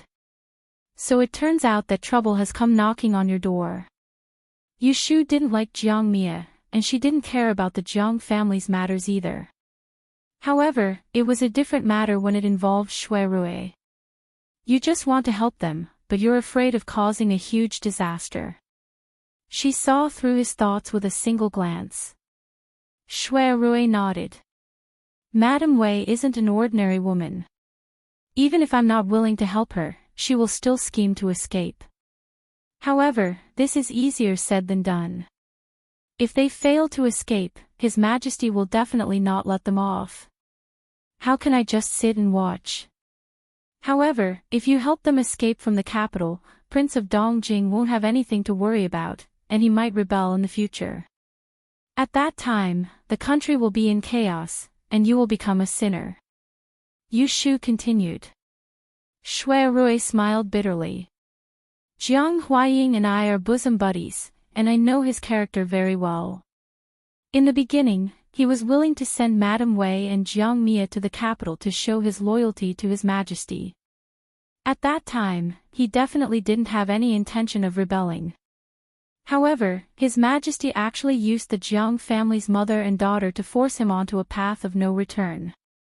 With his wisdom and bravery, there will definitely be chaos if he rebels in the future. This sounded like a dead end.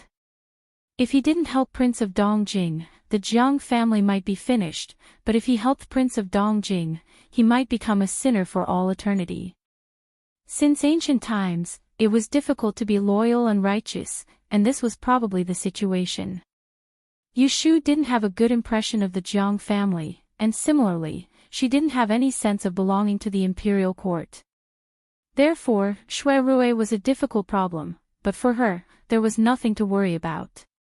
Then let me ask you, do you have a way to let the Jiang family's mother and daughter leave the capital safely?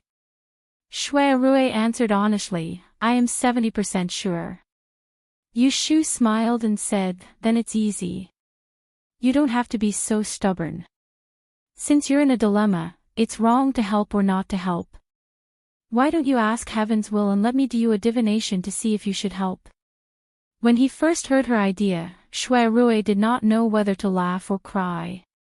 But when he thought about it carefully, it was a good way to make a decision.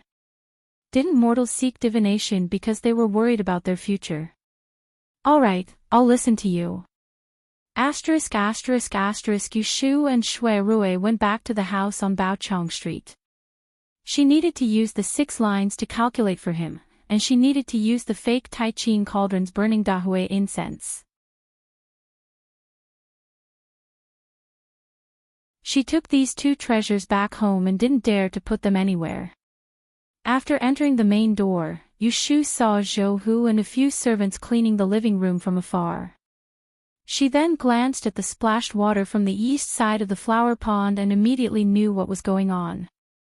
The girl is back. Zhou Hu jogged forward, and when he saw Shui Rui who was traveling with her, he greeted him repeatedly.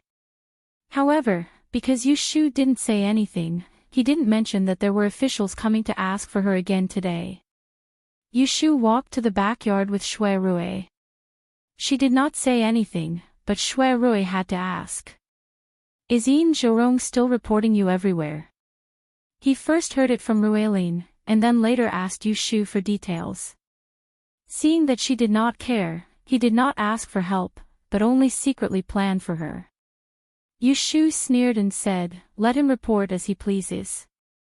As long as my mother does not go to court, no matter how much evidence he has, it is useless. It was difficult for a commoner to report an official, but it was not easy for an official to report an official. She and Yin Zhorong were of the same rank. He could only use the normal channels to request that Aunt Shui be brought to trial, but she could use a loophole in the judicial system. The de-en-law stipulated that having an escaped slave and eloping was a serious crime, but the de-en-law also stated that those who had an identity card were good citizens. The parents of officials of 5th rank and above did not have to go to court, unless all 3 departments tried them together. This meant that Aunt Shui had the right to refuse to go to court, unless it was tried by the Supreme Court, the Ministry of Justice, and the Imperial Censorate. Yin Zhorong did not have the face to gather all 3 departments to stand up for him. The second branch of the Yin family insisted that Aunt Shui was their family's escaped slave, but Yu Shu had already gone through noble consort Shui to apply for an identity card for Aunt Shui in the Ministry of Revenue. So whenever an official came to ask for her, she could beat them all out without hesitation. This method was a little rogue, but who could say that she was wrong? Shui Rui saw her shrewd face and did not ask any more questions. He followed her to the study in the North Palace and waited for her to return to her room to change her clothes. He took out the small blue stove, washed his hands, and burned some incense. The 4 chapters of the 6 trigrams, affairs of the country, natural and man-made disasters, good or bad future, marriage and harmony. The things that Shui Rui wanted to ask could be counted as natural and man-made disasters, or it could also be counted as family, country, and the world. The former Xiaoai was Shui Rui's birthday, month, and day, as well as the age of the sister of the person he was helping. The latter Xiaoai was the zodiac sign of the person he was helping, and the birthday of the person's father. Fortunately, Shui Rui could answer all of these Xiaoai, otherwise Yu Shu would not be able to get a hexagram. From asking to arranging the hexagram, to calculating the details, 1 pill of Tishio incense was only enough for her to calculate 1 hexagram. For Shui Rui, she was not stingy. She used 2 pills to calculate the result. Yu Shu only explained to Shui Rui under his inquisitive gaze, the first divination is to obtain the fortune of one's wife. The divination of one's future is to be smooth, while the divination of one's choice is to seek benevolence. According to the matter you're asking about, you should help the mother and daughter of the Jiang family to leave the capital city. Shui Rui's face became serious unconsciously. What about the second hexagram? Yu Shu's fingers moved on the paper, and she hesitated. The second hexagram is the Yao I for your brother. The divination of you is a tribulation. Those who are tribulation should value friendship and avoid greed. The divination of those who ask for help is a great kindness. From the hexagram, if you are worried about the world, you should help Lord Dongjing to get out of trouble. After she finished speaking, she was puzzled. Helping Lord Dongjing to get out of trouble was actually a good thing for the country and the people. She even suspected that she had miscalculated. She looked at Shui Rui's surprised eyes and touched her nose in embarrassment. She reached out to open the incense burner and said, "Why don't I calculate it again?" Although she had the Tihu incense, she couldn't calculate it 100% accurately. No need, Shui Rui already had a conclusion in his heart after he got her 2 hexagram. He pressed Yu Shu's hand and said, "When I became sworn brothers with Lord Dongjing, I swore to the heaven and earth that we would share blessings and misfortunes together. If you want me to break my promise, I can't do it." Hearing his statement, Yu Shu blinked and slowly curled up the corner of her mouth. "Big brother, if you have thought it through, then just do it." As a man, there are things that he should do and things that he shouldn't. I like your temperament of valuing friendship and promises. It was great that the person she liked was a true gentleman who kept his promise. Shui Rui suddenly heard her confession and couldn't help but laugh. He couldn't help but pinch her soft palm and replied softly, "My heart is the same." He also loved her character of valuing friendship and self-improvement. It could be said that the reason why the two of them could be in love with each other was not only because of fate, but more importantly, because they were compatible. If he was a fickle villain, or if she was a weak woman, they would not be able to be together. Yushu helped Shui Rui solve a problem, so she didn't care about how he would save Madame Wei and Jiang Mia. Instead, she thought of another person, Situ Qinglan. At Madame Wei's birthday banquet, Situ Qinglan won the limelight. It wasn't hard to guess what she was thinking. Everyone had their own fate, and Yushu wouldn't interfere with other people's futures, so she didn't say anything. But now, she felt that it was necessary to remind Situ Qinglan and persuade her to give up on the idea. They were friends, so she couldn't just watch her jump into the fire pit. It should be known that in the eyes of others, Prince Dongjing's mansion was still in the glorious past. So, at noon the next day, Yushu took some time to go to LoveLore Library to find Situ Qinglan. "What kind of wind is blowing today? You actually have time to visit me." Situ Qinglan was very surprised by Yushu's visit. At this time, all the students in the library had gone to eat, and she was the only one who stayed in Su Shuitang to clean. Yushu looked around and asked her, "Why are you sweeping the floor? Where are the servants?" She was a female disguise master, so why did she do such rough work? "Ah, don't mention it." Situ Qinglan sighed while holding the broom. Not long ago, one night, a group of Yulin royal guards broke into the library and searched inside and outside. I don't know why they kidnapped all the servants in the library. The academicians forbade us to talk about this in private. If I hadn't stayed over at night, I wouldn't have known about it. No one cleaned the lecture hall, so it was a mess in a few days. So, I had to do it myself. Yushu thought of the missing suspect mentioned by Jing Qin. The Yulin royal guards wouldn't break into LoveLore Library without permission. They must be under the emperor's order to arrest people and track down clues. "Wait for me, I'll be done soon." Situ Qinglan quickly put the things in one place and went to the back of the room to wash her hands. After a while, she saw someone coming out with a stack of books and smiled at her apologetically. "I almost forgot that I have to go to the library to return these books. It turns out that Uncle Qin, who is responsible for taking care of these books, has returned to his hometown." Yushu's heart moved. Is Uncle Qin the old servant I always see in the library? The one with a little bad hearing? Yes. Yushu felt a little scared. She had seen that old servant more than once. If he was the murderer of the two female students, she was really lucky. They walked to Jianhan building while talking about trivial things. Yushu hadn't seen Xe and Lu for a long time. According to Situ Qinglan's tone, Xe and Lu didn't come to LoveLore Library recently. It seemed that he had something else to do. There were 4 libraries in LoveLore Library, and Jianhan building was only one of them.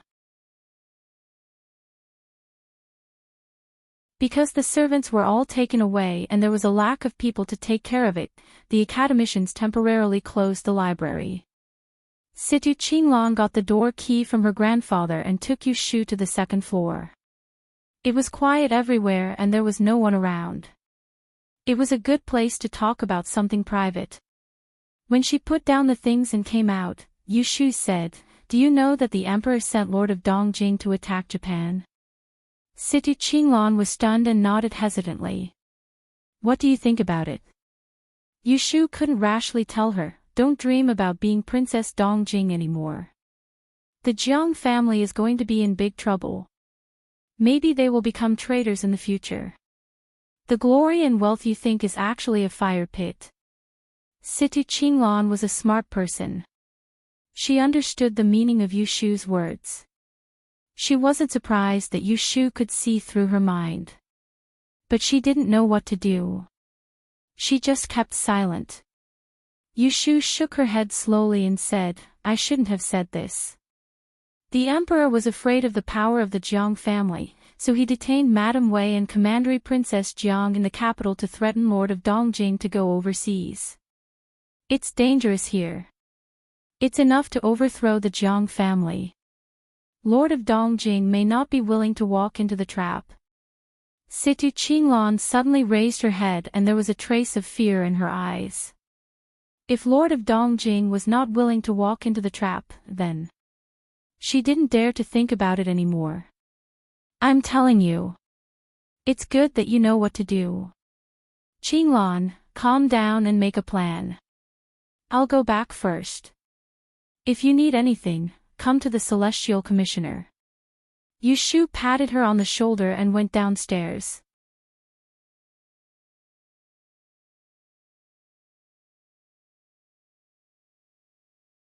Chapter 732. In the blink of an eye, it was the middle of November. Yushu's court dress was ready. She wore a green and red brocade satin top with wide sleeves, lined with a white lined jacket. She had a green jade belt, a pair of tall silver boots, a black tasseled boxing crown, a fish talisman, and a silver necklace inlaid with 5 colored gems. Yushu tried it on her upper body. It was really handsome. Her hands and legs were long, and they could support such a stylish dress. It was cold, and she wore a cotton-padded shirt and trousers inside, but she was still as tall and straight as a green bamboo. The court dress was usually more grand than the official dress and the regular dress. The iris flower patch on the shoulder was also decorated with pearls and colorful jade. When standing in a bright place, it would shine, and it was very beautiful. The court dress of female officials had been followed for 300 years. Probably influenced by Empress Ningjun, the style was eclectic. It not only had to be powerful, but also took into account the fashion of women. Yushu looked in the mirror and felt very satisfied. She wore this heavy dress and walked around the room. In the end, she felt bored and ran to Zhao Hui to show off.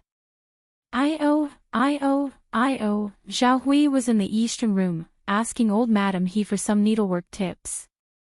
As soon as she saw Yushu Qing walk in, her eyes widened.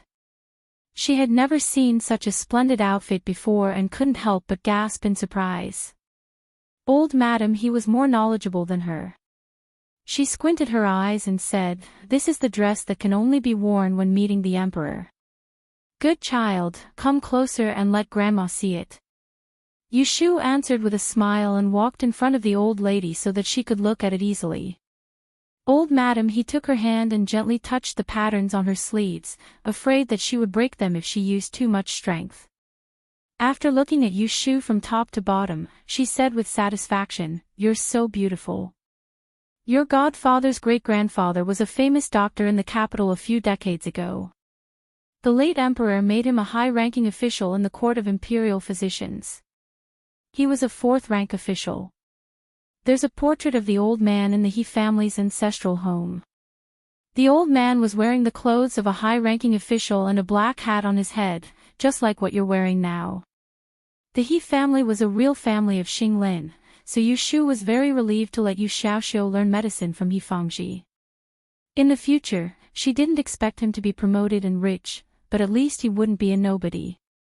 Old Madam He recalled the past for a while and talked about many old things intermittently. Zhao Hui and Yushu both listened carefully and no one interrupted. After all, old Madam He was old. After the excitement passed, she looked tired. Zhao Hui helped her lie down in the inner room and covered her with the quilt. She left and called Yushu to talk in the next room. "A few days ago, your uncle came over and told me some things. I didn't get a chance to ask you since you were too busy to visit home." Zhao Hui pressed Yushu to sit down on the low couch, helped her smooth the wrinkles of her clothes, and put on a serious expression. Yushu said, "Go ahead and ask. What can we not say to each other?" Zhao Hui nodded and leaned close to her. She lowered her voice, "I heard from your uncle that young Master Shue's family is in trouble. It is said that someone slandered the Shui family for rebellion." Yushu thought, Shui Rui's movement is big enough. Even Zhao Hui, a woman in the backyard, knows that the Shui family has been wronged. I'm just a woman.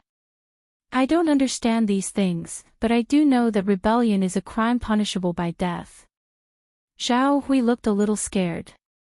You and young Master Shui are sworn siblings.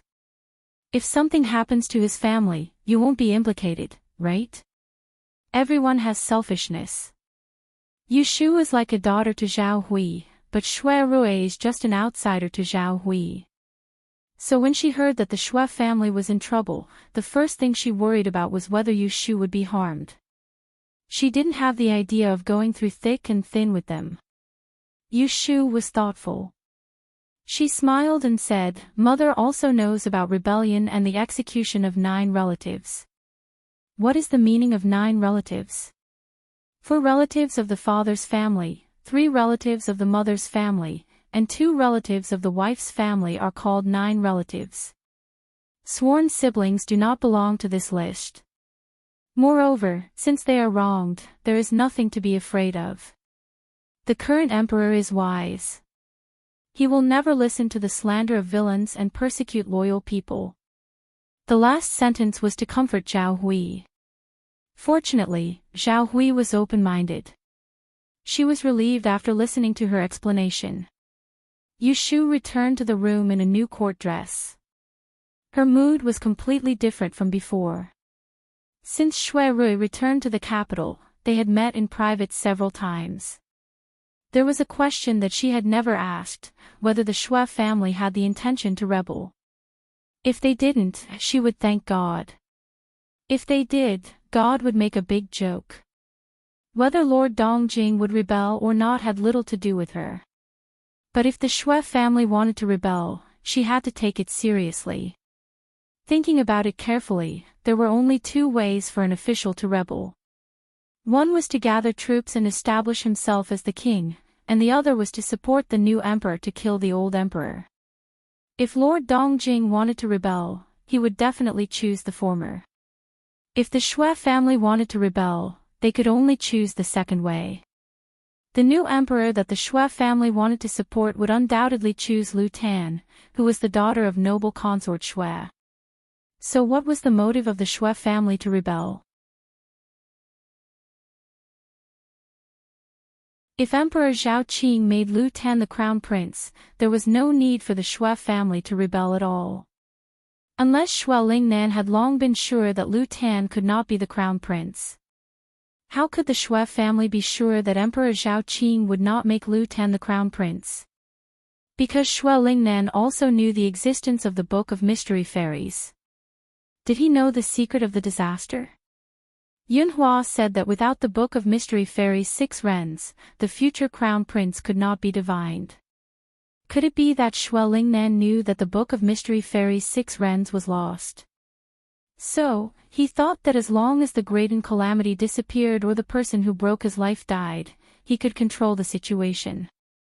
If these speculations of hers were true, then the murderer of Taisher Shuyuan was most likely sent by the Shui family to kill the person who broke the life. In other words, Shui Lingnan wanted to kill her. Yushu's assumptions were clear. The more questions she had, the more frightened she was. She didn't dare to ask Shui Rui for confirmation. It was not because she was worried that those terrible speculations would come true, but she didn't want to make things difficult for Shui Rui. Just like Jiang Mia, who asked Shui Rui to choose between righteousness and loyalty, she didn't want Shui Rui to choose between love and the kindness of raising her. She couldn't possibly ask Shui Rui face to face, "Your grandfather wants to kill me, what do you plan to do?" Some words could not be taken back after they were said. She would rather play dumb and not expose him. Moreover, in her mind, Shui Rui was worthy of trust. She believed that he would give her an explanation sooner or later without her asking. On the second day after receiving the court dress, the great advisor brought Yushu to Taishi Tower to give her some instructions. He mainly explained to her the process of participating in the morning court. There was no need for him to personally instruct her on such a small matter, but he had always been fond of Yushu.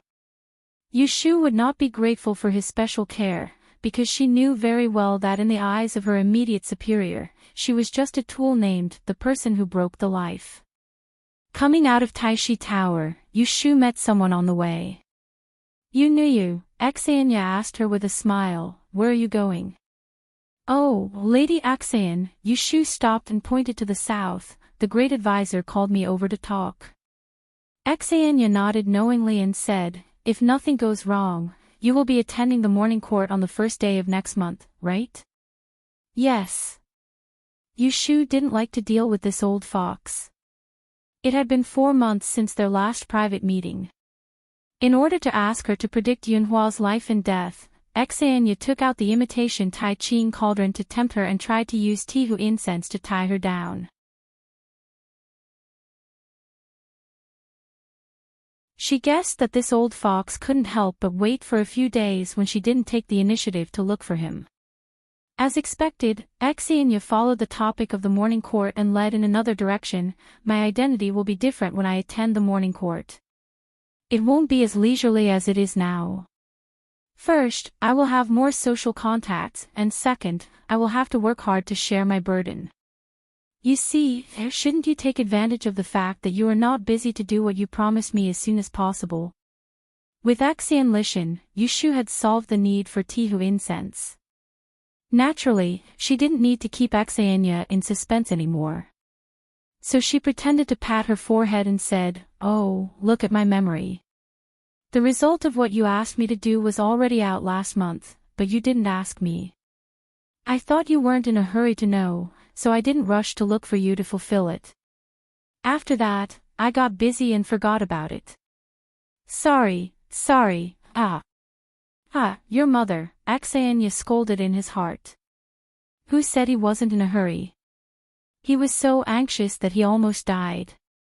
If it wasn't because he wanted to wait for her to finish using Tihu incense and beg him, he wouldn't have had to hide from her for so many days. There's a result. That's great. I just got some good tea the day before yesterday. Why don't you come back with me to the house later? We can sit down and enjoy the tea and slowly talk about it." Xenia was able to keep his composure. He knew that this was not the place to talk. Yushu looked troubled. "But I have to go buy some tools this afternoon. I've used up all the turtle shells and ambergris at home." Xenia quietly gritted his teeth but pretended to be generous. "It's not worth much. The Xian family's Grady shop doesn't lack anything. Why do you need to make a trip? Come back with me. I'll get someone to prepare a set of white-headed turtle shells and a box of high-quality ambergris for you to take with you when you leave." Yushu whispered, "But I've always bought turtle shells that are more than 50 years old." A 50-year-old white-headed turtle shell was priceless. Usually, it could only be sold for 300 taels. A set of 12 shells would be 3,600 taels. And that didn't include the ambergris. "Forget it. I'll go buy it myself," Yushu said considerately. "Lady Xian, let's talk another day." He turned to leave. Xenia hurriedly blocked his way. He forced a smile and said amiably, "Isn't it just a 50-year-old turtle shell? It's not that rare. I'll get someone to choose it. It'll save you the trouble of running around." Yushu said embarrassedly, "How can I do that? I've made you spend money." "I'll thank Lady Xian then." "Ha ha. This little bastard who took advantage of the situation. Then when you're leaving, get someone to inform me at the Kunling Bureau. I'll go back first." Yushu waved her sleeves at him in a relaxed manner. Only a bastard would not take advantage of an opportunity. Moreover, Xenia was such a despicable person. At the bottom of it all, it was Xenia's fault for stealing the precious Shuga Tong that Yunhua had given to Xian Lishan. This indirectly caused Shui Rui's birth mother, Madame Han, to not be able to escape the Celestial Commissioner's pursuit and eventually lose her life.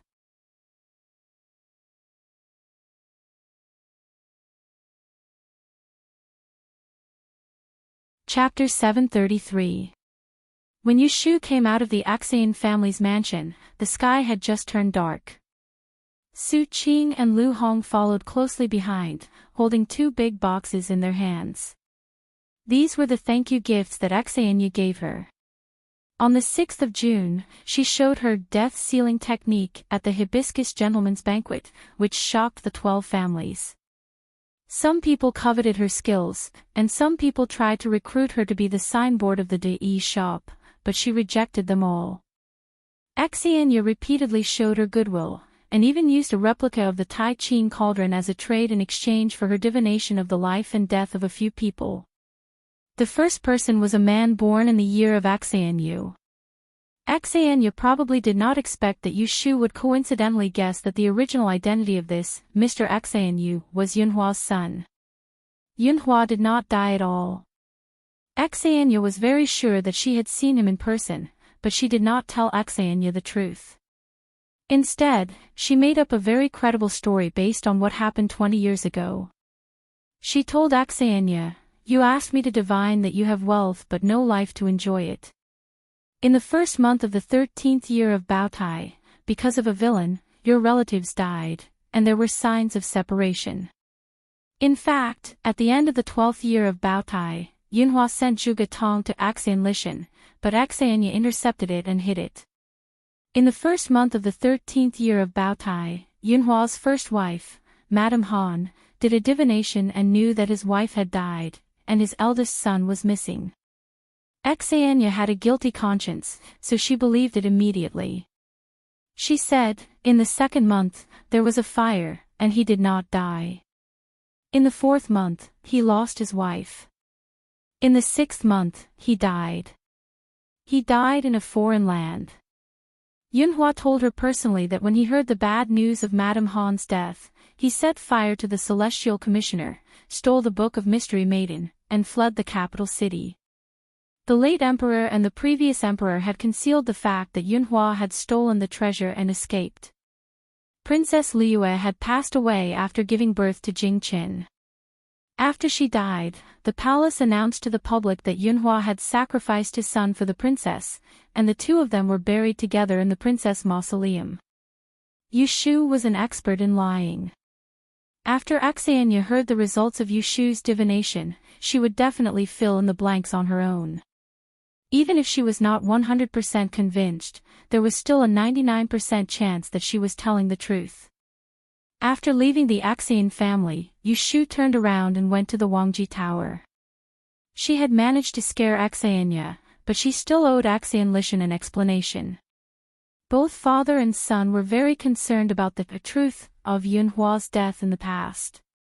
Wangji Lu had been closed for several days, and the restaurant in front was not open for business. Lin Fu fired a few of the hired waiters and vegetable washers, and the rest of the people became idle. Axian Lishan still refused to leave, treating this place as his refuge. After 2 months, he also realized that the waiters and servants in this restaurant were all skilled in martial arts. One of them could take on 3 people, so he was not afraid that Axianya would find out where he was and come to arrest him. Yushu finds Axian Lishan on the balcony of the 3rd floor. He successfully extracted Tihu incense half a month ago. In exchange, Yushu allows him to visit the fengshui pool on the top floor. Axian Lishan is an out-and-out scholar. She heard from Xiao Dai and Xiao Qing that he can squat in front of the fengshui pool without eating or drinking for 2 days and 2 nights to write and draw. On such a cold day, he actually made a mattress on the balcony, just so that when the sun rises, he can be the first to see the changes in the fengshui pool. Fifth uncle, I have calculated the result of the matter that you entrusted to me. As soon as Yushu opens her mouth, Axian Lishan, who was lying lazily on the side of the patio, immediately got up and offered a seat to her. Sit down and talk, sit down and talk. Okay. Yushu can deceive Axianya with a clear conscience, but she can't bear to deceive Axian Lishan. Back then, he was deceived by his father and missed the task that Yunhua entrusted to him. He inadvertently became a villain.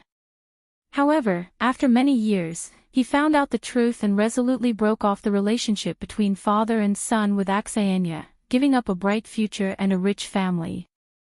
The dignified first rank of Dayan rankings, a third-class great changer, and a celestial commissioner, but he is willing to conceal his identity and be a common man. Such a responsible fifth uncle Axian is a real man. Even if he knows that Yunhua is still alive, he will not leak it out. Facing Axian Li Shan's eyes full of expectations, she did not keep him in suspense and told him directly, "The person that you want me to calculate, he is not dead." Axian Li Shan's eyes widened, and his eyes were frighteningly bright. He grabbed Yushu's arm with a little excitement and asked, "If he is not dead, then he is still alive? You didn't make a mistake, right?" Yushu did not care about his doubt of her, but told him with certainty, "Yes, that person is still alive."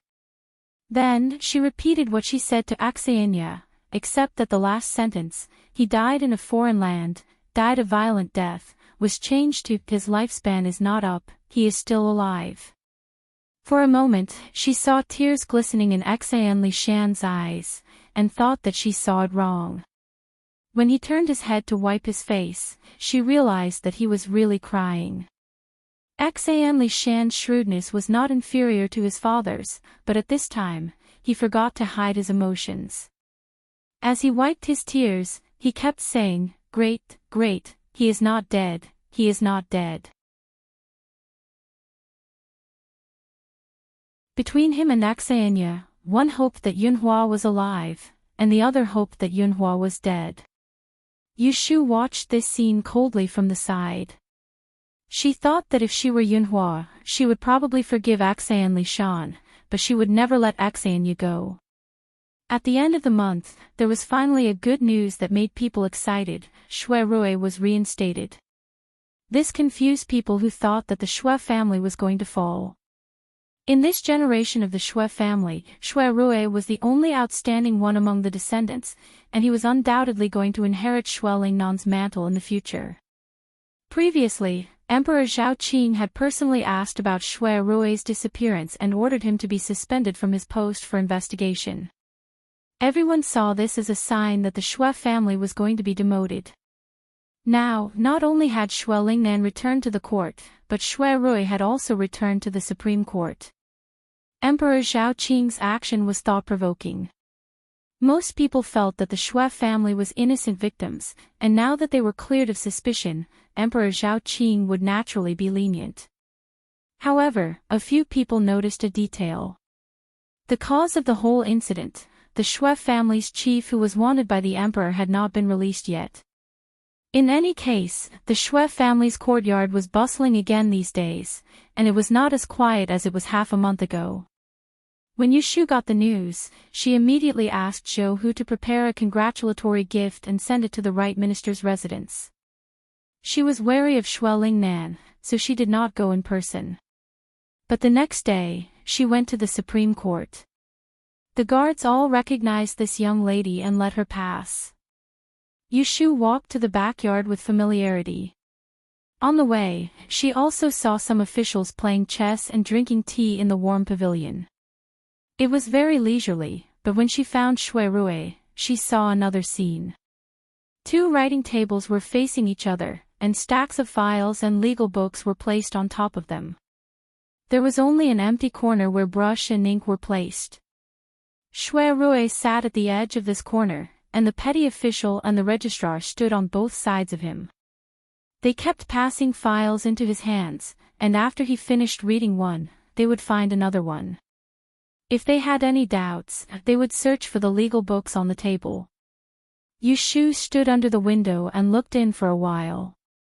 She found that Shui Rui did not notice her at all, so she had to clear her throat and call out to him. "Why are you here?" Shui Rui was a little happy to see her. He put down his writing brush, told his subordinates, and walked out the door. "You asked Hataku to send me a letter yesterday, and I know that you have returned to the Supreme Court. Of course, I have to come and see." Yushu raised her chin towards the room and said, "How did I know that you are so busy? It seems that I came at the wrong time."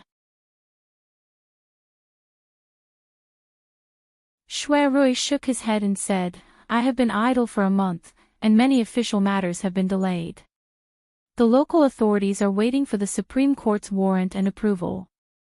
If I do not solve it quickly, it will pile up until next month, and I don't know how many unjust and false cases will occur. In the blink of an eye, it was already Li Dong. He was wearing a cotton coat, but Yu Shu saw that there was a thin layer of sweat on his forehead. Not only did she feel sorry for him, but she also complained, when you were suspended, there was no one to defend you, and yet you have the nerve to pile up all these official matters. When you come back, I will push all of them to you. You are not the only Shaoqing in the Supreme Court. On my way here, I have seen people who are so idle, but other than you, are they all dead people? When she was angry, her mouth was unforgiving. Shui Rui laughed involuntarily. If they were not in the yamen, he could not help but pinch her angry face. What are you laughing at? Yu Shu glared at him. You have such a good temper, and you let others bully you for nothing.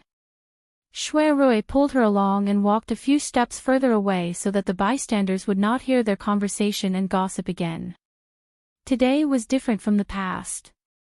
Even though he had returned to the Supreme Court, his power and influence were not as great as before. It was just that his heart was not here, and he did not care. When you were in Kunling Bureau, didn't Jing Chen also do nothing and push everything to you? Do you feel wronged? He asked. How is that the same? Yu Shu rolled her eyes and said, he delegated power to me. The more I do, the more power I have. You are busy, but you do not get any benefits. As an official in the Supreme Court, one was either clean and uncorrupted, offending people everywhere, or smooth and slick, with a body full of small braids. Shui Rui was clearly the former. He was smart, but not worldly. He was probably the only clean person in the yamen. How can that be? Shui Rui smiled faintly and said, I get benefits, it's just that you can't see it. Yu Shu snorted coldly and was too lazy to argue with him. She took out a handkerchief from her sleeve and covered his forehead. Her tone was not so gentle as she said, no matter how busy you are not allowed to stay up late. The weather is cold, and it is hard to recover from an illness. A cold fragrance assailed his nostrils. Shui Rui suddenly felt his mind clear. He caught her handkerchief, and did not bear to wipe his sweat. He folded it twice and put it in his chest. He did not feel embarrassed at all. Yu Shu saw him hide her handkerchief in front of her and did not know whether to laugh or cry. She could not ask him for it back. There is something I forgot to tell you, she mentioned. On the 1st of next month, I will be able to enter the palace for court. It will be just in time for you to resume your position and be my companion. Shui Rui smiled and said, I know. I will go pick you up that morning. Don't oversleep. The morning court began at 7 a.m. The civil and military officials had to rush to the palace gates before 7 a.m. and wait for the morning bell to enter the palace. Regardless of whether it was day of the month, whether it was windy or rainy, they had to stand outside for 2 hours.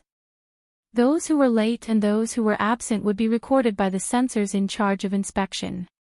So whenever there was a court meeting, the officials would wake up in the middle of the night to wash up and leave before dawn. You're tuning into the LoveLore Library YouTube channel. We're so grateful for your support, and don't forget to subscribe to join us on this incredible journey through captivating stories. Your generosity through donations truly makes a world of difference, as it's the primary source of revenue that allows me to expand and enhance this channel for you. Thank you from the bottom of my heart for being a part of this adventure.